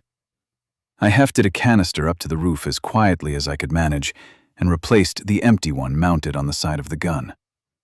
My heart started to pound with morbid excitement over the power that was coming together in my hands. There was a gap on the side of the gun that looked like the place where an ammo belt might feed into it. I played around with every moving piece I could find. I found the safety.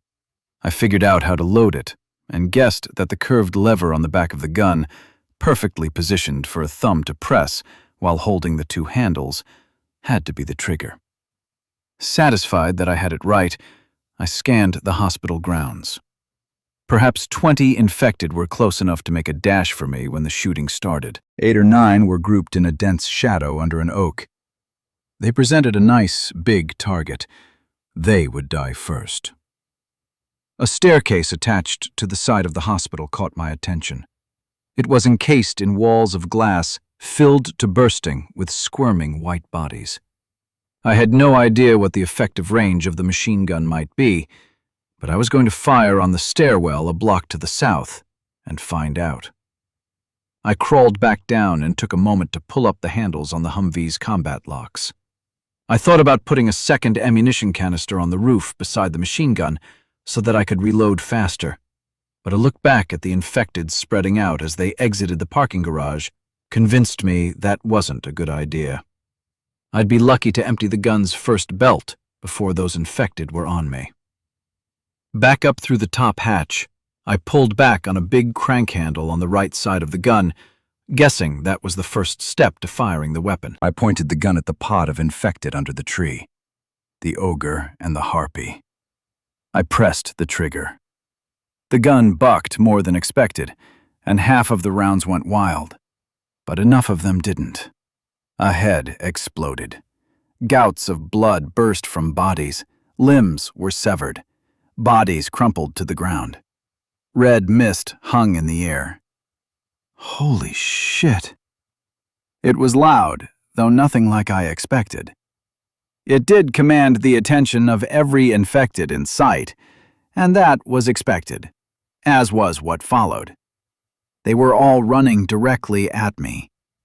With the power of leaden lightning in my hands, and the ogre and the harpy to calm my breathing, I let loose again with the big machine gun and shot down all of the infected nearby, clearing a zone that stretched for a couple hundred rapidly shrinking yards. A great host of whites flowed out of the parking garage, running through the exits and tumbling over the waist-high walls. Their wails drove the wind before them, wavering my resolve. But fear was no newcomer to me. I measured my chances and pointed the gun at the glass stairwell, sending a stream of big bullets downrange. Tracers drew a fiery thin line of destruction through the shattering walls and disintegrating bodies. Razor-sharp crystal shards and pieces of what used to be people rained down on the infected below. Blood and agony filled the air. Then, with an anticlimactic click, the ammunition belt came to its end. The raging horde from the garage was frighteningly close. I let gravity pull me down into the Humvee, closing the top hatch as I fell through. I latched it just as the first infected hit the Humvee in a mad rush. I jumped into the driver's seat as a second and third pounced on the vehicle. I needed to get moving. If the Humvee got swarmed, I was sure I'd die. Realizing that I'd assumed that the Humvee had gas in it, knowing I should have checked. Knowing it with that sinking feeling in my stomach that tardy knowledge always brings. I pushed the ignition button with a prayer on my lips. The engine rumbled to life. Thank God. I slammed the vehicle into gear and mashed the accelerator to the floor, and the Humvee started to roll. These damn things never seemed to have enough pep. Infected hands grabbed onto the Humvee where they could and dragged their owners on the ground as I lumbered away. A white was on the hood. More were on the roof. Trundling toward the arena, I checked over my shoulder to make sure the mob was giving chase. But not wanting them to give up, I kept my speed controlled. It worked once. Why not again? Down to 5 miles per hour, the mass of infected quickly closed the gap. Others who had been lurking around the arena saw the slow-moving Humvee and came at me. I felt their impacts on the vehicle as they tried to tackle it or jump on. At the north end of the arena, I sped up a little. A few infected fell off of the Humvee. Those on the roof might become a problem if I didn't get rid of them. Rounding the west side of the arena, I headed back south toward the parking garage and coaxed some more speed out of the Humvee. There was still a trickle of infected coming out of the parking garage, but not enough to bring the 5,000-pound vehicle to a stop when I ran them down. I swayed the Humvee left and right and lost a few of the whites that had been clinging to the roof. I jumped a curb without slowing and bounced a few more whites to the ground, breaking their bones and bloodying their skin as they skipped across the ground like stones on water. Then I was in the trickle of infected coming out of the garage, and the Humvee's heavy steel brush guard mowed them down with little effect on my momentum. With many dead in my wake and way too much blood on the hood, I turned into the parking garage just as another of my potentially foolish assumptions occurred to me. Was the garage tall enough to accommodate the Humvee and its roof-mounted machine gun? I clenched my teeth as I passed under the first concrete support beam. Nothing. The height in the garage had apparently been designed to accommodate those big four-wheel drive pickups so popular in Texas. Good for me. Goddamn good for me. Following the ramps back up one after another, I converted a dozen more infected from toothy hazards into slippery speed bumps. I reached the end of the ramp on the top level and brought the Humvee to a skidding halt near the waiting motorcycle and the stairwell door, my escape route. The top level of the garage was once again empty. Fantastic. I jumped into the back of the truck and popped open the top hatch.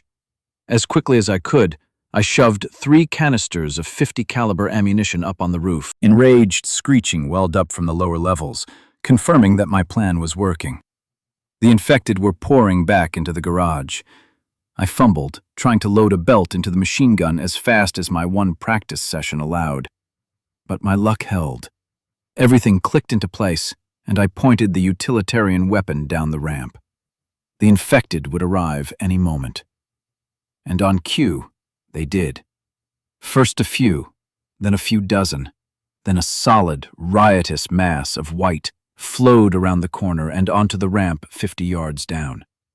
I depressed the firing lever. Nothing. Shit. I looked down at the gun as though my anxious expression would admonish the weapon into proper performance. Shit.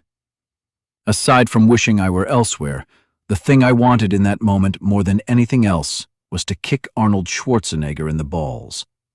This kind of shit always worked in the movies. Options.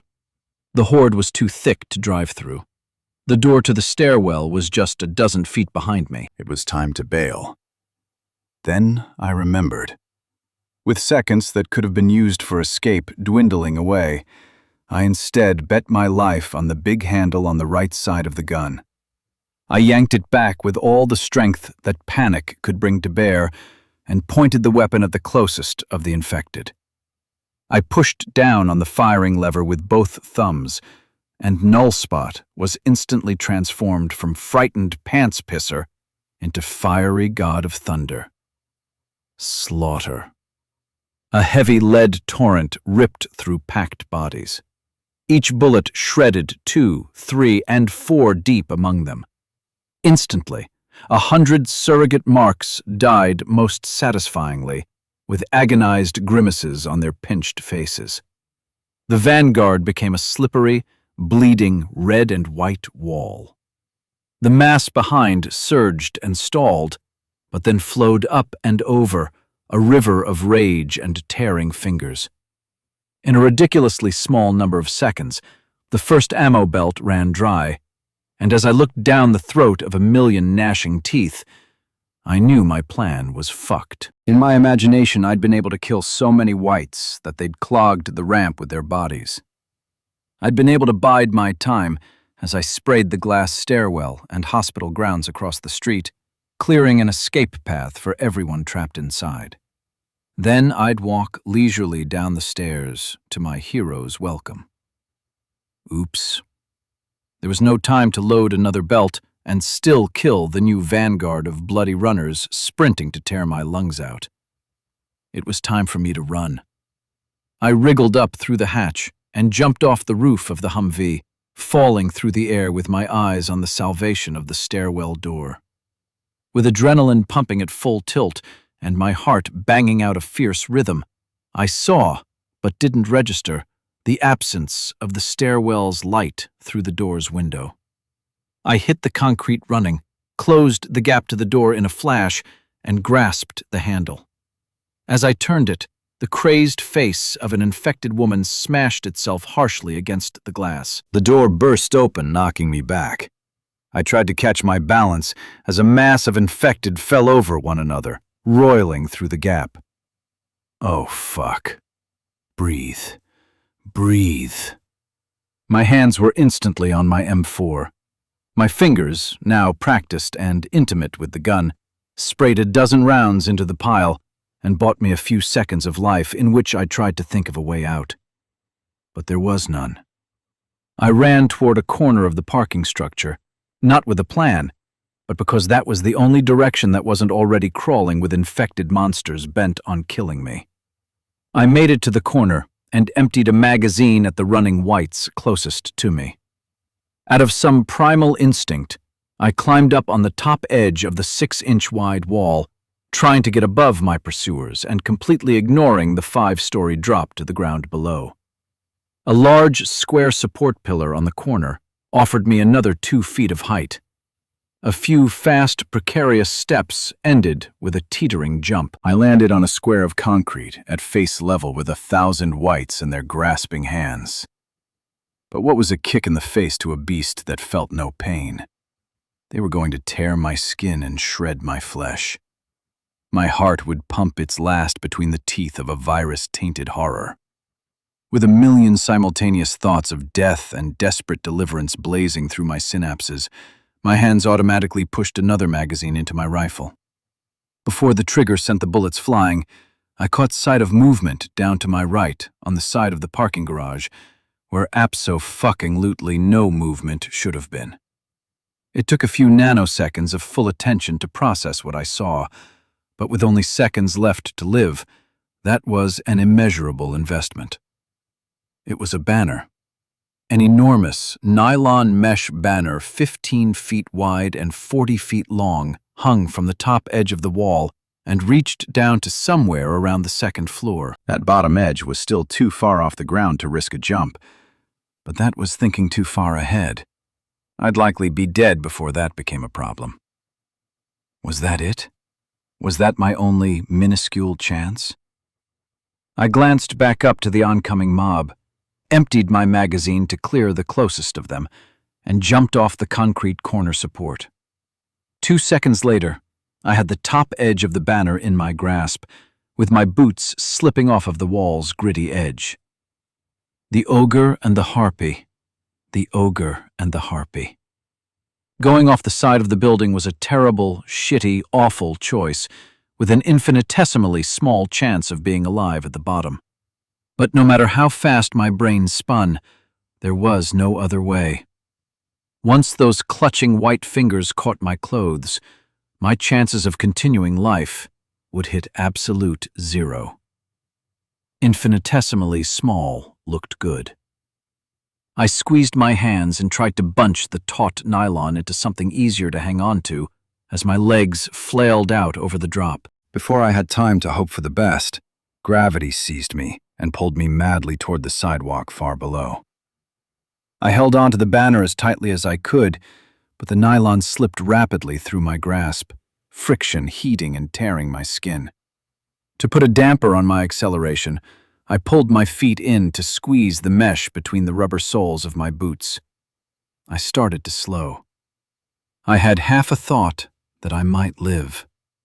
My boots hit something solid and kicked my feet out to the sides. Before I could shit my pants at that surprise, my hands caught onto a round metal rod sewn into the bottom edge of the banner, and I came to a joint-rending halt, hanging 20 feet above the ground. Holy shit! I was alive? Frustrated shrieks cascaded down. I looked up. Oh no. One was climbing over the wall. Like a fish on a line, I wriggled my body to swing the banner, and out it went. Then back. Not far enough. A white fell past me, grabbing at my boots, screaming not out of fear, but out of frustration for my being beyond her grasp. She hit the sidewalk in a sickening combination of a thump and a splat. The banner swung out further, then back. Trying to time the rhythm of my bodily gyrations to the slow rhythm of the banner's swing, I went way out over the sidewalk, just as another infected woman came sliding down the center of the sloping banner. Her weight helped push it back toward the garage.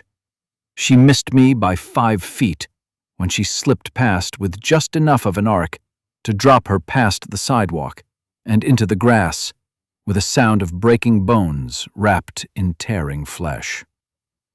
On the backswing, I flew into the gap between the 2nd and 3rd floors. Suddenly, with concrete just 4 or 5 feet below me, I let go. I landed roughly, bruising knees and scraping elbows. My weapons clattered on the floor as I rolled, but my sling didn't slip off. My Glock stayed in its holder. Only my machete slipped away. The few infected running through the second level looked at me but didn't slow.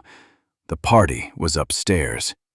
Any wight with ears could hear that. With bloody, jittery hands, I gathered my machete and crawled to a shaded corner where my breath wheezed out in a nervous rattle. The coolness of the concrete offered what comfort it could, while I assimilated the fact that due to little more than luck, I'd just lived through that ordeal. My heart started to slow, and my nerves began the long process of winding back down. I ventured to look down at my torn, blistered hands and thanked the virus that most sensations of pain were in my past. The hands were still functional, but they'd need attention, and soon. Such was the latest price I paid for my life. Camouflaged in gleaming white skin, crusty bloodstains, and body odor, in that moment I exhibited none of the noisy behaviors of the tasty immune. The infected continuing through the second floor ignored me. I leaned my head against the wall and, for a moment, closed my eyes. Exhaustion was knocking at the door. I was emotionally drained, empty, as lost as I'd felt before I tried to fill the hole in my heart with the murder of Mark's proxies. After so many years of being the dog that Dan kicked, couldn't violence cure my rage, salve my sadness just once? Residual adrenaline coursed through my veins. My hands were unsteady. I needed time to regroup. I breathed in hot, smoky air. I smelled blood and cordite. The angry yowls of the infected mixed with the shrieks of the dying. I tried to clear my mind and disappear, even for just a second. But images of dead faces haunted me. Jerome, Wilkins, Earl, the ogre, the harpy, Felicity, Marcy, and 1,000 white faces that used to be human. No, were human. Just unfortunate, diseased humans. Amber was in that procession.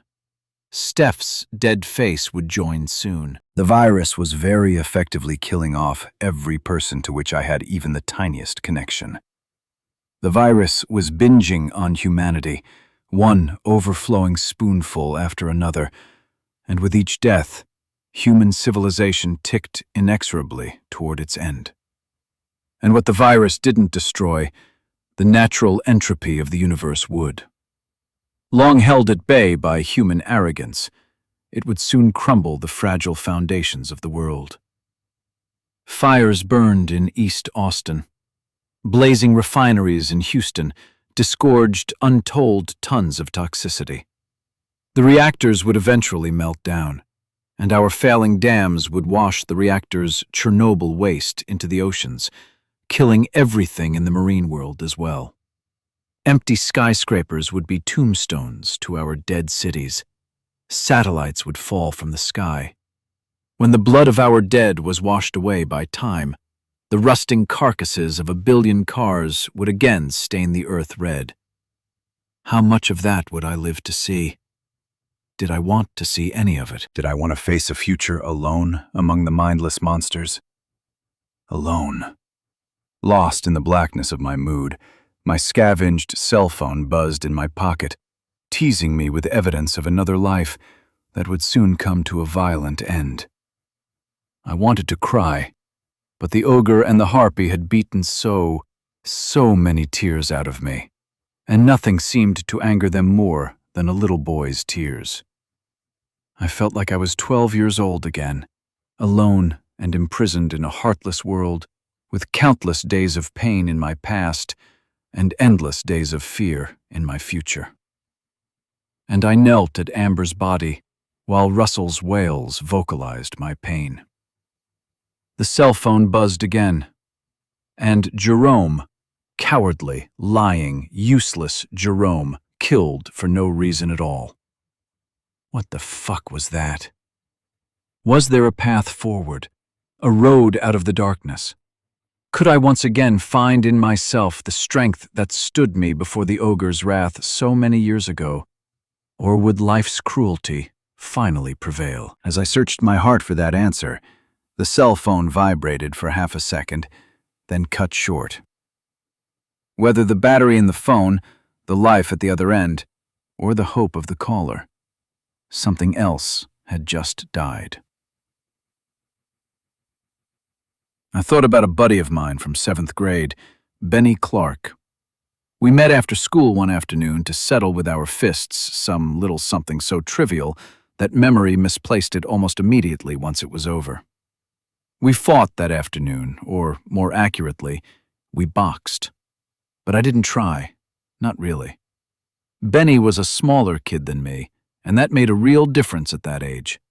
And though we were fighting, he was my friend, and I had no desire to hurt him. He wasn't big enough to pack a punch that could do more than bruise, so the fight was destined to go unresolved. But Assistant Principal McQuigg, being much more observant than I'd have given him credit for, caught us both and hauled us to his office. He laid a choice on the table. We could take the paddle, or he would call our parents to explain the suspension. Well, that was a no-brainer for both Benny and me. He opted for the combo pack, the call and a suspension. I asked to the point of begging for the paddle. Paddling was punishment with an end. I'd bend over the desk, and McQuigg would haul back for a baseball-style swing and lay into my ass with all his gray-haired might. There was no defined number of swats for fighting, nor for any offense. Punishment ended when McQuigg's temper settled, or his back and shoulders grew tired. This usually happened between 3 and 5 swats. It was a difficult dynamic to predict. In the mornings, McQuigg was full of energy and ready for 5. Not so much in the afternoon.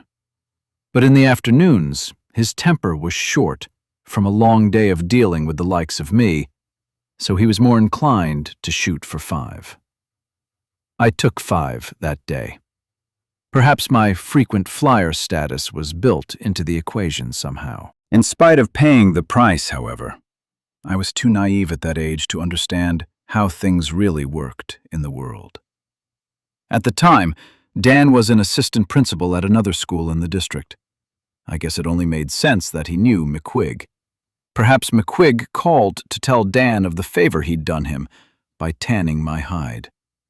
All I knew for a fact was that when Dan got home from work that day, he felt compelled to bellow at me for what seemed to me to be 1,000 times. "You want to fight? You want to be a boxer? Is this what you want to do? You want to embarrass me?" Of course, the questions were all rhetorical. They were not to be answered with my words, nor Dan's. The answers were in Dan's knuckles. He beat me all the way through my fear and my pain, leaving only a crusty residue of anger and hate that I carried to school the next day, where 100 snickering laughers pointed at my bruised face. Humiliation is such a powerful motivator in 7th grade. So on the 4th day, when Benny returned to school, I found him in the hall. He smiled at me the way he always smiled when he saw me. I didn't smile back. Instead, I beat him down. With each pound of my fist, Dan's anger rolled through me and down to Benny. And when I was done, Benny looked like me, with fresh blood running from his mouth and nose. He had hollow, helpless eyes that understood something new about cruelty in the world. I got 8 swats from McQuigg that day, perhaps a new record. I got suspended, and Dan beat me daily until I went back. But what the fuck, he probably would have beaten me anyway. What I should have learned about catharsis that day was the lesson that eluded me every time I ever let my anger run free. Catharsis is a bullshit concept. Benny had been my best friend for years before that fight. After I beat him in the hall, he never spoke to me again. All that catharsis did for me was cost me a little piece of my humanity. Slaughtering whites for what Mark did to Amber was like that. When the rage flowed and the whites died, it felt like something with a frightening name. But after, I felt like a death camp Nazi who'd finally looked into one too many pairs of sunken eyes. And now I sat in a humid charnel house of my own making, having tried to assuage a vindictive rage with the murder of the wrong people. Mark had to die for the world to ever be right again. In my mind, it was a necessary step. But I knew that it was also an indulgence of the darkness, a choice to forever cultivate a hate. It was a backward path, and to chase Mark down that path, the easy path, was to shower myself in the blood of the whites until my luck ran out and I was as dead as the pile of infected at my feet. And would Mark be in that pile? Not likely. But what real choice did I have? To move forward instead? To what? I'd only ever been an isolated spectator to an endless parade of tragedies. Being alone in the dark was all I knew. All my life I'd collected acquaintances and discarded them before they became real friends, before they became too much of an emotional risk. And as much as I had needed to find Amber, as much as I needed now to know what had happened to Steph, in my choices, I'd scraped off Murphy, Mandy, and Russell, and isolated myself again. The cycle of my habit was at work under the guise of rational choice. So what was forward for me? That hard path was to pick up the fragile pieces of a nascent chance at life, a life that I'd very handily scattered across a dying city. That path seemed so difficult and so urgent, but the hard part, if I was still alive at the end of the day, was to chance a real relationship with another person, with other people. And I know I didn't think it through at the time that I let Russell latch onto me, but maybe that was Russell's value. Non-judgmental, silent, and simple, Russell wholly accepted and needed me. He took those intangible but important parts of a relationship and put them on the table while asking for nothing in return. Was it possible that in helping Russell to stay alive, he would unwittingly help me to take the baby steps of learning how to fit into normal society, or at least whatever might be left of society when this was all over? With the first few steps of the hard path forward to ironically be illuminated for me by Russell? Perhaps. So, with Russell's help, I chose to move forward, and all those parts that I was good at planning for came together in a snap.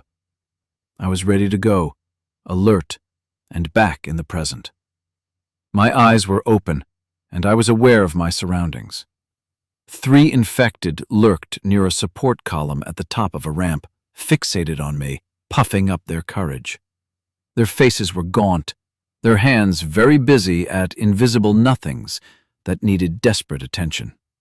Their eyes were alert and shifting from focus to focus, but always finding their way back to me. They looked hungry, but were unaware of the feast that awaited them for free, if they'd only follow the parking garage's ramps up another 3 floors. Maybe they were just lazy.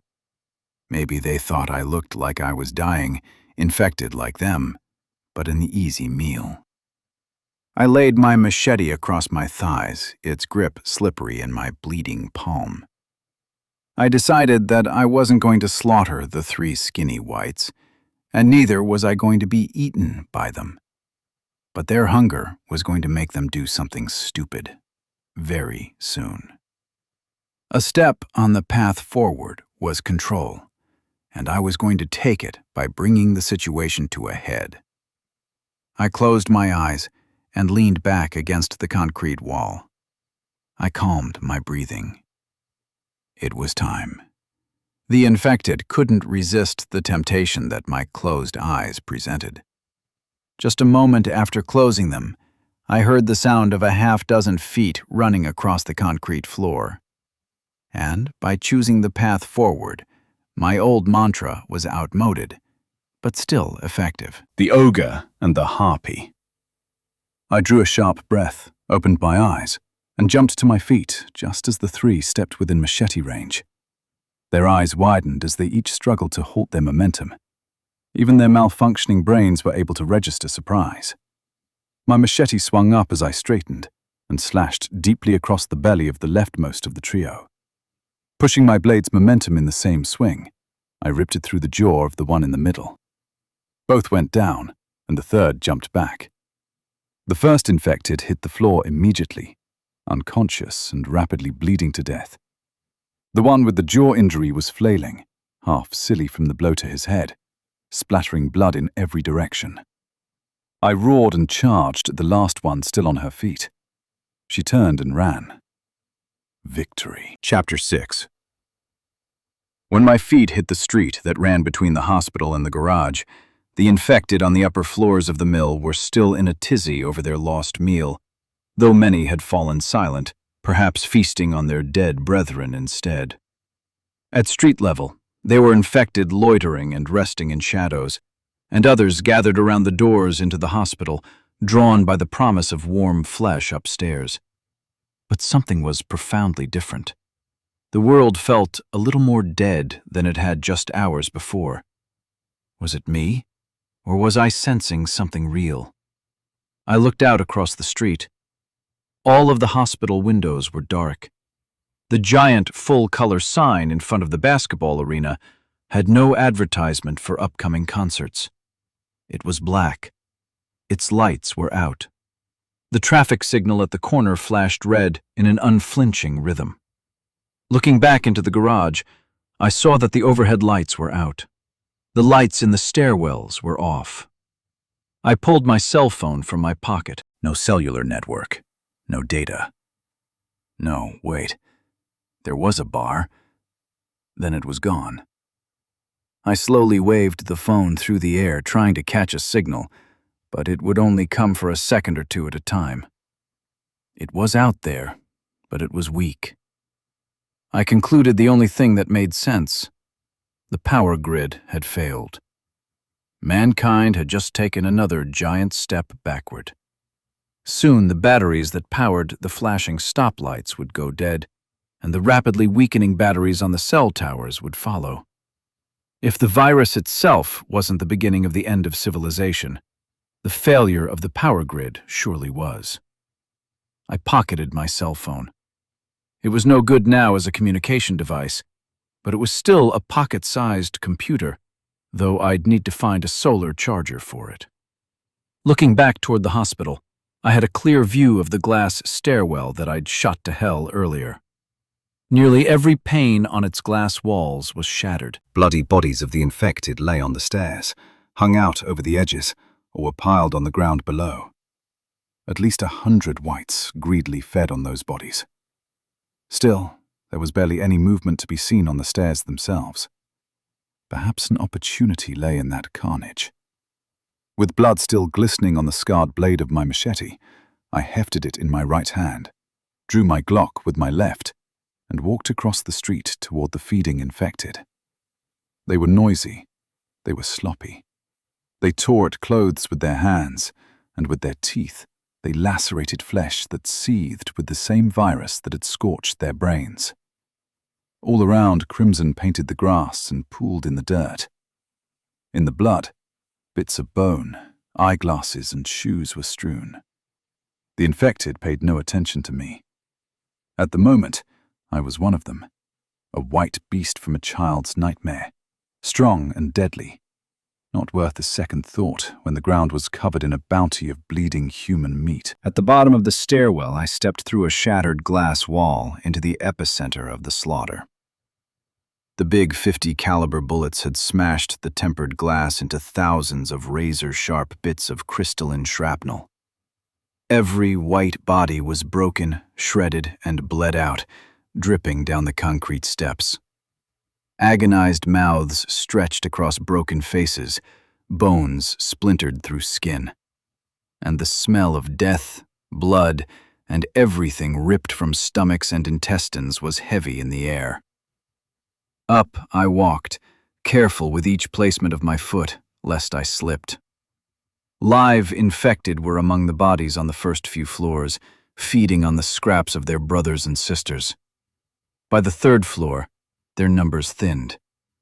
By the 5th, there were only 1 or 2 per flight, faces buried in the work of gorging themselves on newly dead remains.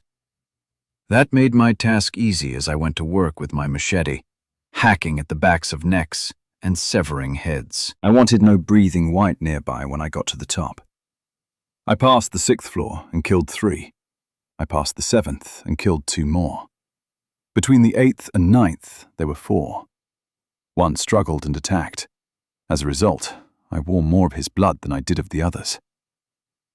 When I finally reached the top of the stairs, I had to climb over a makeshift barricade of hospital beds, chairs, and cabinets. The barrier had no hope of stopping any infected from climbing over, but it did serve the purpose of slowing them down, and, more importantly, it kept them from massing and pushing their combined weight on the door. Once over the barricade, there was enough room for me to stand in front of the steel fire door. Above the doorknob, about 8 inches wide and 2 feet tall, was a long rectangular window. Through the reinforcing wire mesh in the glass, I saw 2 soldiers standing across the hall with dispassionate faces and nervous eyes, aiming their weapons at me. I shouted, "Hey!" The soldiers shared a glance but didn't respond. "Hey, listen," I said. "I know you're kind of freaked out about seeing me out here, but I need to talk to someone. Can I count on you not to shoot me?" One soldier looked nervously at the other. He said something that I couldn't make out through the heavy door. I shouted again, "Look, I'm not going to stay out here all day. It's only a matter of time before the infected hear me up here and come. So go talk to whoever you need to talk to and let me in. I'm not a danger. I won't stay long. I need to talk to Steph." "Go away," the previously silent soldier ordered. I huffed. "Look, man, don't be a dick. Go get your boss or whatever you need to do, but hurry up about it. If you don't leave, we'll shoot." I guess I should have been happy that they didn't start the conversation with bullets, but I wasn't. I was impatient. "Look, let me be clear about a couple of things. First, there aren't any infected out here." All the ones in this stairwell are dead, at least until you get down to the 3rd floor or so. Second, I'm going to come in there and see Steph. I don't mean anybody any harm, but I gotta tell you guys, I'm already tired of fucking around about it. I went to a lot of trouble to get here, and if I'd wanted to hurt you, I would have just blown the door open with a grenade, come in, and shot your dumb asses. I pulled a pin from one of my 3 grenades, slipped the pin into my pocket, and then held it up to the glass for the soldiers to see. You see what I have here, right? I know you're thinking that you really want to shoot me through the door now, but if you do, this grenade goes off. The door gets blown open, and the infected come running. Do you know what happens after that? You do, don't you? All of you die. But that's not what I want, and I know that's not what you want. I just want to come in and talk to Steph. I don't mean anyone in there any harm. I sure don't want anybody to harm me. Just open the fucking door. I'll come in, and then I'll leave. I peeked through the glass. The soldiers were talking again. As I watched, one ran off down the hall. The other soldier said, "You're infected, right?" "I'm a slow burn," I nodded. "I am infected. Aside from that, I'm just as normal as you." The soldier said, "You could infect us all if we let you in. Do you want that on your conscience?" "Isn't that what you're doing already anyway?" I asked. "Infecting yourselves, trying to find the immune ones?" "How do you know that?" he asked. "Because I've been talking to Steph on the phone about it." I glared through the window to be sure he saw my anger at him. "She's a nurse, cute, with red hair, about 5'5". The soldier asked, "The network is still up?" I shook my head. "No, I think the power grid failed. I think there are batteries in the towers, but I guess they're dying." I couldn't get a signal when I checked. The soldier nodded. "The emergency generator here kicked on a few hours ago." With no more questions on his mind, the soldier stood and watched me. not concerned with small talk. I thought about racing my motorcycle several years ago out on FM 2222, blazing over the hills and around the sharp turns, trying to shake the carnivorous banshees that lived in my soul. No matter how fast I flew down the road, I couldn't slip them. When I hit a guardrail and my body crashed through the upper branches of some trees on a downward slope, I ended up a summertime resident of the hospital. The main building, the oldest, was laid out in something of a T shape, with the top bar of the T being too long for a properly formed letter. The upper floors each had a central hall down each branch of the T, with patient rooms on both sides. An expansive nurses' station stood at the intersection of the three branches on each floor. At least that was the layout of the upper floors. The lower 2 or 3 had grown maze-like with additions through the years. On the 4th floor, a breezeway connected at an angle from the shortest leg of the T to a roughly circular and relatively new children's hospital. Knowing the layout as well as I knew the house I grew up in, I started to plan how I was going to find Steph if I had to force my way in. Of course, I should rather have been considering what an all-around stupid idea that was, but that thought never really bubbled to the surface. The other soldier came hurrying back into view with a guy in a soiled white lab coat. The three of them conferred quietly for a few minutes, and then the guy in the lab coat came over to the glass. I asked, "Are you the doctor in charge?" "I might be." "Christ," I said, letting my frustration show. "I'm not a Chinese spy. Are you in charge?"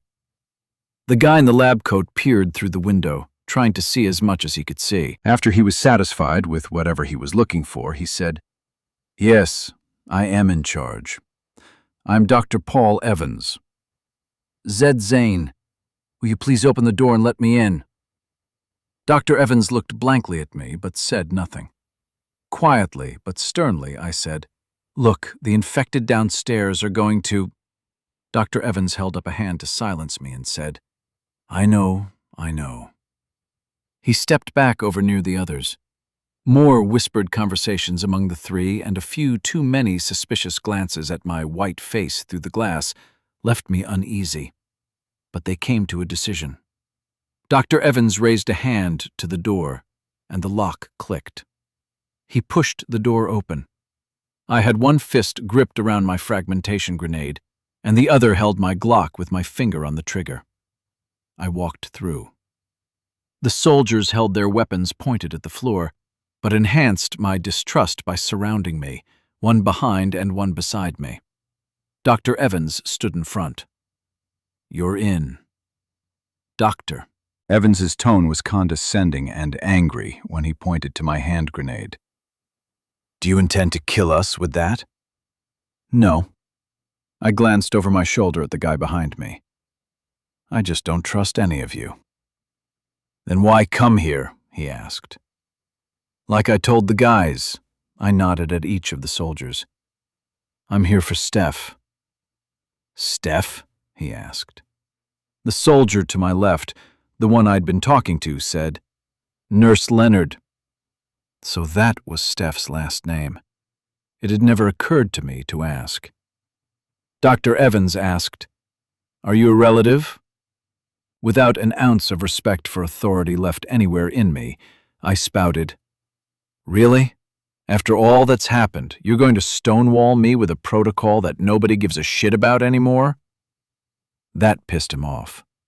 Dr. Evans's face flashed anger, but returned quickly to an icy, cold, nothing expression, except for his lips, which remained pinched closed. I stood half a head shorter than him, but having separated so many souls from so many different-sized bodies over the past week, I was no longer intimidated by physical stature.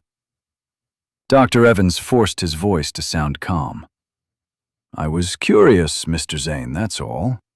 No, I'm not curious. I need to know. For better or worse, I'm in charge here. I'm trying to keep as many of these people alive as I can. They're my responsibility. So, unless you want to detonate that hand grenade right here and kill us all, then you'll have to answer my questions. Because you're not taking one step further until I get some answers. I cocked my head at the soldier behind me. Why is he back there?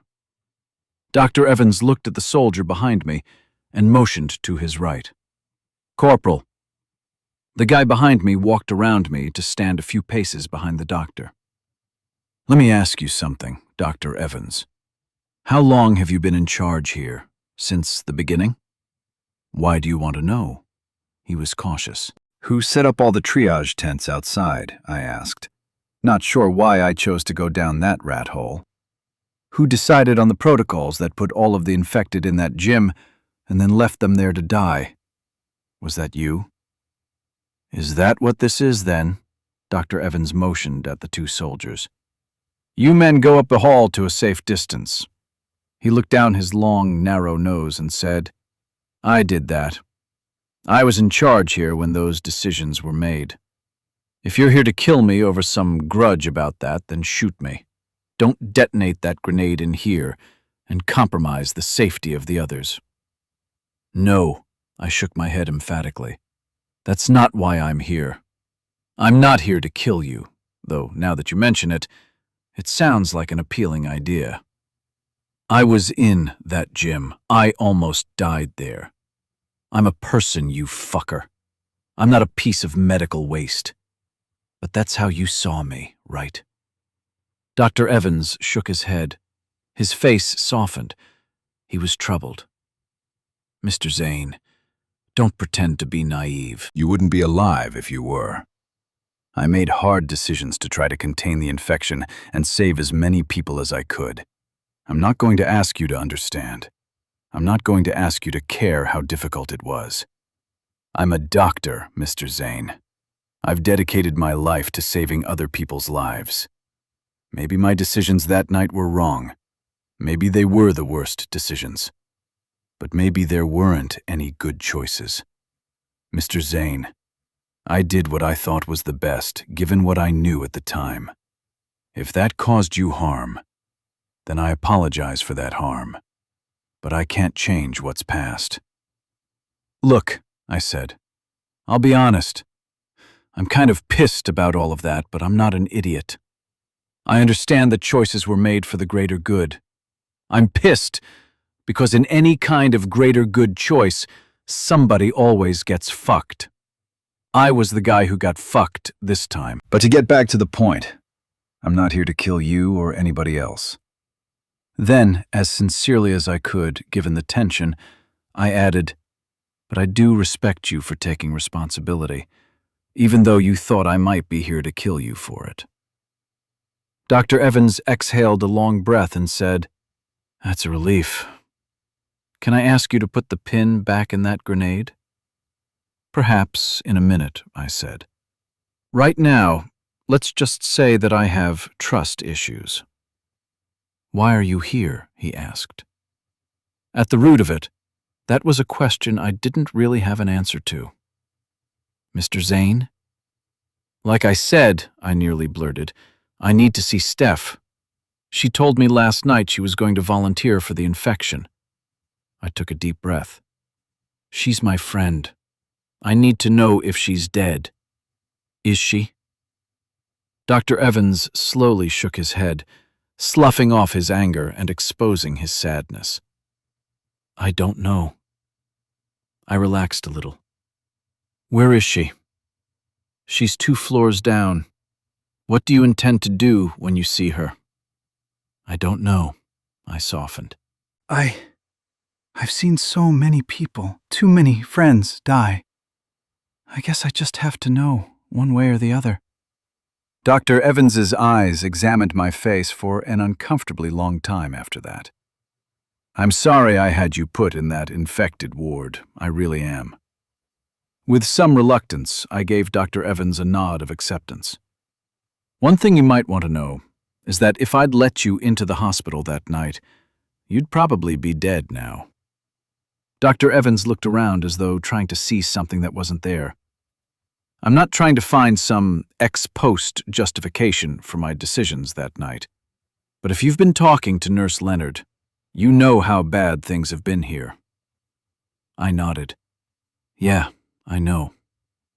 Dr. Evans turned to the two soldiers.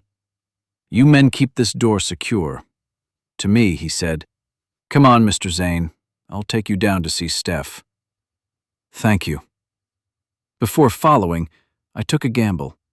I holstered my Glock and fished the grenade pin out of my pocket and pushed it back into place in the grenade. I turned and handed it to one of the soldiers, noticing as I opened my palm that the grenade was red and sticky with my blood.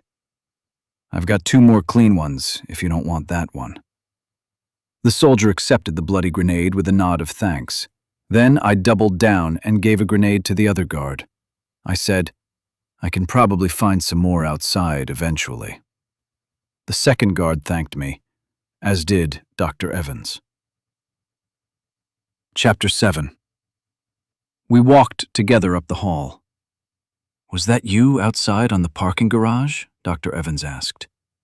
Yeah, I answered. That was a real Tarzan stunt you pulled getting off of that roof. Thanks, I shrugged. Some of us were watching out the window, he said. None of us thought you'd make it. I half smiled. Me neither. Sliding down that banner, is that how you injured your hands? He asked. I looked down at one of my still bleeding hands and nodded. How do you even make the decision to go over the edge of a garage? He asked. Are you one of those adrenaline junkies that bungee jumps and does skateboard tricks? Desperation, I told him. Oh. Dr. Evans looked me up and down. Is it true that you don't feel pain, Mr. Zane? Call me Zed. That's what everybody calls me. But yes, it's true. I get some monster headaches and I feel tired when I should, but mostly things don't hurt. My hands, I can tell they're messed up. I can feel that, but they don't hurt. And I've been bitten twice by whites. I showed Dr. Evans my arm. Neither one hurts. Dr. Evans' face grew pensive. That is interesting. I read something about it on the internet, but there are so many people making guesses out there right now, it's hard to know what to believe. Listen, do you want me to fix up those hands before we head down? That was an unexpected offer. I nodded enthusiastically. I'd like that very much. Do you have your insurance card? Dr. Evans smiled for the first time. I smiled back, acknowledging his attempts to lighten the situation with a little humor. Could you look at the bites on my arm, too, if you don't mind? Sure. We sat at the nurse's station while he patched up my hands, and he said, The volunteers are 2 floors down. When we're finished, we'll have to go to the other stairwell to get down there. We have that one blocked about 5 floors down. It's secure for the moment. Don't bandage my hands too heavily, I said as he worked. I need to be able to handle my rifle and stuff.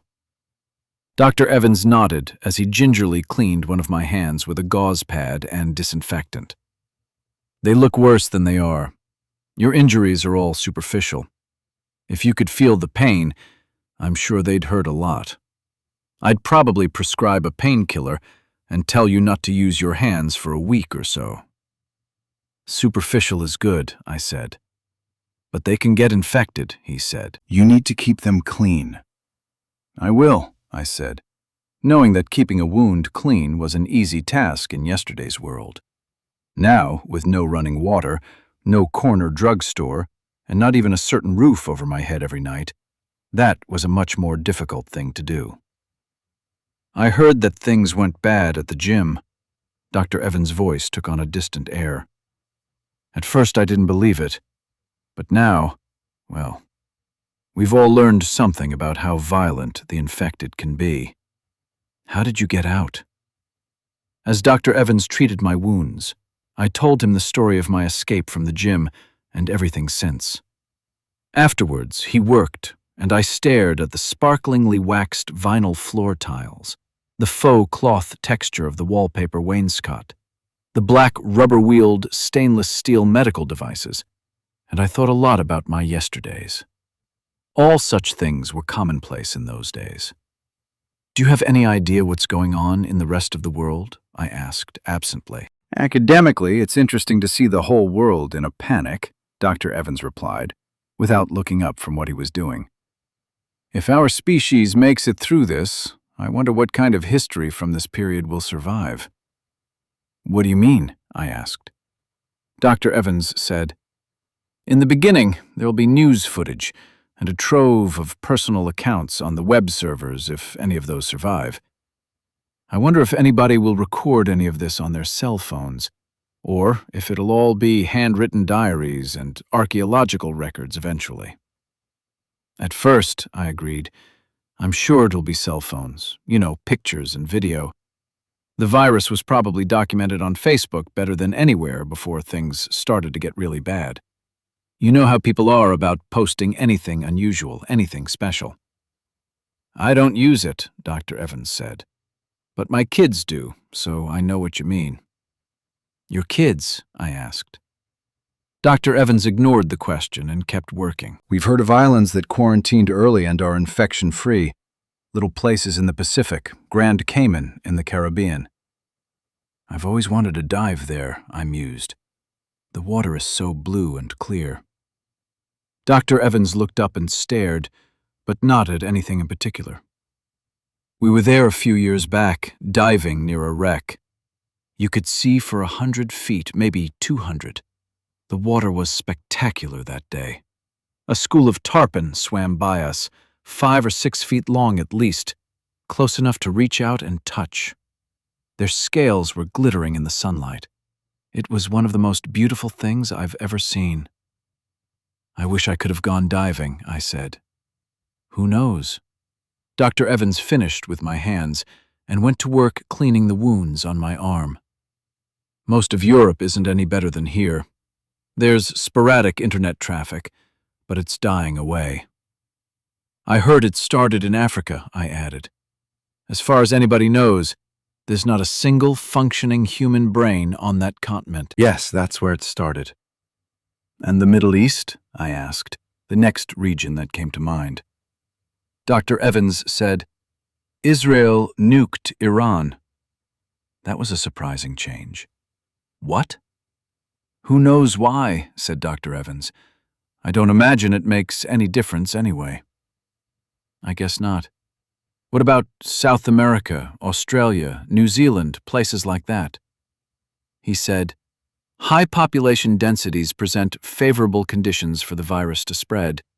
South America went quickly. Australia, I don't know. The infection is there, but it's not bad yet. New Zealand quarantined itself and seems to be successful so far. Good for them. I wished I was in New Zealand. How about here? Here? He asked. America, I clarified. What's not like Austin soon will be, he said. I can't think of any major city in which the virus hasn't been found. I asked, are any of them handling it? None yet. Dr. Evans shook his head slowly as he said it. It's so contagious, it's nearly impossible to contain. Well, not nearly. It's proven impossible to contain. So this really is the end. I looked at him, hoping to discern whether the forthcoming answer was honest, nor exaggerated. The end? He asked. Of us. Of humans. Dr. Evans shook his head and looked up at me. No, I don't think so. Some will survive. You'll survive if you can make it out of this hospital. I certainly planned to make it out. It'll be the beginning of another dark age, he said. Eventually we'll come out of it. Different, I hope. Better. Dr. Evans taped a last bandage across my arm. He dropped his hands to his knees and exhaled to indicate he was finished. Am I in any mortal danger? I asked. Am I going to die of an infection? Probably not. Dr. Evans got up off his stool and motioned for me to follow. But he looked like he was walking to his own hanging. Let's go see the volunteers. They've got the whole floor down there. So it wasn't just Steph who volunteered? I asked as I followed him. Did Steph tell you what the mood was like here? I nodded, hopeless. Yes, he said. That word was all I heard last night. After the first few trials with no survivors, everybody was hopeless. You know, I've used that word all my life. I've read it in books, I saw it in movies, but I never really knew what it meant until last night. Maybe I learned slowly as the week went along, but now I know in the same way I know what love is. Love? What an odd analogy. Not just in my head, Zed. I felt it down to the marrow of my bones, with every beat of my heart, and with every blink of my eye. I felt it with the same all-inclusive intensity that I've felt love. You're a young man. Have you ever been in love? I shook my head. Lust, certainly. Infatuation, of course. Love, no. I know the hopelessness you're talking about. Yet here you are, he said. Here we both are, I countered. Dr. Evans, how many are down there? Call me Paul. Formalities are for the past, I think. Okay, Paul. Paul came to a stop and turned to face me. When Steph volunteered last night, it was like she was the catalyst for everyone's courage. Maybe she's a natural leader, or maybe she was everyone's hope. When she gave up, everybody else did too. What do you mean, everybody else? I asked. Look around. Paul waved a hand at the empty corridor. Do you see anybody up here? It occurred to me as I looked, I'd seen almost no one since coming onto the floor. Nearly everybody volunteered for infection, he said. There are only 17 of us left who are keeping the place secure in case anyone comes out of the experiment with immunity. How many are immune so far? I asked. I don't know, he said. I haven't been able to bring myself to go downstairs to watch. You see, there are 153 people down there, Zed. All infected. And if the first trials are any indicator, half of them are dead already, and we'll shoot the other half by midnight. You have lost hope, I observed. Hopelessness, Paul reiterated, is an emotion with so many ugly faces. You know, I was in the army before I came here. I was a doctor in Iraq in both wars. I've seen my share of things that would make most people weep. I've had boys younger than you bleed to death right there on my table. Boys in uniform, who looked me in the eye, sometimes holding my hand, in that moment when they gave their lives for something they believed in. Dr. Evans's eyes looked down the hall at something that wasn't there. You do your best, but sometimes it doesn't matter. Sometimes they die anyway. When I thought of infecting us all to save a few, intellectually it was the right thing to do. The only logical thing. Dr. Evans seemed at a loss for words, so I said, I think Steph felt the same way about it. Everything about it feels wrong. I wrestled with a tactful way to express a harsh thought, but went with, maybe you'd feel better about it if you'd volunteered to go first. I couldn't. Dr. Evans' wide, sad eyes fell back on me.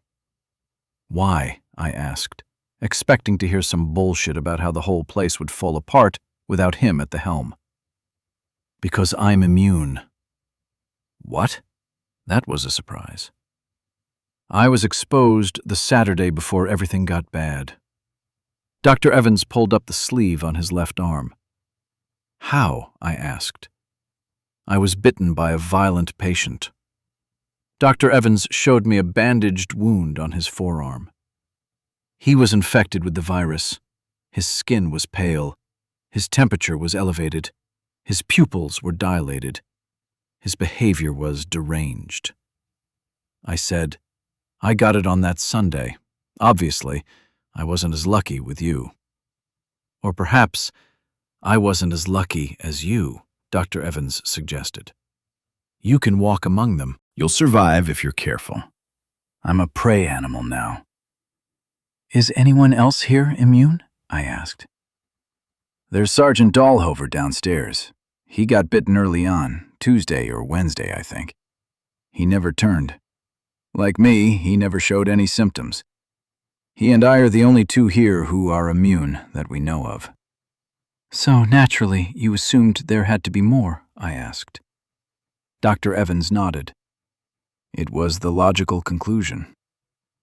Is Sergeant Dahlhover the one in charge of shooting of the infected downstairs? I asked, trying to mask the urgency I felt at the thought of finally arriving at Steph's location, only to get there one bullet too late. Dr. Evans confirmed with a nod. We arrived at the door to the stairwell that would take us down. He looked through the window to confirm there was no movement on the landing. In a new habit of all the living, Dr. Evans very quietly pushed the door open. I followed him into the stairwell, carefully and without a sound. As much as I wanted to hurry, hurrying led to mistakes, and mistakes were paid for in blood. I stopped when he did. We listened to the sounds from far below. The infected were down there, and they were pissed. Dr. Evans looked down the center gap between the stairs. "Anything?" I softly asked, leaning over to look myself. The pungent smell of their unwashed bodies, thick enough to taste, wafted up in the confined space. "We're clear for now," he whispered. "Let's go. They're trying to get at the soldiers behind the barrier down there. They never give up." "Can they see the soldiers through the barrier?" I asked. "Yes, of course," he answered. "They won't give up as long as they can see your guys," I said. Evans stopped halfway down the first flight of stairs and gave me his attention. "Look," I said to him. "If they can't see you or hear you, they eventually lose interest and go away." "Why do you say that?" he asked. "I got lucky," I said. "It worked the first time I tried it." Evans started downward and didn't speak again until we were on the next flight of stairs. "I don't think Sergeant Dahlhover would agree with you on that." I figured I'd give him another nugget of solid gold advice. "You know, every time you shoot a gun, all you accomplish is to draw more of them in." "It's been discussed," said Paul. "It's true," I reiterated. Dr. Evans said nothing else on the subject until he swung the door open for us to leave the stairwell. "Why don't you talk with Sergeant Dahlhover about what you know? If we need to alter our tactics, we will." We came out at the nurse's station just like the one 2 floors up where Dr. Evans had treated my wounds. A skinny man in civilian clothes with a very unmilitary slouch and a droopy, broken man's face eyed us lazily. A soldier far down the hall, his weapon at the ready, called, "Everything all right, Top?" In a raspy, smoker's voice, the skinny sergeant replied, "Yeah." Then, with no change in his posture or facial expression, he looked me over and asked Dr. Evans, "What's this?" "Slow burn," Evans answered, as though all the life had drained out of him. He hadn't emotionally prepared himself to be down among the volunteers. "So they're real?" the sergeant asked. "So it seems," he said. "I'm real," I confirmed, "and just as normal as you." "Yeah." The sergeant said it in a way that made it clear he didn't agree. I already didn't like him. The entire length of the long hall was lined with chairs spaced about 5 feet apart. In most of those sat a sagging person with a torn bedsheet gag between his or her teeth, arms and feet restrained. Some of them stared at the wall across the hall. Some slept with chins on their chests. A few looked at us with interested eyes. 10 or 11 were obviously transitioning from human to beast. One close to the nurse's station was bleeding from his mouth while trying desperately to gnaw through his gag. Down from him, the skin of a woman's wrists and ankles were worn through from her struggles against her bonds. Many of the chairs were empty and sat below big, bloody stains on the wall. And, like red entrance ramps to a highway that nobody wanted to be on, a trail of blood led from each chair to merge with a long, bloody smear to the end of the hall. It was immediately clear what was going on. When the volunteers turned symptomatic, they were shot where they sat. I asked Evans, "What are you doing with the bodies?" In his gruff voice, Dahlhover answered for Evans, "Throwing 'em out the window." Just listening to his voice made me want to cough the phlegm out of my own lungs. That's a bad idea. Using apathy as a defense, the sergeant said, "Can't keep 'em here." "But the infected are eating them below," I protested. "You're giving them a reason to keep hanging around." "Doesn't matter," he said. "They'll be eating us all soon enough." Dr. Evans cut in. "Zed Zane, this is Sergeant Dahlhover." Sergeant Dahlhover looked at me again, with no change in his droopy eyes. He made no effort to shake my hand. I was apparently untouchable. "Fuck him." I said, "Hello?" No response. Double fuck him. Dr. Evans, in a voice that saddened more with each word, asked of Sergeant Dahlhover, "How many so far? I see lots of empty chairs." 83. 83 people, all shot in the head and tossed out a window. Dr. Evans looked at me. This was my idea. I'm the one who convinced these people to bet their lives on hope. Droopy-eyed Dahlhover just stared at him. Dr. Evans was getting hard to look at, so I scanned up and down the hall, searching for a head of red hair. Is Steph alive or dead? Steph? Dahlhover asked. Nurse Leonard, I clarified. With the smallest of gestures, he pointed. She's down the hall. My mood perked up, but I quickly tamped it down. Fever? Dahlhover croaked. No. I didn't ask for any more information, nor did I wait for permission. I stepped out of Dahlhover's sad gaze and hurried down the hall, looking at each face as I passed. I'd only seen Steph with a surgical mask on. Aside from red hair, green eyes, and fair skin, I had little idea what she looked like. To look down that long hall had the emotional effect of looking through a neighbor's window while they beat a crippled dog. Walking down the hall, trying to avoid stepping on the viscous trail of coagulated blood, was viscerally painful. Some volunteers, seeing only their last hopeless thoughts, let me pass like an invisible man. One woman stared with tears on her cheeks at a mural of blood above an empty chair directly across the hall from her. Right there, over 5 or 10 or 12 hours, she had seen a person, perhaps someone she knew, perhaps a close friend, slowly turn from human into something else. She had watched the face lose hope when the fever came on. She witnessed the deterioration of the mind. She saw the animalistic gnawing at the gag and the scraping of skin until blood flowed. She saw the black, wild eyes where no human intellect lived anymore. I wondered, when Dahlhover's revolver fired, ringing everyone's ears, splitting that skull, whether she saw it as a mercy or a horror. Down that trail of tears, blood, and utter despair, I spotted a redhead with tear-drained but alert eyes turning to watch me approach. Recognition perked her to life, and I couldn't stop myself from running the last steps. Stopping beside her chair, I immediately started untying the strip of bedsheet that gagged her mouth. "Hey," Dahlhover rasped from somewhere behind me. I ignored him and removed the gag. In a hoarse voice, Steph said, "Wow, you're still alive." I swallowed hard on a lump in my throat, as a faint but real smile stretched my lips. "Wow, you're still alive." Steph's smile was real, but it was competing with the pain on the rest of her face.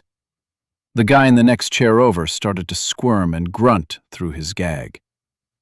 "Can you take his off too?" Steph asked. "Okay." I stepped over and started on the guy. "God damn it." Dahlhover's voice echoed up the hall. I didn't even look at Dahlhover, but I heard his voice drop to background noise as he droned something at Dr. Evans. To Steph, I said, "And I thought I was uptight." Steph answered, "It hasn't been easy for any of us."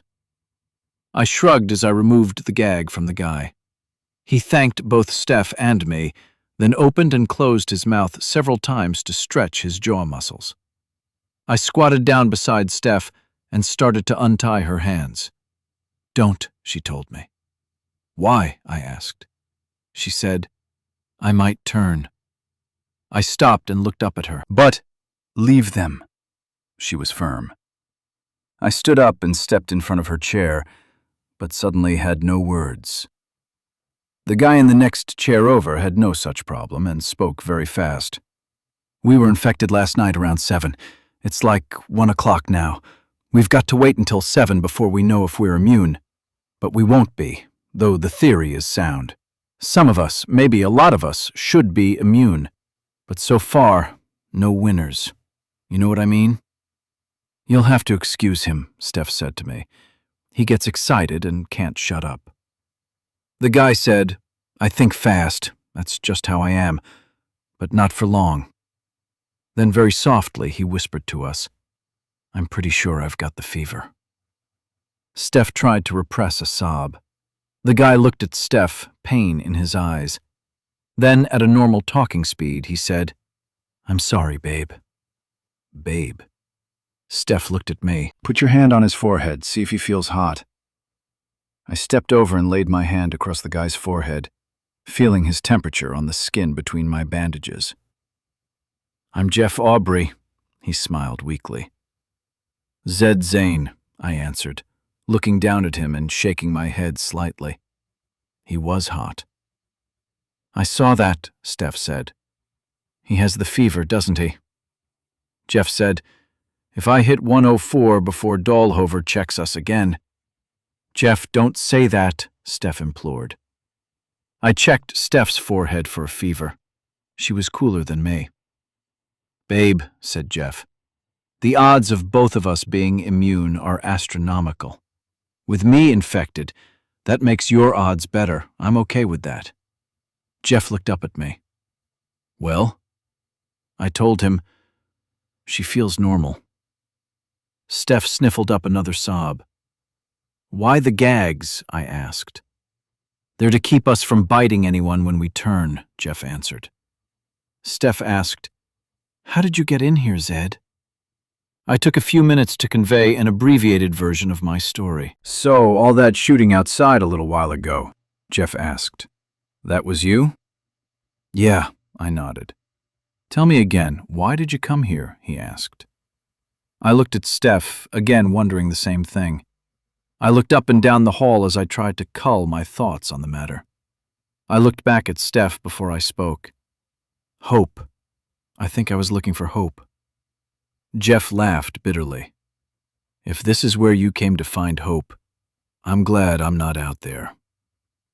Without looking back to Jeff, I asked Steph, "Does he ever stop talking?" "No," she answered. "Now you know why I needed you to talk to." "For what it's worth," I said, "I'm glad you're still alive. I'm glad that you still have a chance." "Hey, Zed," Jeff demanded my attention like a needy toddler. "Yes, Jeff?" "I'm going to be dead in an hour or two," he said.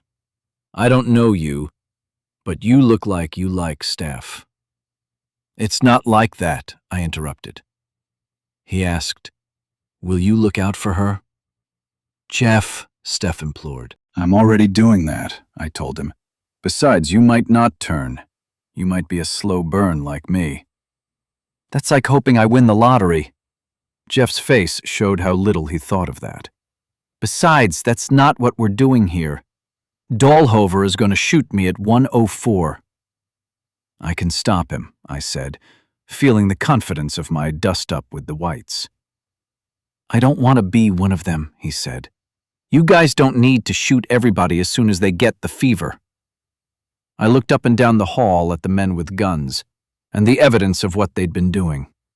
It disgusted me. You've got nothing to lose by waiting. Jeff said, "It's been discussed. It's been decided. I knew what I was getting into when I volunteered for the infection." I said, "I guess I did come to a wrong place for hope." "There might be a speck of hope," Jeff contradicted me. I thought about punching him in the face. Not seriously, but the thought did cross my mind. Looking back at Steph again, I asked, "Does he always do this?" To Jeff, I said, "Would you pick one side of the issue? Are you hopeless or not?" "I analyze things," he said. "I look at all sides. I'm a numbers guy. There is hope in the numbers." I looked back at Steph. "What does that mean?" "This is new to me," she said. Jeff squirmed against his bonds, wanting very much to move his hands as he talked. "I've had a lot of time to think about things while I've been here, waiting for the infection to rot my brain." "And?" I asked. "This whole thing is only going to last 6 to 18 months, he told us. If you can find a way to last that long, then you're home free." Steph asked Jeff, "What does that even mean?" In his rapid-fire speech, Jeff said, "The infection rate was over 99%. Some of the infected died outright. Most of them turned into white-skinned cannibals. For the Austin area, that meant we had nearly 1 million infected running around, trying to eat anything that moved." Seems like I've heard this before. It was like listening to Jerome all over again. Jeff pressed on. "By the time the infection runs through the population, there might be 10,000 people who are either immune or slow burns, maybe less. Not very good odds." I looked up and down the hall again. I was already bored. Dalhover and Evans were talking quietly near the nurses' station. The soldiers at each end of the hall were attentive, but hadn't moved from their positions. About 4 chairs down, one of the tied-up volunteers was starting to get very agitated. He'd turned. "Of those 10,000, Jeff continued, who knows how many are still alive? It might be 5,000. It might be a couple of thousand. But with 1 million infected on the loose, the odds of an immune person staying alive are pretty bleak." Steph said, "And that's one of the reasons everyone here was so hopeless. How can we fight 1 million infected?"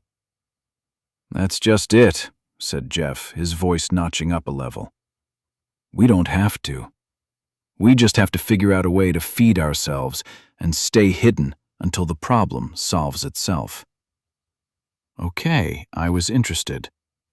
What does that mean, solve itself? When the infected get hungry, and there aren't any of us around for dinner, they eat each other, right? Jeff asked. "I've seen that," I confirmed. "So that's true?" Steph asked. I nodded. "People are omnivores," said Jeff. "With 1 million infected running around Austin, they'll eat every piece of biomass they can get their hands on, whether it's a house cat, an acorn, or us. Pretty quickly, the most plentiful food source available to them is going to be each other." Do you know that the average American contains about 200,000 usable calories? Really? That was a surprisingly morbid bit of trivia. How could you know that? Jeff went through the calculation with me. If you take the average weight of a Texan and subtract the weight of the skeleton, then figure the body fat percentage, you can calculate the calories. "And that comes out to 200,000 per person?" I asked. Jeff nodded. "The average calorie intake for a person of the average size is about 2,500 calories. "That seems high," Steph countered. "We're talking averages," Jeff shot back. "There are a lot of really big people out there." "I thought their metabolisms run a lot faster than normal," I said. "That's been suggested but not proven," said Jeff.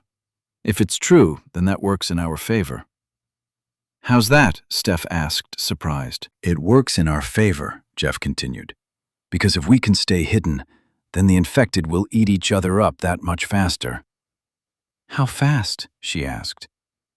"If they are their only food source, they'll probably eat each other up at the rate of 8 to 9% per month." So 1,000,000 infected today turns into about 100,000 in 6 months, and about 10,000 6 months after that. And all of the infected coming this way from the Houston fires? I asked. Doesn't change the math much, said Jeff. More infected means more mouths to feed. More mouths to feed means more infected get eaten. The result doesn't change in the end. Steph's face looked almost hopeful. That makes it sound like we have a chance. And you did all this math in your head while you sat there? I asked, with as much disbelief as I could put into my voice. Steph said, "He's really good with numbers." I shook my head. I'd need a spreadsheet to figure all that out. Jeff doesn't, Steph reassured me. Wow. That was impressive. You know, I saw a news story about the drought and the reduction of the state's cattle herds, and one of the surprising bits of information I came across was that there were something like 5 or 6 million cattle in Texas. What do cattle weigh? Somewhere between 500 and 1,500 pounds? That's a lot of calories, right? Enough to seriously change the math, Jeff agreed. And then there are the other farm animals, sheep, goats, horses, whatever, I added. But to get those calories, the infected have to leave the city to find them, said Jeff. They have to figure out how to eat them. Cowhide is tough, probably too tough for our tiny, blunt teeth to bite through. But that's not the most important point. The infected don't know that all of those calories are out there for free. They're not that smart. They only see the calories running around the cities with them. Those are the ones they'll try to eat. You may be right, I agreed. But it sounds like there are a lot of hopes and guesses built into your calculations. Jeff nodded. There are lots of factors that can affect the final number. But the only real question about the end result is when we arrive at 10,000 infected, not if we arrive there. How long do you have to wait until the infected population kills itself off? That might be 6 months, it might be 2 years, it might be 5 years. But however you look at it, there's a time in the not-too-distant future when the infected become a manageable problem. All you have to do is stay alive until then. Jeff talked for another 5 or 10 minutes before he got a very glassy look in his eyes and then passed out mid-sentence. Steph had me check his pulse. He wasn't dead, but he was burning up. In the silence left by Jeff's unconsciousness, I asked, "So you guys are a thing?" "We're engaged," Steph said with little enthusiasm. I felt a pang of irrational jealousy. What did I have to be jealous about? "Zed, I should have told you that I had a fiancé." I shook my head. "No, it's not. That's not why I came. At least now you know why I needed someone to talk to." She nodded at unconscious Jeff. There's barely enough room in Jeff's conversations for Jeff, let alone me. I smiled. "Yeah. Thanks for coming. It means a lot to me." I shrugged. "I was worried. I had to know if you'd made it." "Was it worth risking your life to find out?" That was a hard question. I lived through it, so yes, I guess so. "Do you think you'll make it?" Steph shrugged and shook her head with minimal effort and less result. "I don't know. Maybe. None of the others that we infected lasted this long." Chapter 9. After talking with Steph for another half hour about the only things on our minds, the virus, the infected, and our experiences, I returned to the nurse's station. Evans and Dahlhover stopped talking and looked at me when I walked up. During my time down the hall, Dr. Evans seemed to have regained something of himself. He stood a little straighter. His face was a little more animated. Dahlhover's face retained its permanent disappointment. "First off," I said, "thank you for not trying to kill me yet." It seemed like a good way to start the conversation.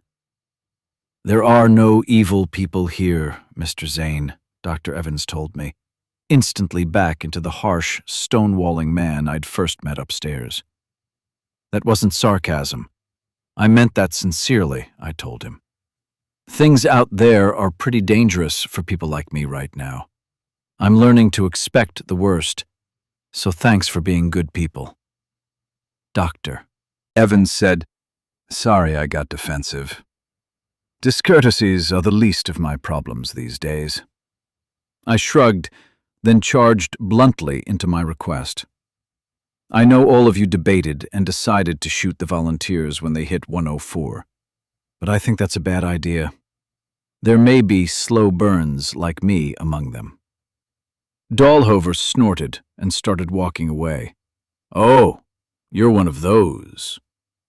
I really didn't like that guy.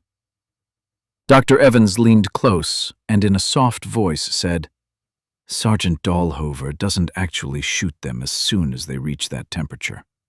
Before we started this experiment, we all agreed that we would, but Sergeant Dahlhover waits for the dementia and the violent behavior, so he knows for sure." "Oh." I turned toward Dahlhover to apologize, but he was walking toward the end of the hall, a thermometer in one hand and a pistol in the other. I don't understand then. He goes through the temperature checks every hour because that's the procedure we agreed on. But why? Waiting for the volunteers to turn before shooting them presents a real risk to the rest of us. But Dahlhover is the one who shoots them. Then he and these men carry the bodies to a window and throw them out. It's gruesome, emotionally difficult work. Dahlhover refused to shoot anyone until there was no doubt what they were.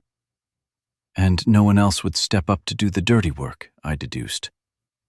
Dr. Evans' face turned sadder, and he nodded. "I guess it's easier when they're actively trying to kill you," I surmised. "But tied up in a chair? Yeah, sitting there looking like normal people, for the most part. Yeah, it would be hard." I looked back down the hall at Dahlhover, who slumped as he walked under the burden of his duties. "Sergeant Dahlhover is a good man," Dr. Evans said. "He's prickly, but he's a good man." "Is he organizing your defense?" I mean, who's in charge of that? I retired as a colonel, but I was doctor. If anyone is in charge here, it's me. After me, Sergeant Dahlhover has been the ranking military man for 3 days now. Yes, he organizes our defense. "Will he listen to me if I talk to him about your tactics?" I asked. "He's prickly, but not closed-minded," said Evans. "Do keep in mind, though, we're all learning as we go." Down at the end of the hall, Dahlhover started taking temperatures. More than a dozen volunteers were sitting up straight in their chairs with their attention focused on the proceedings. Steph was turned toward Dahlhover, her thick red hair hanging down to her shoulders. I wondered how it must feel, watching the executioner working his way up the hall, not knowing if it was your turn to die.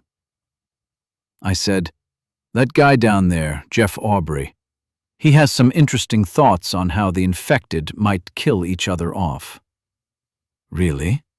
Dr. Evans was interested. "Yeah, you should talk to him pretty soon," I said flatly. "He's got the fever." "I was hoping he'd make it," said Evans. "He's a bright guy." "He could turn out to be a slow burn," I hoped aloud. "I'm afraid that's a lot rarer than you think." "But you don't know for sure, do you?" I asked. "Nobody knows for sure," Dr. Evans conceded. Changing the subject, I asked, "May I make an observation?" "Sure." "You didn't want to come down here, did you?" I asked. "It was easy to see. But you seem a little better now." Dr. Evans nodded. 17 of the volunteers haven't shown any signs of the virus yet." "Meaning?" "I hate to venture a guess," said Dr. Evans. "I'm hopeful. After all of the volunteers in the first 2 groups died, I was afraid that we were making a big mistake. But with 17 showing no symptoms 18 hours after exposure, it's a positive sign." "So Steph might make it?" I asked. Don't get your hopes up unrealistically. I'm learning new degrees of pessimism every day, I said. But I do know that good things can happen, even with everything that's going on. Hoping that Steph or any of these other people will be okay isn't the same as believing they will be. Dr. Evans gave me a half-dozen nods, I guess to emphasize his agreement. We're on the same page, then. I don't know if Steph will make it, but I'm sure some of the 17 will. At least for me, that was more hope than I came down here with. Let me ask you, Zed, now that you're here, are you staying? No. Through all the morning's blood and despair, I'd chosen a path to my hope, and my own hope lay with those that desperate, shared struggle had bonded to me. My new family, Murphy, Mandy, and Russell. I have people to get back to. Leaving will be harder than coming, said Evans. I don't know, I half smiled. Coming was pretty hard. Yes, I guess it was, Doctor. Evans caught a little bit of a smile himself. Listen, I said. After you finish your experiment with the volunteers, get up on the top floor, stay quiet, and don't let the infected see you. Eventually, they'll leave you alone. I appreciate the advice, said Dr. Evans, and we may do just that. But please do talk to Sergeant Dahlhover. He has some opinions about the behavior of the infected that you might find interesting. Like what? I asked. I'm not in agreement, so it would be better if he explained his position. Okay, I said. Listen, after I get out of here, I'll try and find a way to get back in contact with you. My buddy and I are both slow burns. We can move among them without too much danger. We may be able to help you if you start running low on supplies. Why don't you both join us? I stifled a sarcastic laugh.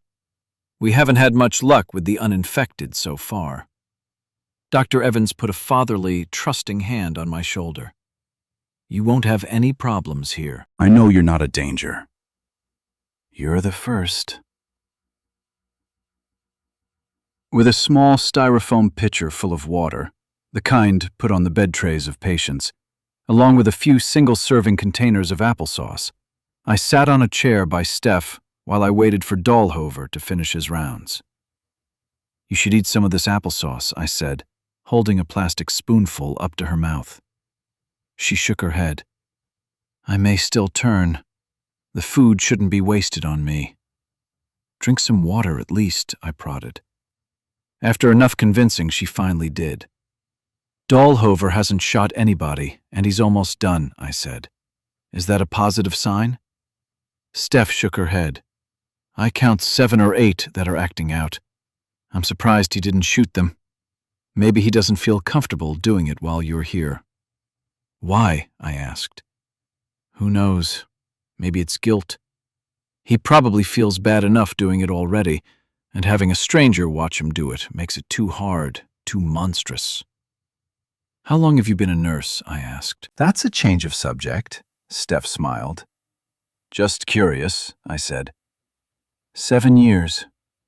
Really? I hadn't expected that number. What does that mean? She asked. I was gonna say that would make you 30 or 31. Thanks, Steph said insincerely. But you don't look that old, I said. I mean, you seem mature, but you look like you're in your mid-20s. Mature? I shrugged as I fished for the right words. Confident, strong. Not hung up in pretending you are or aren't something.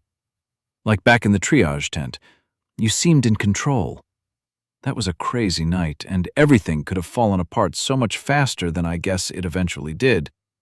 But you're one of those people who's kind of like a rock in a storm. It calms the people around you. Steph smiled and almost laughed. That's the nicest I've heard it said. What's that? Steph nodded over at Jeff. He says I have a stick up my ass all the time. It was my turn for muted laughter. Thanks, she said sarcastically again.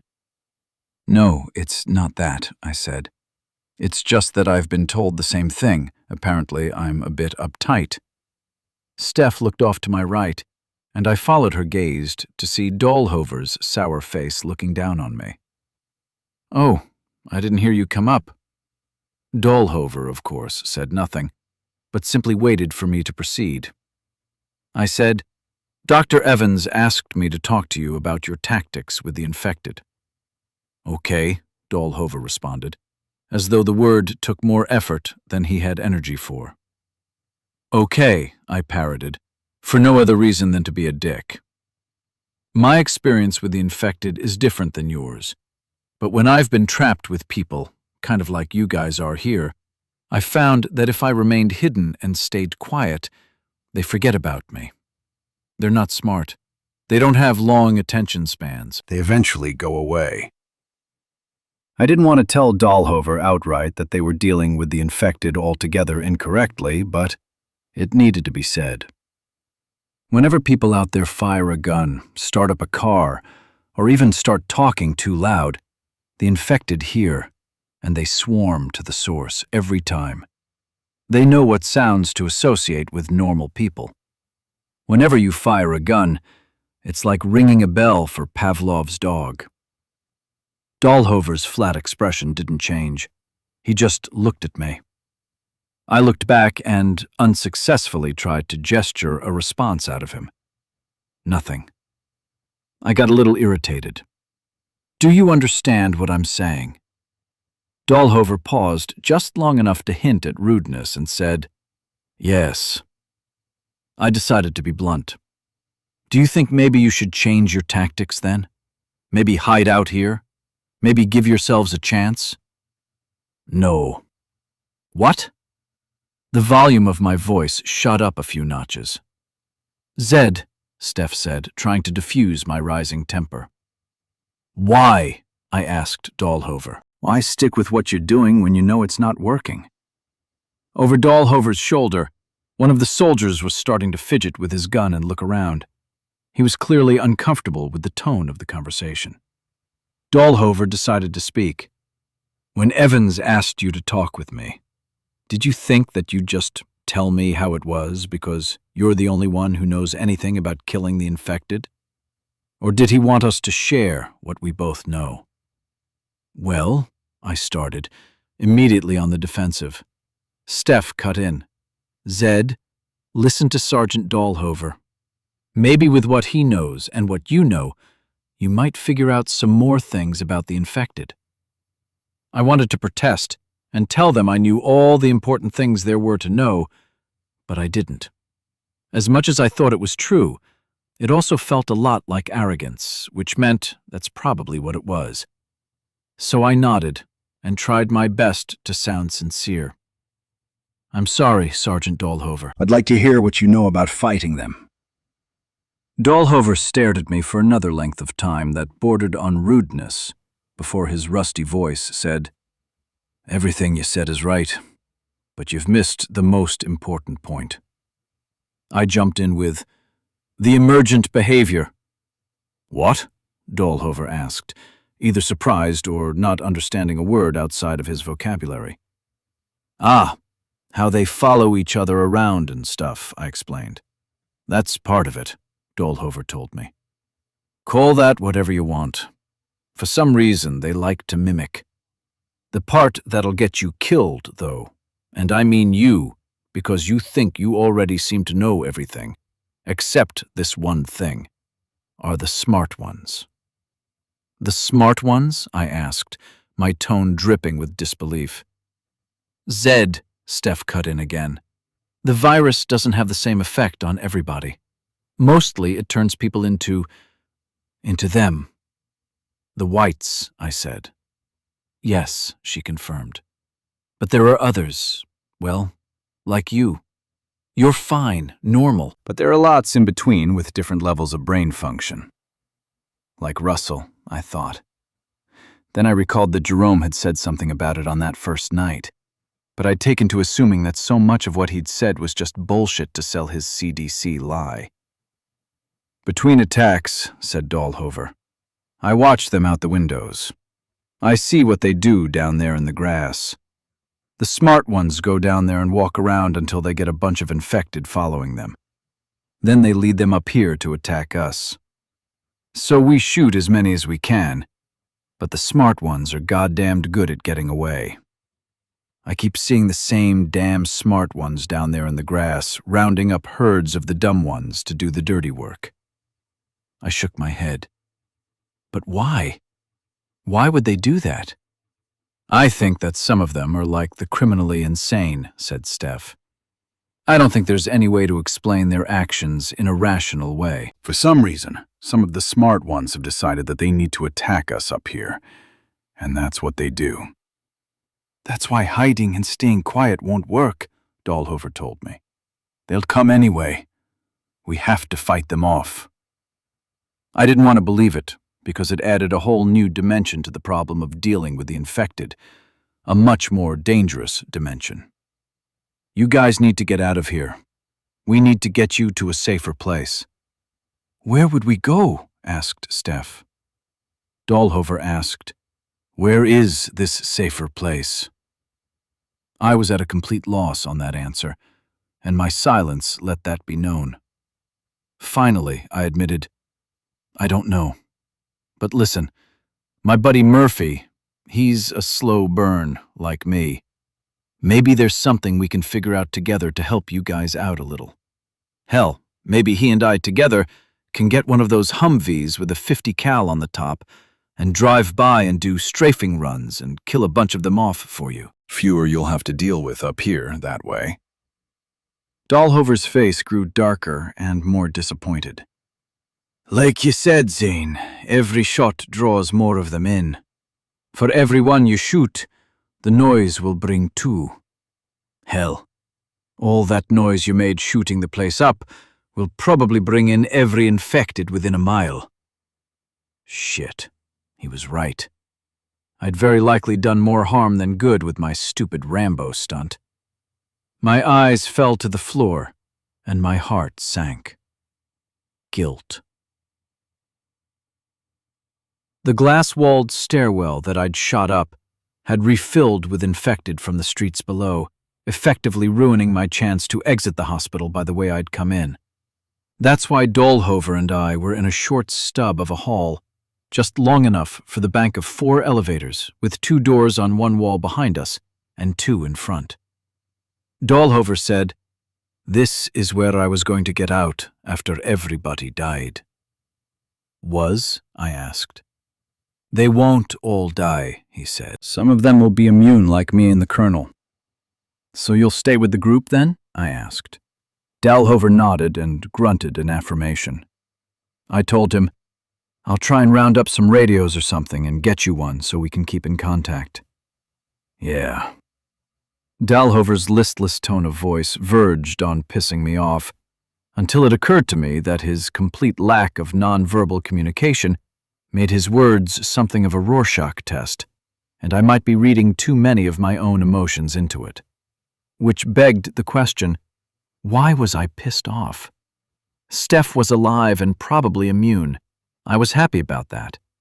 The situation in the hospital was deteriorating, but stable enough for the time being. Could it be jealousy over Steph and Jeff? I had to ask myself if I really was that immature.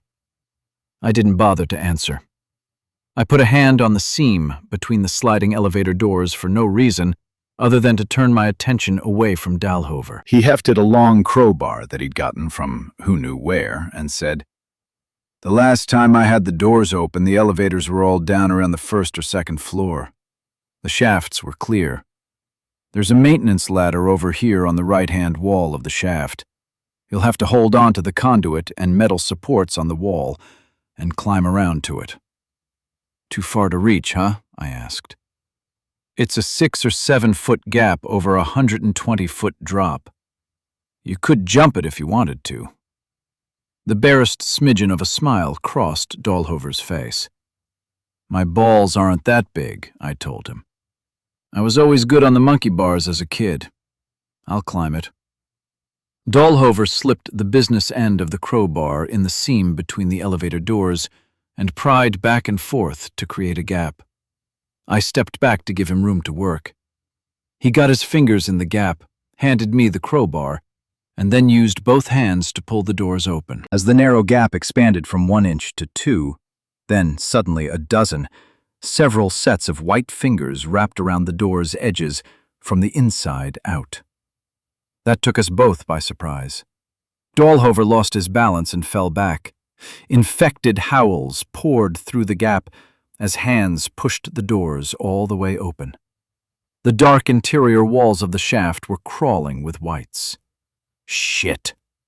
I drew my machete as a white face popped out past the door and looked down at Dahlhover. I jumped over and hacked, cutting a diagonal chasm across its face. Blood erupted from the wound, along with an enraged scream that followed the white as it fell back into the shaft. Dahlhover yelled something, but my focus was on another white trying to climb out on the far side of the doorway. I swung the machete in an arc to the right and cleaved the infected's hand between the fingers. The hand lost its grip, and gravity pulled him down the shaft. Howling swelled up from the bottom. The frenzy was on. A pair of feet dangled down from the top edge of the elevator doorway. I hacked across the ankle, and blood poured out. 2 heads came up from below. Neither survived long enough to get more than an arm through the door. I felt confident for about 2 seconds, believing that I could hold them off with the machete, while Dahlhover figured out how to fix the problem we'd just created. Movement to my left snuffed the life out of that line of thinking. After seeing the first elevator door slide open, I guessed that the infected had enough brain capacity to apply that same solution to opening the second set of doors in the 2 elevator-wide shaft. Machete time was over. "Goddamn smart ones," Dahlhover groused. He fired the first shots, hitting the whites squirming through the gap between the other set of doors. "They'll be coming through all of the elevator doors on these shafts now." Dahlhover shouted with the decisive authority of a man who'd been listened to his whole life. The 2 floors above will get ambushed. I grabbed my last hand grenade, pulled the pin, got as close to the elevator door as I dared, and tossed it underhand up into the shaft above. Sergeant Dahlhover understood immediately my intent and the risk of it. He was already scampering away from the elevator bank when I turned to follow. I had nothing by which to gauge where in the shaft the grenade would detonate. I only knew that I didn't want to be standing in front of the open elevator door if it happened there on its fall back down. I ran after Dahlhover and just made it around the corner when the blast reverberated through the halls. Sergeant Dahlhover and I immediately spun on our heels to go back. "I'll hold them at the elevators as long as I can," he shouted at me before we started to move. "You need to warn them upstairs. The smart ones will be coming through the elevators." I sprinted back toward the nurse's station. The halls seemed to narrow and enhance my sensation of speed. I felt like I was flying, which was exactly what I needed to be doing. Behind me, Dahlhover's rifle fired. At the T intersection with the main hall, I looked right and left. The guards that had been at each end were running at full speed toward me and were close. "The infected are in the elevator shafts," I shouted. "They figured out how to open the doors." I pointed at one of them. "You, run upstairs and warn them." I pointed at the other. "You, go help Dahlhover." "What about them?" a guard asked, pointing at the volunteers as he moved. "Go," I commanded. Both soldiers ran. Up and down the hall, the volunteers that still had the mental capacity for it understood that danger was on the way, and they were struggling against their bonds. The experiment was over. I ran at full speed down to Steph. "What's happening?" Jeff asked, conscious again. "Zed?" Steph's eyes were wide with terror. I drew my knife and quickly cut her loose. I jumped over and proceeded to cut Jeff loose. As soon as his hands were free, I gave him the knife and told him, "Go cut loose anyone who's not symptomatic." I turned and pushed my Glock into Steph's hand. "Can you use this?" "Yes." I pulled out 4 magazines and put them in her lap as I very urgently told her, "They're coming in through the elevator shafts. Take everybody upstairs to 12. Without another word, I ran back toward the sound of gunfire. Zed! I heard Steph's voice behind me. Zed! I ran on. There was nothing more to say. I rounded the nurse's station and slid to a stop as the gunfire suddenly ceased. A half-second later, Sergeant Dahlhover ran out of the short hall between the elevators. 5 steps behind him, an infected man rounded the corner, screaming and grasping. I dropped to a knee and aimed my M4. 2 more infected followed. Dahlhover ran right at me, and in his face I finally saw emotion. Fear. Pointing my rifle at his chest, I yelled, "Duck!" He took 2 steps to comprehend, then chose to trust me. He hit the floor like he was sliding into second base. As soon as his body fell out of my sights, I fired a 3-round burst at the infected man who'd been on his heels. His chest exploded in red, and he lurched to the side. I fired again and again at the other 2, and enough of my bullets hit flesh. Faster than I thought possible, Dahlhover was back on his feet and hugging the wall as he ran toward me. More infected ran out of the elevator bank. 5, 7, 10. Oh, shit. Dahlhover took up a position on the opposite side of the hall and brought his weapon to bear. The elevator shafts were full of them, he fired. We won't be able to hold them. There were at least a dozen dead or dying in the hall, and another 10 or 12 stumbling over the bodies of the fallen. They were coming around the corner faster than Dahlhover and I could kill them. We need to retreat to 12, Dahlhover yelled to me. I leaned back and peeked up and down the hall full of volunteers. 5 or 6 people were on their feet, 2 helping Steph to get someone free, the others running for the stairwell. Not yet, I hollered. We need a few minutes. What? Dahlhover was livid. He jumped to his feet and stepped back into the main hall. He looked up and down, then paused, red-faced with rage or urgency, I didn't know. But without another word, he returned to his kneeling position and fired. We were killing and killing and killing, but the infected were advancing. I wished I still had those 2 other grenades. We didn't have a few minutes. I yelled back up the hall, "Steph, Jeff, you're almost out of time." Dahlhover dropped a magazine to the floor and reloaded with enviable speed. "Last mag." I ran a hand across my vest, pulled out a few, and flung them across to him. He gave me a nod. I emptied another magazine, filling the hall with screams, before I paused to reload. As soon as the magazine clicked in, I looked back around the corner. Steph and 5 others were running toward me. The stairwell was just to my right around the corner. I yelled, "Dahlhover, they're coming. Go when you're ready." Dahlhover jumped across the hall and got right in my ear. "Go into the stairwell and yell. I've got 2 men manning the barricade 5 floors down. Make 'em run.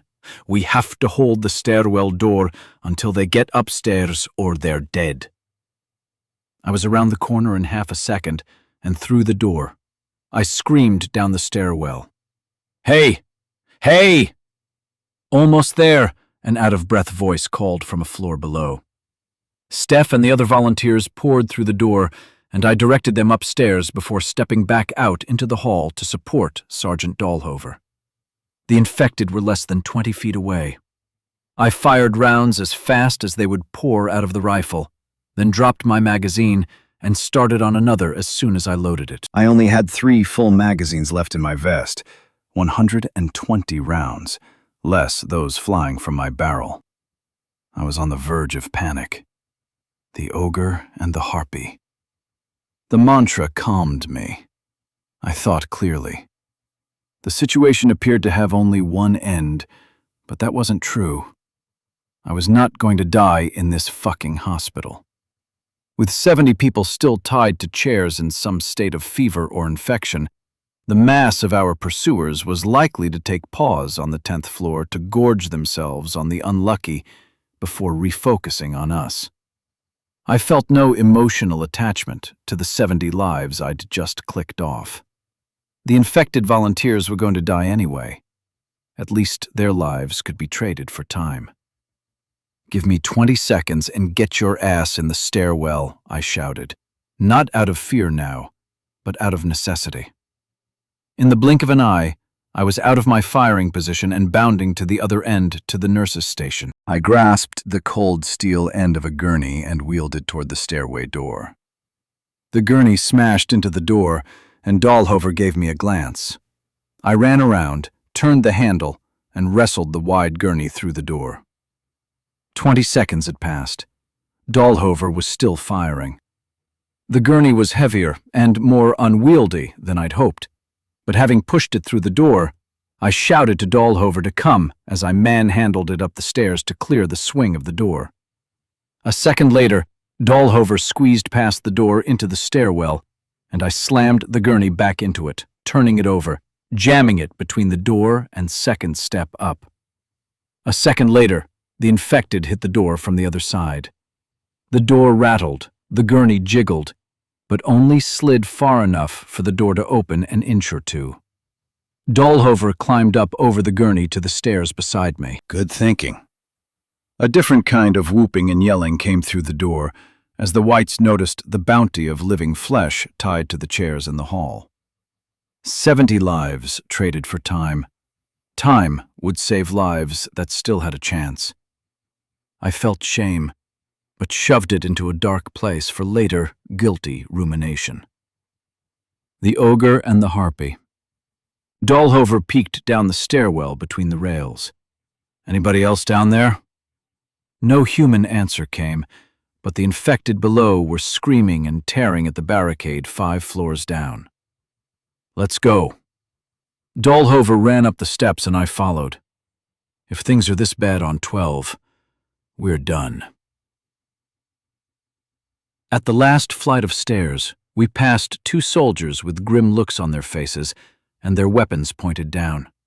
Several of the hospital staff were starting to build a new barricade at the top of the stairs, using chairs, beds, and pieces of equipment I couldn't identify. As soon as we exited the stairwell and stepped into the hall, I heard gunfire blasting from down near the elevators. The battle for 12 was already on. Dr. Evans was standing at the nurses' station where he had a view of all 3 wings. He was pointing to a couple of the staff and giving them instructions. Dahlhover and I ran up beside him as the 2 staff members hustled off. To Dr. Evans, Dahlhover said, "Colonel, 10 is overrun. Zed cut the staff loose that weren't symptomatic yet." Like a meth addict, my adrenaline rush had my attention blazing on overload, and I couldn't stand still. I noticed Jeff Aubrey, pale and unconscious again in a chair behind the nurses' station. When he next awoke, he'd be one of the infected. We would need to deal with that. Dr. Evans told Dahlhover, "We've got everyone off of 11. We've got 6 men at the elevator bank keeping them back, but all 4 doors are open." There's no activity on the exterior stairway yet, but that will change with all of the commotion. You saw that we're trying to seal off this stairway. I think there are 26 of us now, but I'm not positive on the count. Half military, half infected hospital staff. Already bored with Evans's status report, having deduced that much 2 seconds after I came out of the stairwell, I was watching the nurses and other doctors running in and out of rooms, gathering equipment. It was urgent, but organized, controlled. I didn't see Steph among them. "We're setting up a fallback barricade on the north wing," Dr. Evans said. Fallback, fallback, fallback. No, I didn't shout it. I just said it. Dahlhover and Evans stopped, surprised, and looked at me. "No?" Evans asked. I spoke quickly, but not in panic. "Dahlhover's right about the smart ones. Some of them are trying to work cooperatively. The fact that the other elevator shaft is now open proves that. They must have opened it. They're able to find the weaknesses in your defenses. It's obvious that hiding here won't end well. If we don't escape, we'll die." "Escape is suicide," Dr. Evans disagreed. Without a moment of hesitation, Dahlhover nodded his head at me and said, "He's right." Dr. Evans shrank and sagged back into the man I'd first met 2 hours before. That's what despair looked like. Weakly, he asked, "How?" Dahlhover said, "We've probably got some time while the infected are on 10. We'll have to figure something out and then take a chance. Some of us are bound to make it." Dr. Evans shook his head, not at us, but more at himself and some internal dialogue. "We'll go with Dahlhover's escape plan," I said. "We're going down the elevator shafts." Dahlhover's droopy, apathetic eyes found another new expression when they looked at me. The expression said, "Dumbass." Chapter 13. It was a suck plan, but our choices were sucky or shitty. You take what you can get. 30 minutes after my arrival on the 12th floor, the flow of infected climbing up out of the elevator shafts had slowed to a trickle. Most were exiting on the 10th floor, drawn by the ecstatic howls advertising the feast below. I peeked down both shafts to confirm that. There was light coming in from some open doors 12 floors down, and light from the open doors near the top, but most of the shaft was hidden in deep shadow. Any part of the walls illuminated with dispersed light was covered with fearless white climbers. The bottoms of both shafts were covered with dead whites, and those among the infected who were happy to eat their own. Having done my final check of the shafts, I hurried back around the corner to where everyone and everything was staged. Dr. Evans and Sergeant Dahlhover looked at me with expectant eyes. "Last chance, guys. Are we doing this?" If not, I'll go out by myself, or with whoever else wants to chance it. I don't expect more than half of us to make it, and that's if we get lucky, Dr. Evans said. He was back to being detached, efficient Evans. His analysis was probably right. I looked at Dahlhover. In his flat, gravelly voice, he said, "Everybody's in. They all see where this is going to end if we stay. Then we run for it." I pasted on my best fake smile. Running has worked for me more times than I can count. Dr. Evans turned to the survivors arrayed by the wheeled hospital beds up the hall. He yelled, "Does everyone know what to do?" Only silent, stern faces looked back. Heads nodded. I looked for Steph's face in the hall. Our eyes met. Hers were red from crying over Jeff. She wouldn't allow anyone to shoot him, and she wouldn't leave him at the nurse's station. I'd given her a hand moving him into a small storage room near the end of the main hall. She locked the door from the inside and left him there. Sure, there was a chance he'd awaken in a day or two as a slow burn, like me, but "If anyone gets separated from the group, you're on your own," Dr. Evans said.